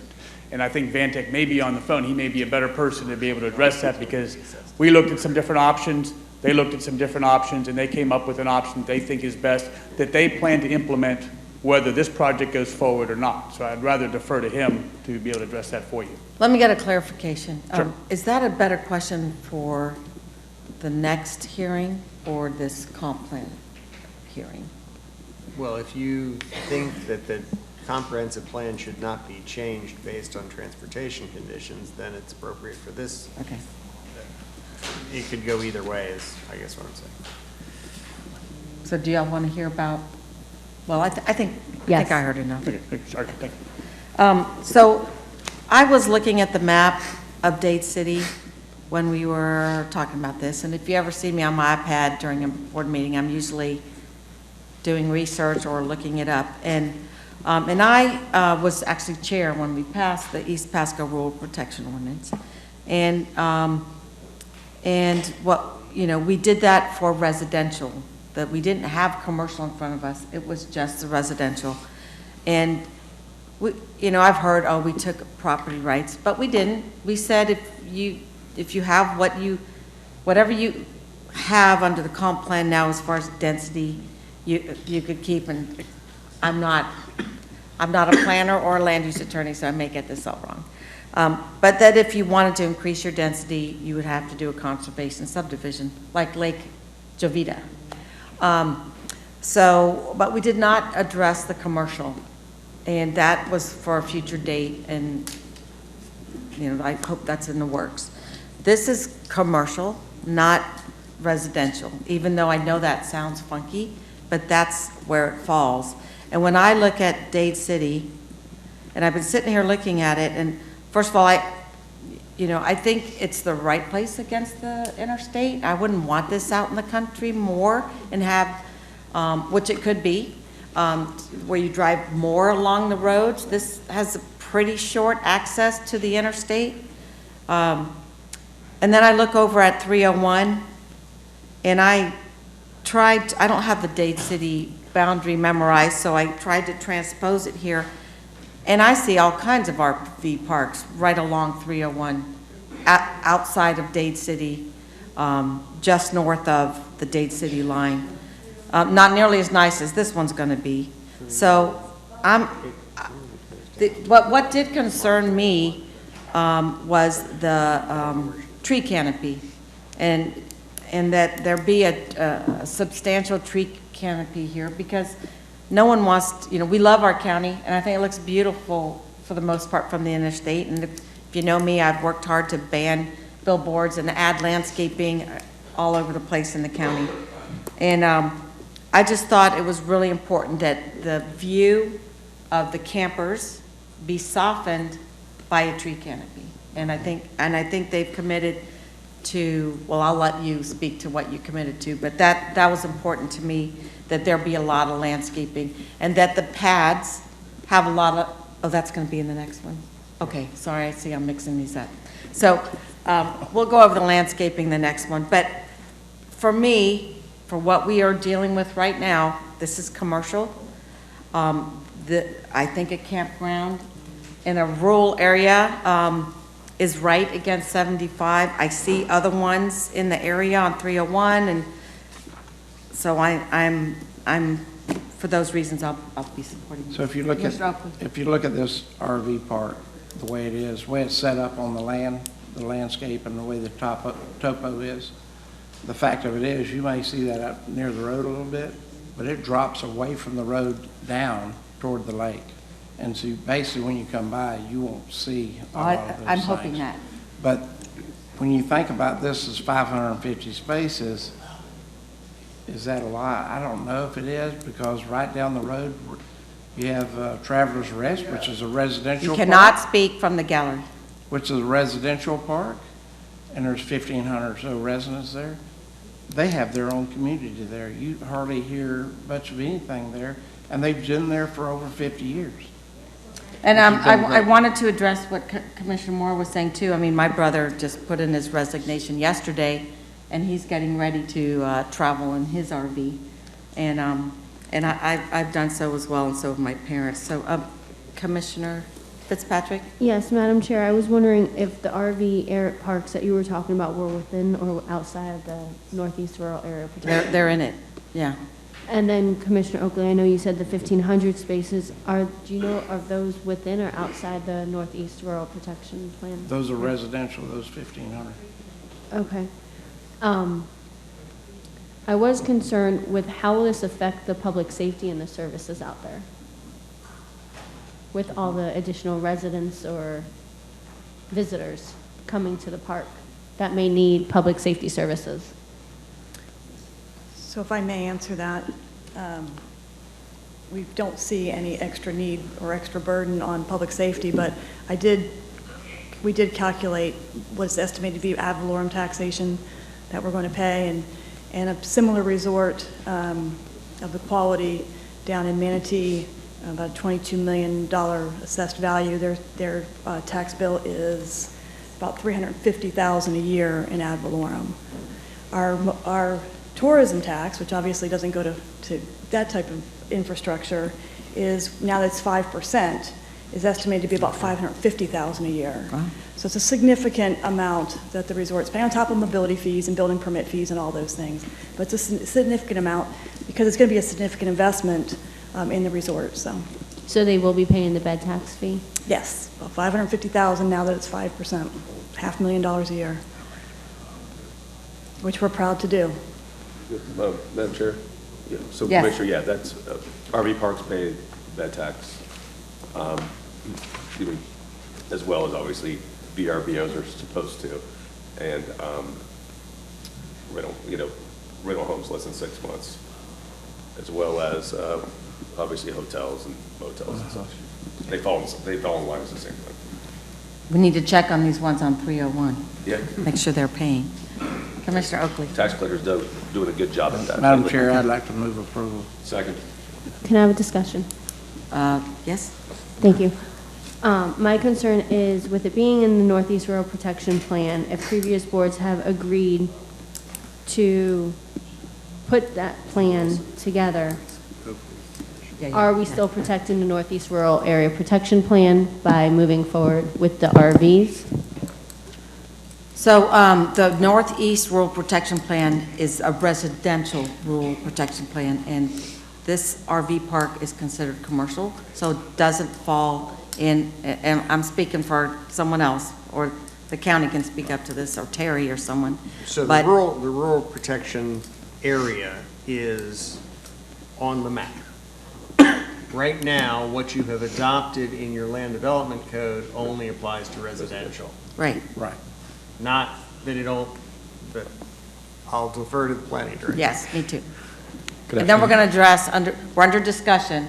I do want the county attorney to address Commissioner Oakley's ability to vote or not vote. Did Terry want to add something Okay. before? So Terry's going to speak first, and we'll address Commissioner Oakley. Sure. Nectario Pitos, Planning and Development Department. So as we're talking about the comprehensive plan and amending it, the plan development, when we craft a plan development, we make sure that the plan development itself is consistent with the remainder of the comprehensive plan, including the various policies of that are in it related to Northeast rural and rural protection areas. So we've taken that into consideration when developing the PD in this case, and then also later on when we develop the zoning as well. Commissioner Fitzpatrick, did that answer your question? Madam Chair, while she's waiting, if you don't mind. So the statement you're making, statement you made, residential, you cannot have for example, I'm just throwing a number out here, a 1,000 unit on 50-foot lots would not obviously fit within the rural protection plan in this area currently, correct?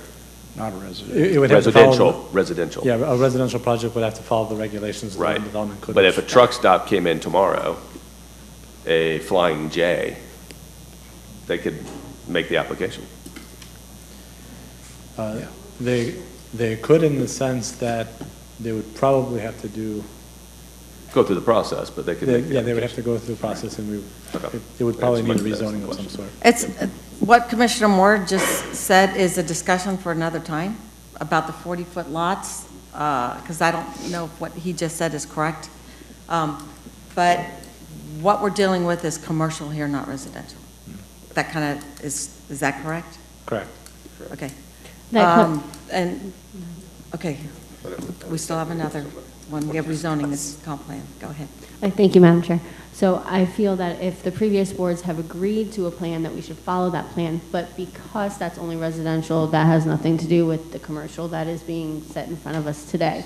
So with that being said, I have worked with the residents and the applicant to come to a resolution to their conflict, but it seems they're still working on that, so, but again, this is commercial. Right. So let's address, thank you. Let's address, wait, who made the motion? I did. Okay, so I know we're under discussion, and he made the motion, but we need to address the ability for you to vote. So, Commissioner Oakley, my understanding from previous discussions is that while you had a family member that previously owned this property, it was sold not contingent on any future approvals by the board, correct? So it wasn't a zoning contingent contract. I didn't even know the property was up for sale at the time, and it sold, and never met the new owner until 2 or 3 months after it had closed. So that transaction is done? It's done. And under state law, you have no conflict? No conflict. Okay, so legally you must vote. So, Madam Chair, last Yes. question. So, That's the the law. Northeast Rural Area Protection Plan was enforced in 2006, roughly? And about 5 years later, they finished the residential part. Are they working on the commercial part of it? We've been looking at it. But Terry can answer that. Can we call questions? Yeah, that's what I did. So in 2006, was it in 2006 when the Rural Protection Plan was established? And then 5 years later, they finalized the residential, and then where are we at with the commercial? We are working right now on a commercial standards ordinance for Northeast Rural.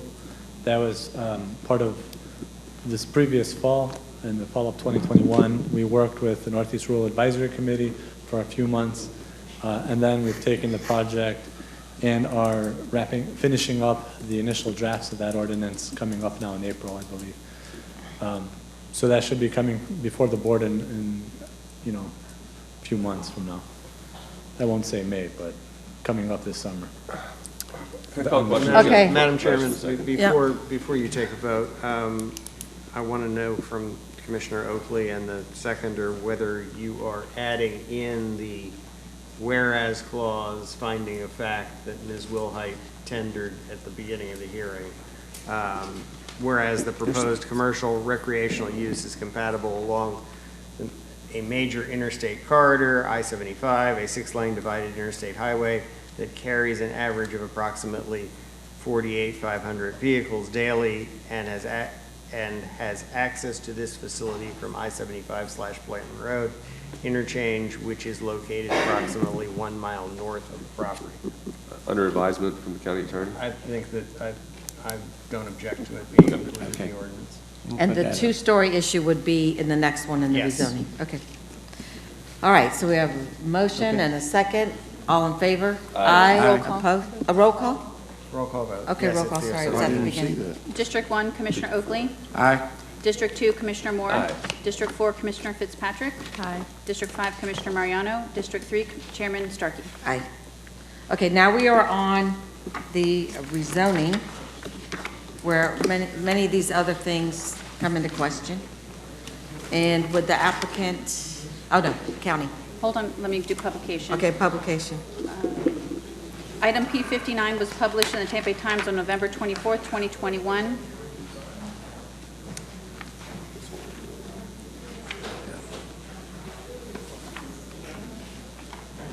All right, good afternoon, everybody. Tammy Snyder, Planning and Development Department.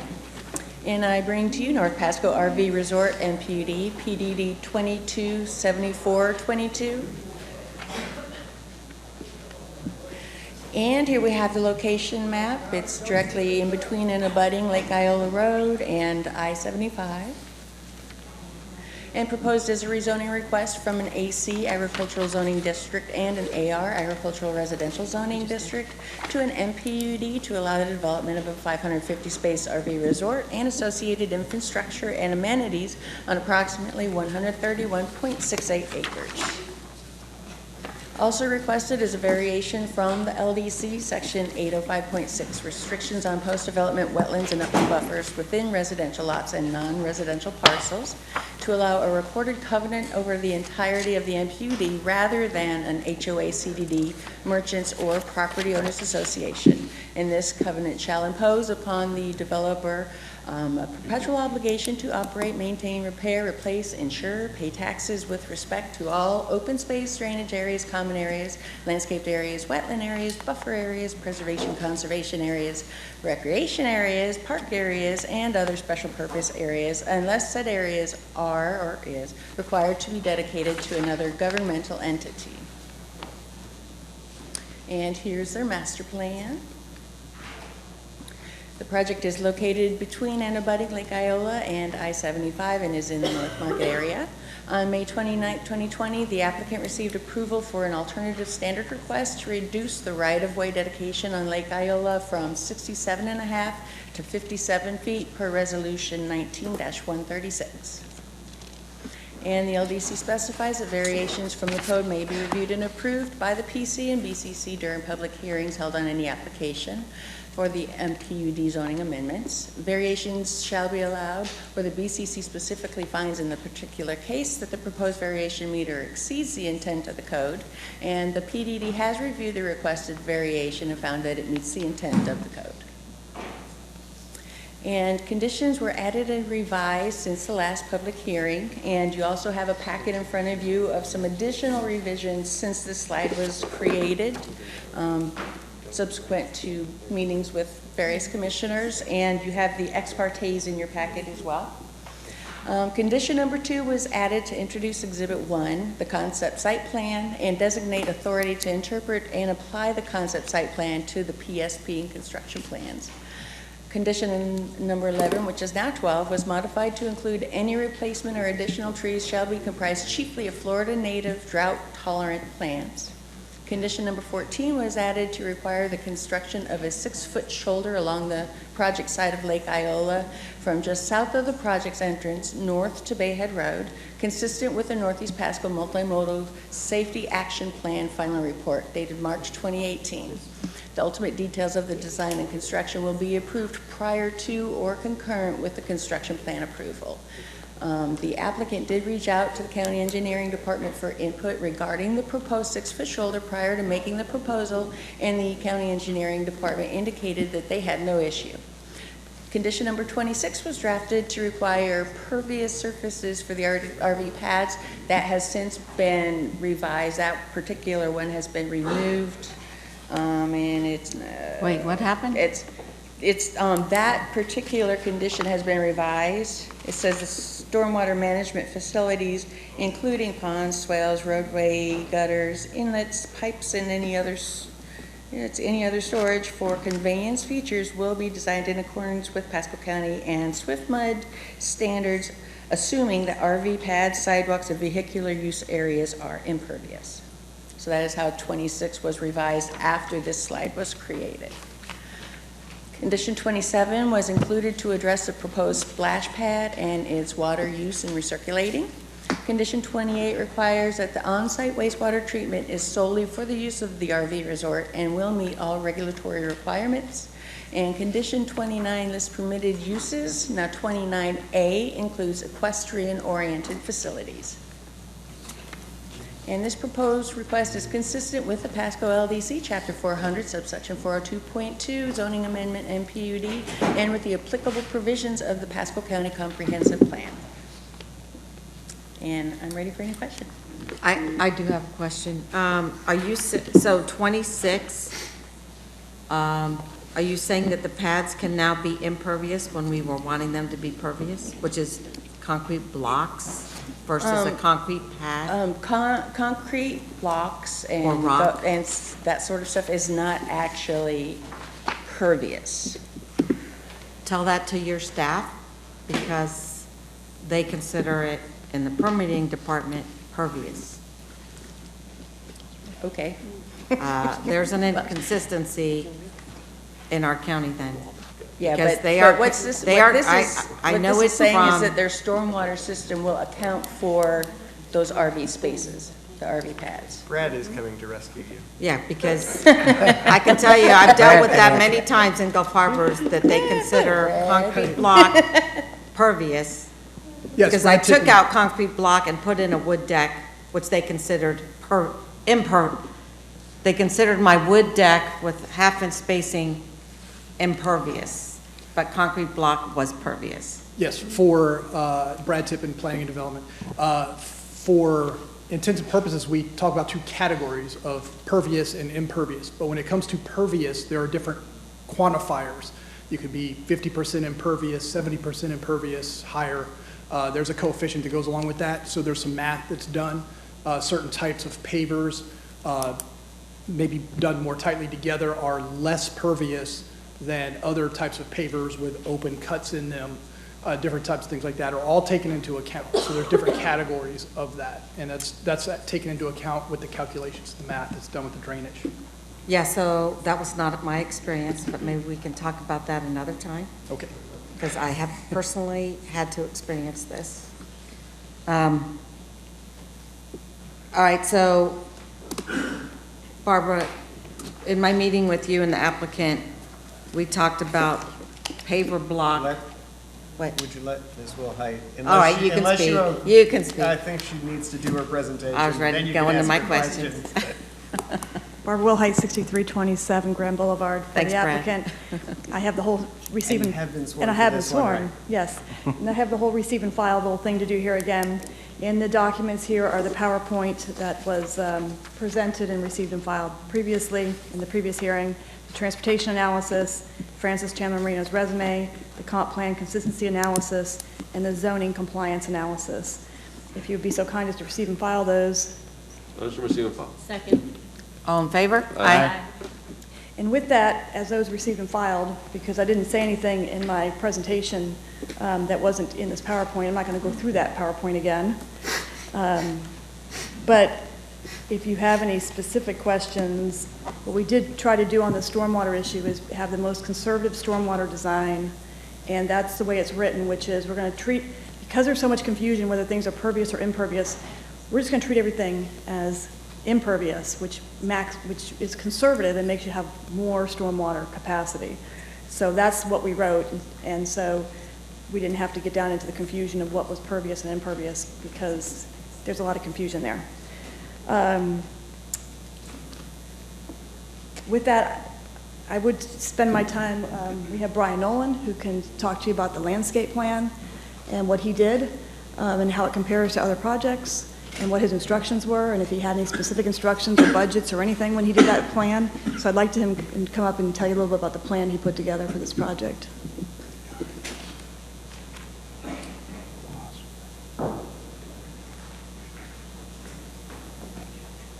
Good afternoon, Madam Chair, members of the board. Brian Nolan of Lucido and Associates. As Ms. Wilhite indicated, And you've been sworn? Yes, I've been sworn. Thank you. Thank you. My firm was brought in as kind of a refresh or a reboot, if you will, on the plan. So not only in the land planning aspect, but in the landscape architecture aspect. We were directed by our client, the applicant, to put together a comprehensive landscape plan for the entire site, including the buffer along Lake Iola, all of the internal plantings, the plantings for the individual stalls. We did that with really no direction or no budget. You may have a heart attack when it goes out to bid. But we were told to do what we would do in a high-class, high upper scale development such as this. And the plant schedule that you see, all the renderings that you see that we generated with the help of Don Faris reflects that direction. I mean, there are hundreds, literally, of trees that we're proposing of various sizes, chiefly Florida native, some not, to get some color. Typically, Florida natives don't have a whole lot of color. But it is above and beyond what you would normally see for a normal run-of-the-mill, say a KOA. We've done KOAs. We've done several RV resorts in southeast Florida. And this is definitely above and beyond anything that you would typically see, and certainly above your code minimums as demonstrated in some of the calculations that we ran. And I'd be happy to address any questions that you have directly related to the landscape plan. I don't think we got those renderings. I have the old stuff, but I don't know that I got anything new. Did anyone else? It's nothing new that we generate. I think Ms. Wilhite Oh, there you go. Submitted all of that with the application. Okay. Yeah, we took our master landscape plan and rendered it, because our master landscape plan was black and white, and we rendered that, and that's the one that staff has for the exhibit that's in the MPUD conditions. Okay, And there, I'm not sure I saw that. if I pull up if the PowerPoint comes back up, I could show it to you on the PowerPoint. Because I saw the plan, that plan, but that's the same one before we did the 4 trees per. I think So that's the one that was the original one. Oops, I gotta go back. Maybe I was looking down Yeah. and missed it, looking on the map. So there's 2 different plans, and they relate to each other. I'm not doing very well here with PowerPoint. Hold on a second, let's see. There's 2 different plans that relate to each other. One is the overall master landscape plan, and then you have the RV space plan. They're 2 different plans. So you'd have to put them together, but on a scale reason, for scale purposes, we couldn't put it together.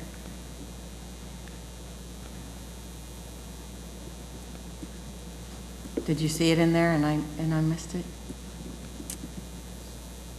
Yeah. They're getting up to it. It's in the beginning of the presentation. Yep. These are those 3 right there. Those slides right there are the 3 landscape plan slides, exhibits. That's the overall tree plan, the master landscape plan. Well, I thought we said there were 4 trees per lot. Right, well, they're spaces. Then you've got the planting schedule. This is the plan There, that gets okay. you down to each space. But we also did landscaping outside of where we didn't have any spaces. So, well, that's a little hard for me to read. I just got these new contacts and they're not working for me. But I do have a question. I just saw here on page 8 of 13 where it said that the recreational vehicles will be at least 10 feet from each other. I thought we were going to be wider than that, away from each other.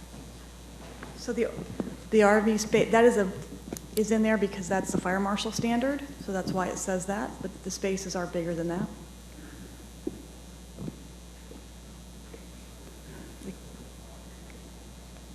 Where does it say they're bigger than that? Where does it say they're further away from each other? We did do some plan view dimensional exhibits. I don't think those made it into this PowerPoint, but they were more along the lines of 15 to 20 feet when you actually dimension out those typicals. Okay, But I think as 10 Ms. feet. Wilhite said, I think 10 feet is the fire regulation minimum. All right. It doesn't seem like very much. No, they're a little close. I don't know, Commissioner Moore, you could hear your neighbors talking. Well, I will say this, considering the amount that I've been to and we've stayed at, this is pretty extreme. As in, whoever's proposal this is you're making them do a lot compared to normal. And I've stayed at dozens and dozens and dozens of different ones in my lifetime, and I've never been at one where you cannot see your neighbor. At the most high-scale RV parks there are, you can always see the person next to you. The trees are never that close together. You would have to have a hedge. Well, I don't, yeah, I don't think I'm just giving that, an example. this isn't a screen in between the two, it's a planting bed. Right. So, you know, But I don't know how high distance-wise, they're I gonna mean, get 'em. distance-wise, I'd probably say, I mean, geez, these 30% of them, if we both have if you got a slide out and you have your canopy out, lots of times they're touching it. Quite a few of them, they're that close together. So if you're having this extra distance, it's pretty good. Yeah. Pretty good. I feel like we've all tweaked Yeah. this so much, knowing it was gonna be controversial. We tried to make it as the best one that we've seen or we could. And I appreciate the tree canopy very much and the landscaping in between. And I think, this becomes a blueprint for RV facilities, resorts, whatever you call them, if we get more. There's been a lot of work done on this, and we've set a standard. that I think seems pretty high. Yes. It is pretty high. From what you see in here, because they only have numbers of 4.6 per acre instead of a 9.0 per acre of sites, you got more room for this type of thing. Yeah. Yeah. Yeah, this is going to be a very nice park. I don't even, Disney doesn't even probably have that much. Okay, I mean, so it's the creme de la creme. I've stayed in that one. Yeah. So I did have a question, no, I did want to make a comment, and I don't know if the cyclist is still here, but my husband comes and cycles in this area, as do a lot of my friends, and, you know, we got, Commissioner Oakley, before you were elected, we started some work in this area, hiring, I think it was AECom, to do some route studies for the cyclists, because it's always been my hope we will improve some of those roads that we've designated as, I think we have 3 different routes that we've designated as the important routes to be sure our cyclists are encouraged to use, and we make them safe for drivers and cyclists. So the shoulder, I have checked with our staff that deal with the cycling safety issues, and they are good with this addition of the 6-foot shoulder, because that route, we had them look at that study.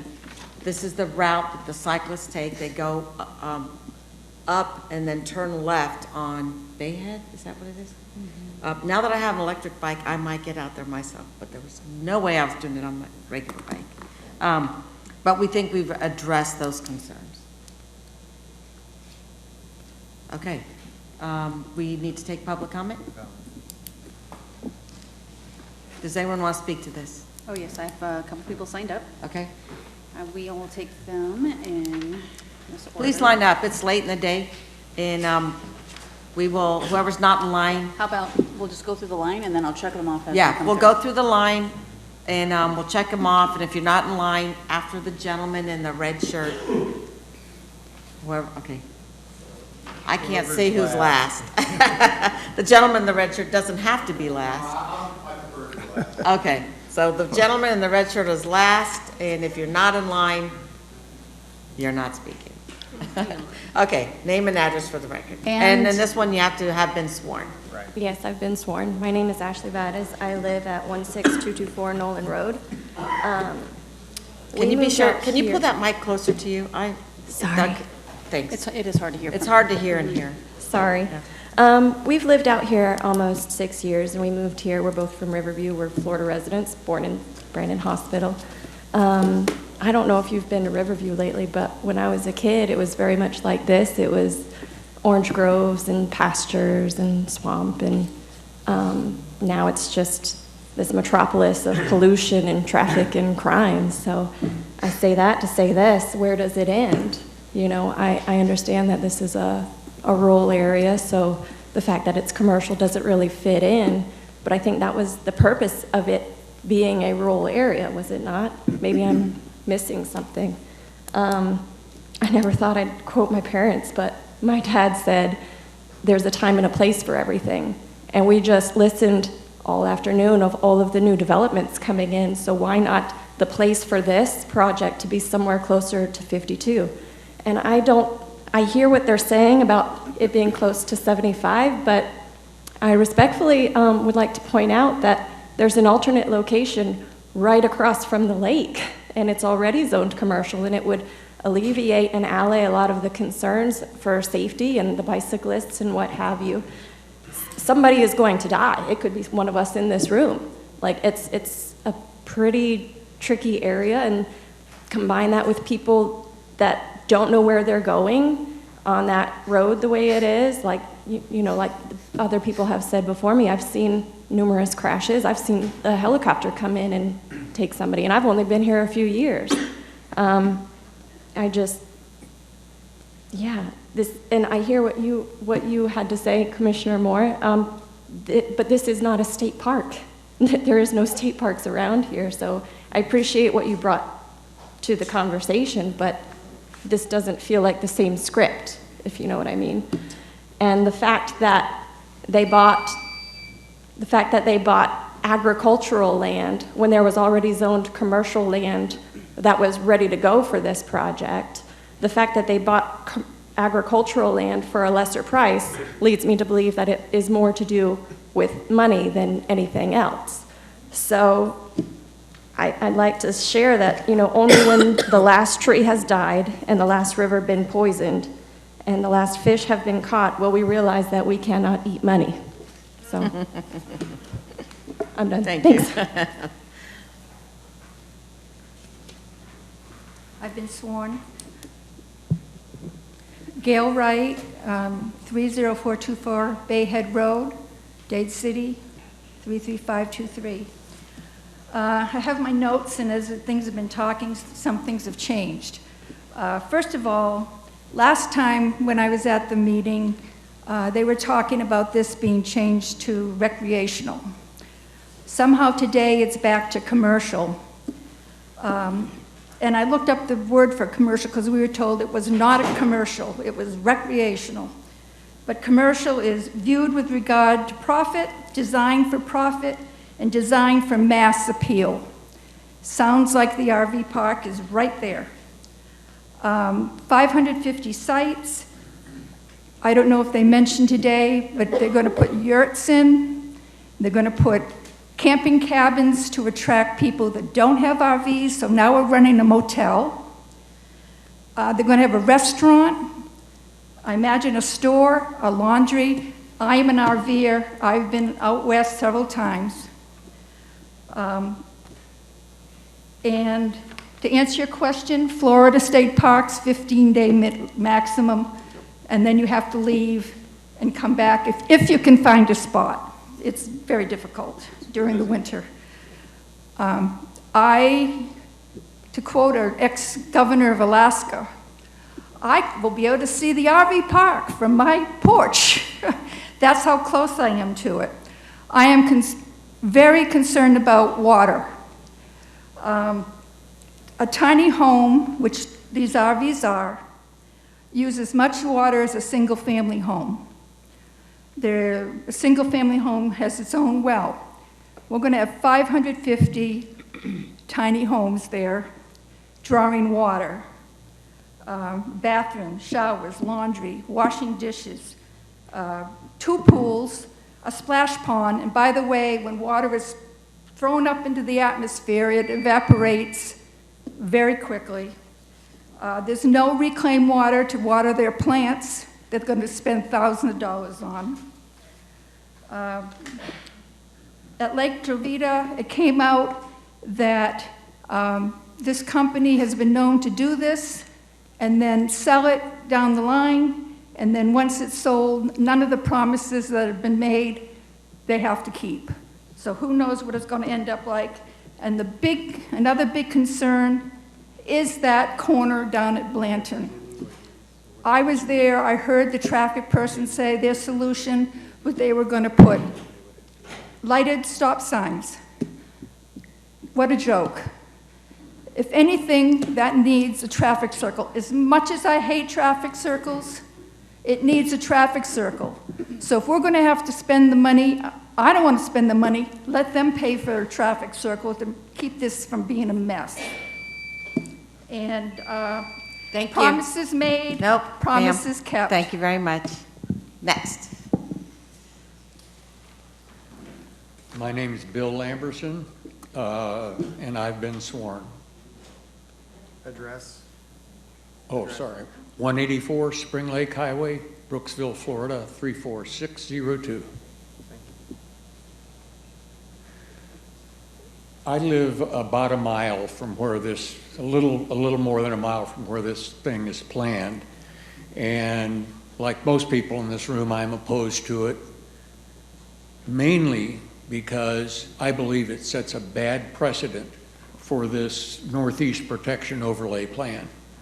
We're taking this from agricultural to commercial, and who's to say that we don't do that across the street or down Bayhead or down Johnson? And I'd just like to say I have seen the development in my lifetime because I worked in Odessa along 54 and 56. And people like myself who live out there we're not interested in living like that, or we would. The people who live out there because they like it. They like the rural aspect of it. As somebody else put up, there are no the closest state park is Croom. And I'm not an RVer because I stay at home where I like it on my 12 acres out there. And I would like to point out that a minimum of 500 more people is going to put a strain on the emergency services out there. There's one maybe 5 miles away from there, and there's another one up Mondin Hill Road that's in Hernando, probably 10 miles from there. So that's a concern, because lots of old people, not that I'm not one, RV. And no offense to you, sir, your age.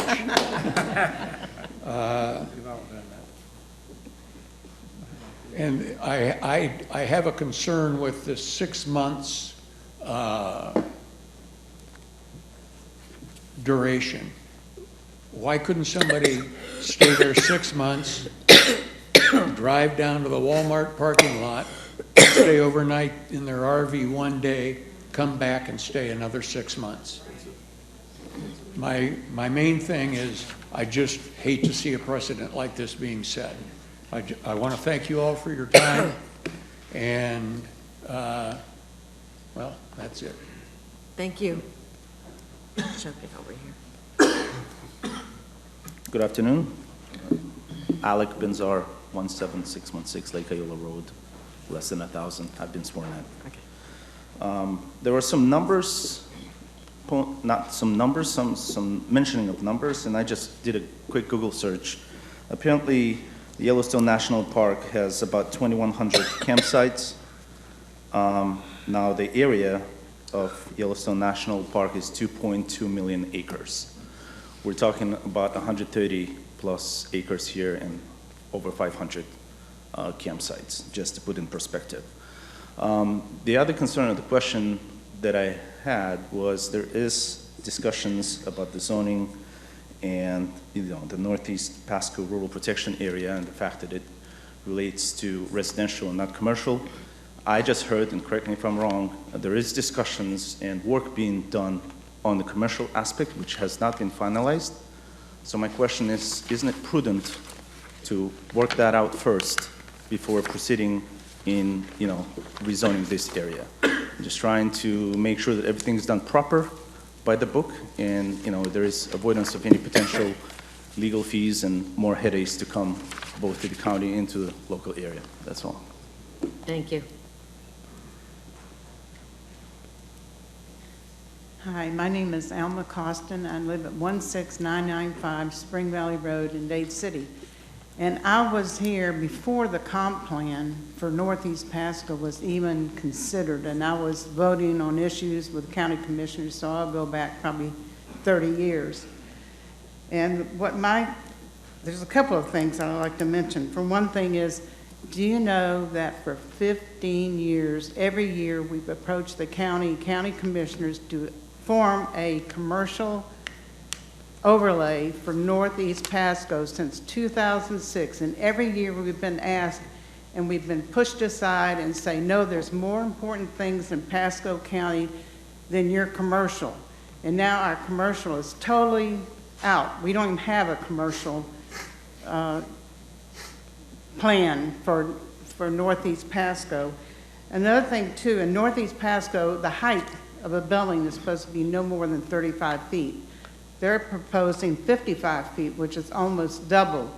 And I think the most crucial thing is the safety of the Pasco County residents, is that when they get on that interstate, you have to slow down on the interstate to probably 60 miles an hour. You're still on the interstate and cars are going 70 plus. So then when you get that curve, it's a 180-degree curve that you have to get. And I have witnessed vehicles down that gully where they did not make that curve, and it was just a single vehicle. It wasn't something that was towing an RV on the back. And for safety reasons, I don't think this should be approved. And even if you did approve it, I think it should be cut in half from 550 to 225 at the most. And I think that it's a crime that Pasco County has not developed a commercial plan for the northeast Pasco area. I think it's just terrible that they haven't done that. And are we less than any part of the other county? Are we less important than the rest of the county? Thank you. Nancy Hazelwood, 34110, a nice place. I appreciate your indulgence and thoughtfulness. Thank you. I want to remind you that when you're on 75, you're going to be able to see the center of this RV because it's on a hill. And so I was wondering what kind of trees were going to be in between those. So if I could get a listing of that, it'd be appreciative, or just tell me what kind of 4 trees are going to be there would be good. Now, we don't want you to think that we say no to everything. If you had brought us, like the RVs they put in a state park or a national park, we'd be perfectly happy. They're nicely done. But as somebody was saying, this one's very intense. 2 pools, splash pad, lodge, 2 pickleball courts, tennis court, entertainment area, convenience store, laundry, dog park, grill, 2 grills and bars probably, lodge, clubhouse. They don't do that in state parks that I've seen. Well, there's one state park, Hillsborough River's got 1 pool and 1 place to eat. So, and with all those RV places you've seen on 301, I see them too. We always thought that in the northeast rural area, Highway 301, Dade City, was going to be where all the density and intensity went, so the rest of the area could be open and beautiful. And we would love to see this on 301. We think it's the perfect area for it to go. So, one more thing. Travelers Rest is a lot larger than this, so they didn't have to cram everything together. And they happen to have a very nice looking golf course out front. Thank you.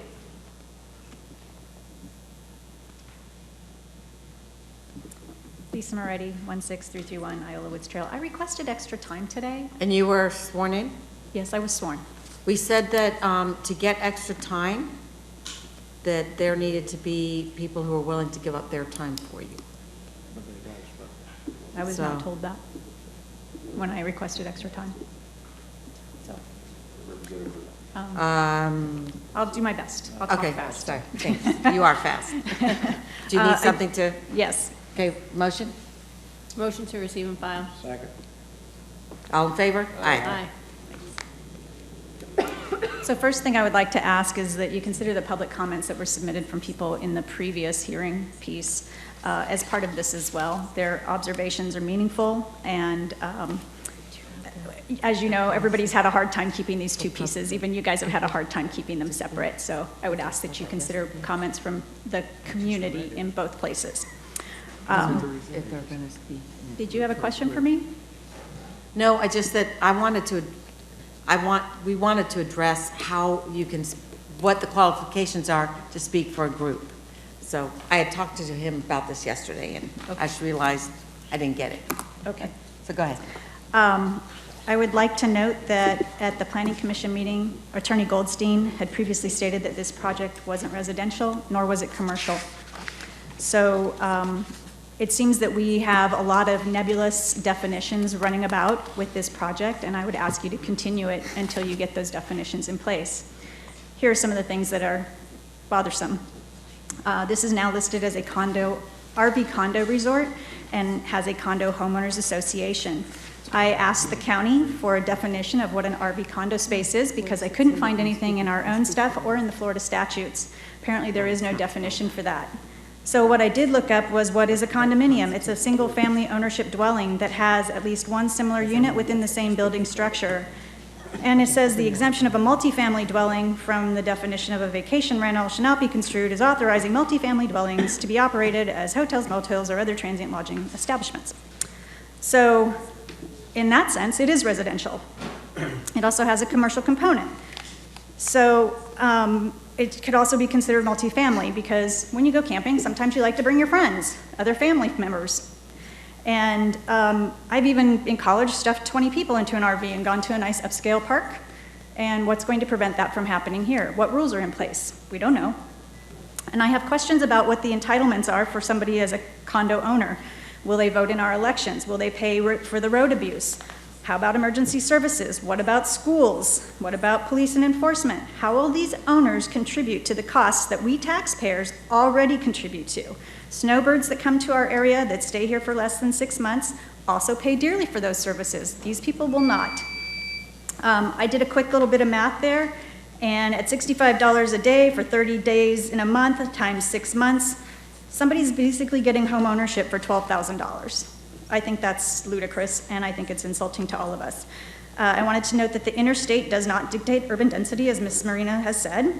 Traffic isn't at its peak impact on Lake Iola Road Monday from 7 a.m. to 9 a.m. and Friday from 4 to 6. So I think your traffic models are really cruddy, because they don't include traffic when traffic happens on Lake Iola Road, which is on Saturdays and Sundays. That's when our density is. So we can talk all about these traffic patterns and traffic models and how the road's designed to handle it, but you're not using the right data to look at what is actually happening on the road. So I think that's a problem. Trying to edit while I talk. You've heard over and over again and asked us why we don't bother showing up, and you saw everybody get up and leave after you made the first decision. Everybody thinks that this is like a done deal.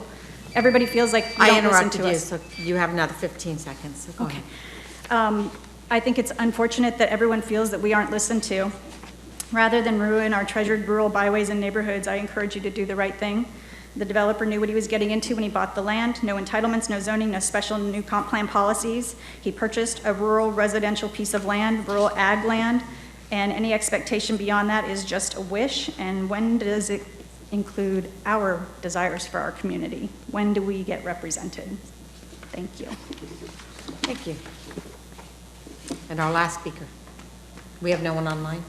No one online for this. Okay, thank you. Hi, I'm Jim Wiegand. Last name is Weigand. I live at 129 Johnston Road. As I understand it, I don't need to be sworn in. Is that correct? At You need to be sworn in for this hearing, yes. Oh, okay. Well, then I need to be sworn in. All right, please raise your right hand. Do you swear or affirm the testimony you're about to give is the truth, so help you God? I do. Thank you. You may proceed. I'm the treasurer of Travelers Rest Resort, Inc. I was not planning on talking today, or I would have dressed nicer. But I do think I need to correct a statement that was made previously.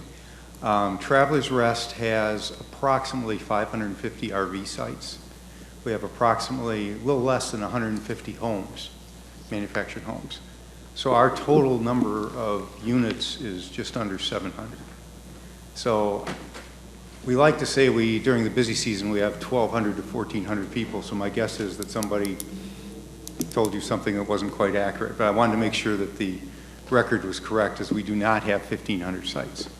We have 550 approximately RV and approximately a little less than 150 homes.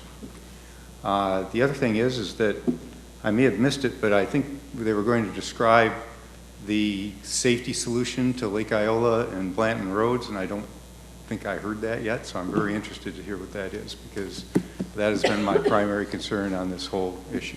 So, thank you. Thank you. Can I ask you a question? What's the name of the Travelers Rest? Travelers Rest Resort, Inc. Okay, is that a travel resort?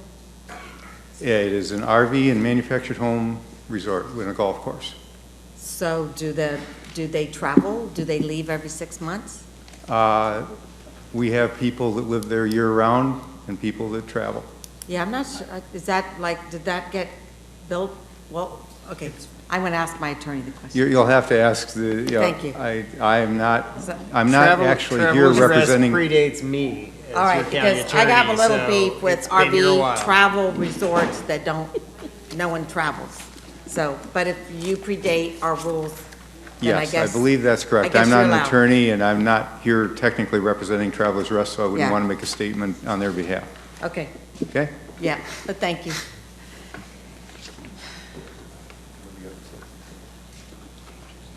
When did those rules come in place? Do you know?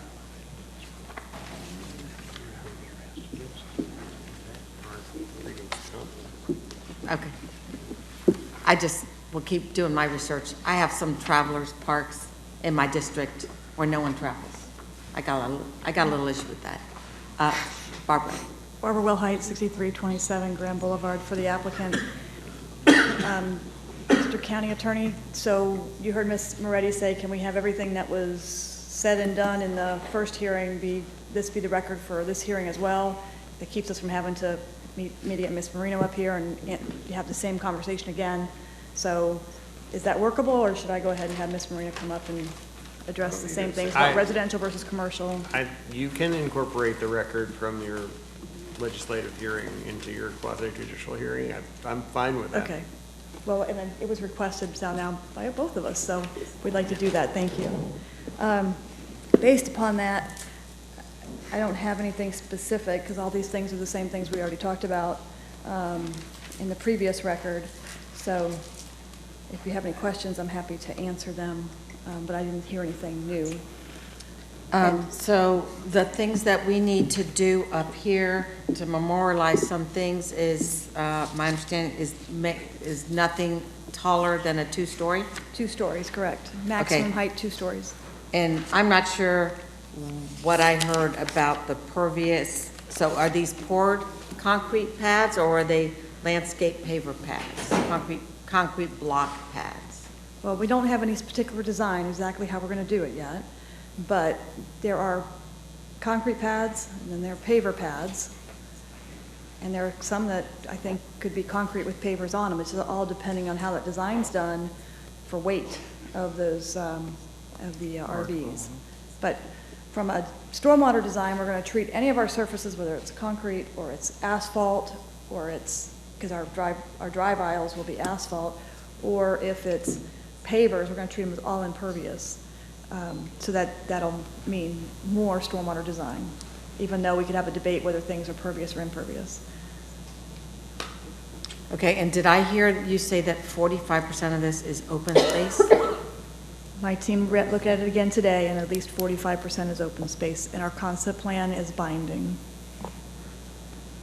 Okay, does anyone else have any questions? Yes. Make sure to get things, yeah. Okay, I know you said it would be a maximum of 2-story, but it's a maximum of 55 feet as well, due to the structure. So I think the best way is it's 2 stories, and then if it's got, whatever its roof is, it's still just 2 stories. It's still a maximum of 55 feet, though. It won't go above that, due to the aesthetics and the arch and the pitches, which you originally agreed that it was only 55 feet Sure, I mean, we max. could write it that way. 2 stories not to exceed 55. But it's still maximum of 2 stories. 2 stories not to exceed 55. Maybe Brad can help out here. Hi, Brad Tippin. For implementation purposes downstream, we prefer that to be a number of feet, so that when they come in for building permits and things like that, they can see a number and say it doesn't go above this. But you can write it with a maximum number of stories and a maximum number of feet. For reference, all residential agricultural, 35 feet is the maximum. General commercial is 55 to 60 in other areas. So that's kind of the range that it would be. So is it a maximum of 35 or 55 feet? For residential, it's 35. For commercial, it's anywhere between 55 and 60. In some areas, there's no height restriction at all. But that's just to give you an idea. It can kind of fall anywhere within there that you and the applicant agree on. So you'll keep your maximum of 55 feet? Yes. Or 2 stories? 2 stories, 55 feet. Thank you. And what is an RV condo space? I was just going to ask that too. You can condomize, you can do a RV condo, well, a condo's ownership. So you can condo those RV spaces. So that's what that is. I don't have a lot of information because I don't do any condominium work. But there are RV resorts that have their spaces set up as condominiums. Okay, so that raises the question, if you've got a 6-month able to be used, why would anybody buy? Are you planning on doing a land condo for your spaces? No. So that information in the record is not. It's not precluded, I Okay. think. We said we can't subdivide, but it didn't say, no, you couldn't do a condominium Okay. on the RV spaces. I just don't know how you get to, there can't be permanent, basically somebody there 24/7, 365 days a year, and you sell it to somebody unless you're planning on something like a condotel where the spaces are rented, but you have ownership of the Those are pad. so, the same language shows up in Anclote Resort, and Okay. that is that allowance that you could put it in a hotel pool, but they're ultimately done like a condo hotel, if they're done that So way. it'd be rented like a normal RV park, For the but there night. might be an ownership interest in the pad. That's what I've seen, yeah. Okay. Would that make it more confusing for you, Commissioner? So there are going to be Thank you. RV condo spaces in this? It's No. it's an ownership issue, and Providing for that eventually that they could do that if that was the model they decided to. right, like Blue Water down in the Keys is that way, and we took There's the a language lot. from Anclote. We took There's the quite a language. few that are like that. But if could there's a someone max- park the same RV and it stays there year-round? No. No, that's prohibited. That's Okay. clearly prohibited, yeah. But then there's 6 months of the pad not being utilized and we're not collecting a bed tax? No, it's, yeah. Lease it out. Somebody else can do that. What the applicant is suggesting is they can sell the pad, but then the pad would be operated like, the best example is, there are hotels that do this. They sell the hotel room, Right. but when you come in to rent a room, Like in this? you don't know that it's not a hotel. Like Saddlebrook? So the rental, the rules that were described about it having to be transient will be transient whether or not the space is owned by somebody who is then renting it. That's Okay, well in said. following the money, and you cannot speak from the gallery, if someone buys a condo space, who's collecting the bed tax? Because if there were a lot of individual condo spaces and it's being managed by the individual person, how will we know if the tax, so, They're all still managed by the overall person that operates the Okay. RV park. I It's just still want to managed, put yeah. more, short-term rentals can be tough to chase down, tax-wise. It's in our conditions that we have to pay the tourist tax, and we're going to be paying the tourist tax, so. Okay. It's specifically written in, Even for the condo ones? anything we're doing there has to pay the Okay. the tourist tax. Commissioner Oakley? Move approval. With discussion. Quick. Okay. Well, I know they brought up the water cycle Wait, for. is there a second? Second. No, I had a I think question I on got that it. too. I got it. Go ahead, Commissioner Fitzpatrick. Okay, I know they brought up the water cycle and the splash pads, and again, that would be recyclable water. So that was Correct. being addressed.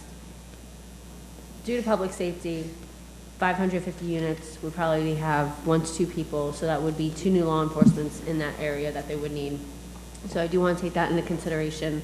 We have the I am concerned about the traffic study. Do you have someone to speak about the traffic for Blanton and Lake Iola? So that intersection, you heard We test. Mr. Henry, what he did, but what you really want to hear is, if you want to hear it, is from your traffic operations, because they looked at it at Commissioner Oakley's request, and there were several meetings. So if you want to hear, you got to hear from your guy, Venkat, in traffic operations. Due to because he having did 2 that. auto accidents there and life-threatening, I would like to hear. So Venkat from traffic operations, I've heard him speak, I've listened to him, he's done the study on all the traffic crashes, he's got it exactly what, he knows all the data, and he has what his conclusions based upon that. So that's, your staff did that analysis for Commissioner Oakley. And is there a stipulation that if in the future there are RVs or this area is affected due to the RV resort, that they will take into consideration and update the transportation later on of that So intersection? the way your staff wanted to handle it was, we pay our mobility fees, and then if something needs to be done, they have the money to do it. It goes with, it's for them. They don't want to like presuppose how to spend that money. They want to go through it methodically and make sure that it's needed to be spent and then spent accordingly. So that's how they wanted to handle it, which makes sense to me.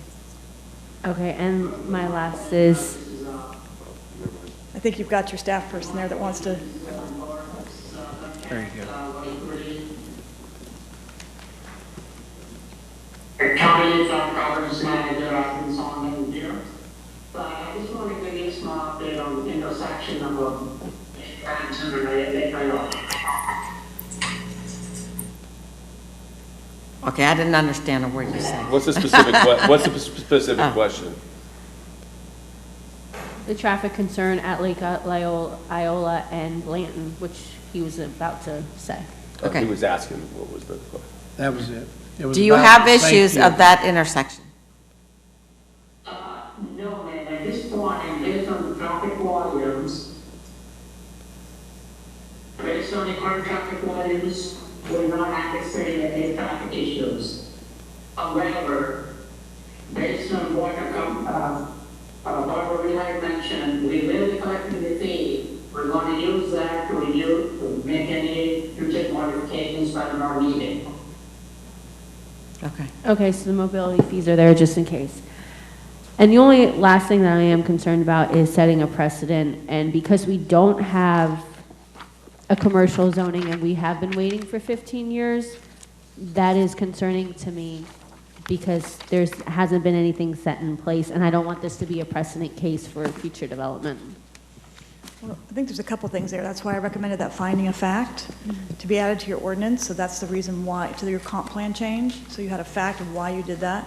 I think you also have all sorts of standards which will probably exceed whatever commercial design standards that you whatever adopt, because as you've heard staff say, normally the commercial standards are less than the residential standards, or maybe that was Ms. Marino. The commercial standards are less stringent than the residential standards, and we took the residential standards and even made them harder. We exceeded those residential standards. So we actually are a pretty good blueprint for what you should do from a design standards perspective, because we've addressed everything. And then you have that, for the record, in your ordinance, when you adopted the comp plan change for this project, you have a finding of fact that's a very limiting finding of fact. So that's, I think, I understand your concern, and I'm happy to work on commercial design standards and comment on them and act as a stakeholder and do all those things, but I think that's how I would address your concern regarding this particular project. Thank you. I appreciate you taking the time to work with the community and the citizens, going back and forth. I just also don't feel that this is the original expectations of the Northeast Rural Area Protection Plan. So that is the only concern. Thank you. Okay, we have a motion and a second. This is not a roll call. This is not a roll call. All in favor? Aye. Aye. Opposed? Nay. Okay, 3 and 1, and, okay, so we're done with that. Board members, I did want to bring up something that I did not bring up with my commissioner items. I have asked the county attorney to send to all of us the policy we have to what constitutes a group for extra time. I just want to refine that a little more, because I feel like we're making it up as we go, and I'd rather have a set thing that we can all follow every time. Because if someone says they're representing a group, anybody can say they're representing a group, so there has to be some kind of... I understand, but I had an individual tell me, an attorney, said he was representing this neighborhood. So I gave him extra time to speak to the neighborhood, and then behind him, everyone that was there from the neighborhood got up and spoke. So that's what we have. It's just, I don't know how you control that. Well, that's what we're going to work on. I'm sure there's a way we can do it. Maybe if they're speaking for a group, we have to have the names. We're going to discuss it. We're not going to do it now, but we're going to discuss it and get a policy, refine that policy. Okay. I think we made it all the way through, and I think we're done. Yep. Thank you. Good. I'm out of here. Thank you for the card.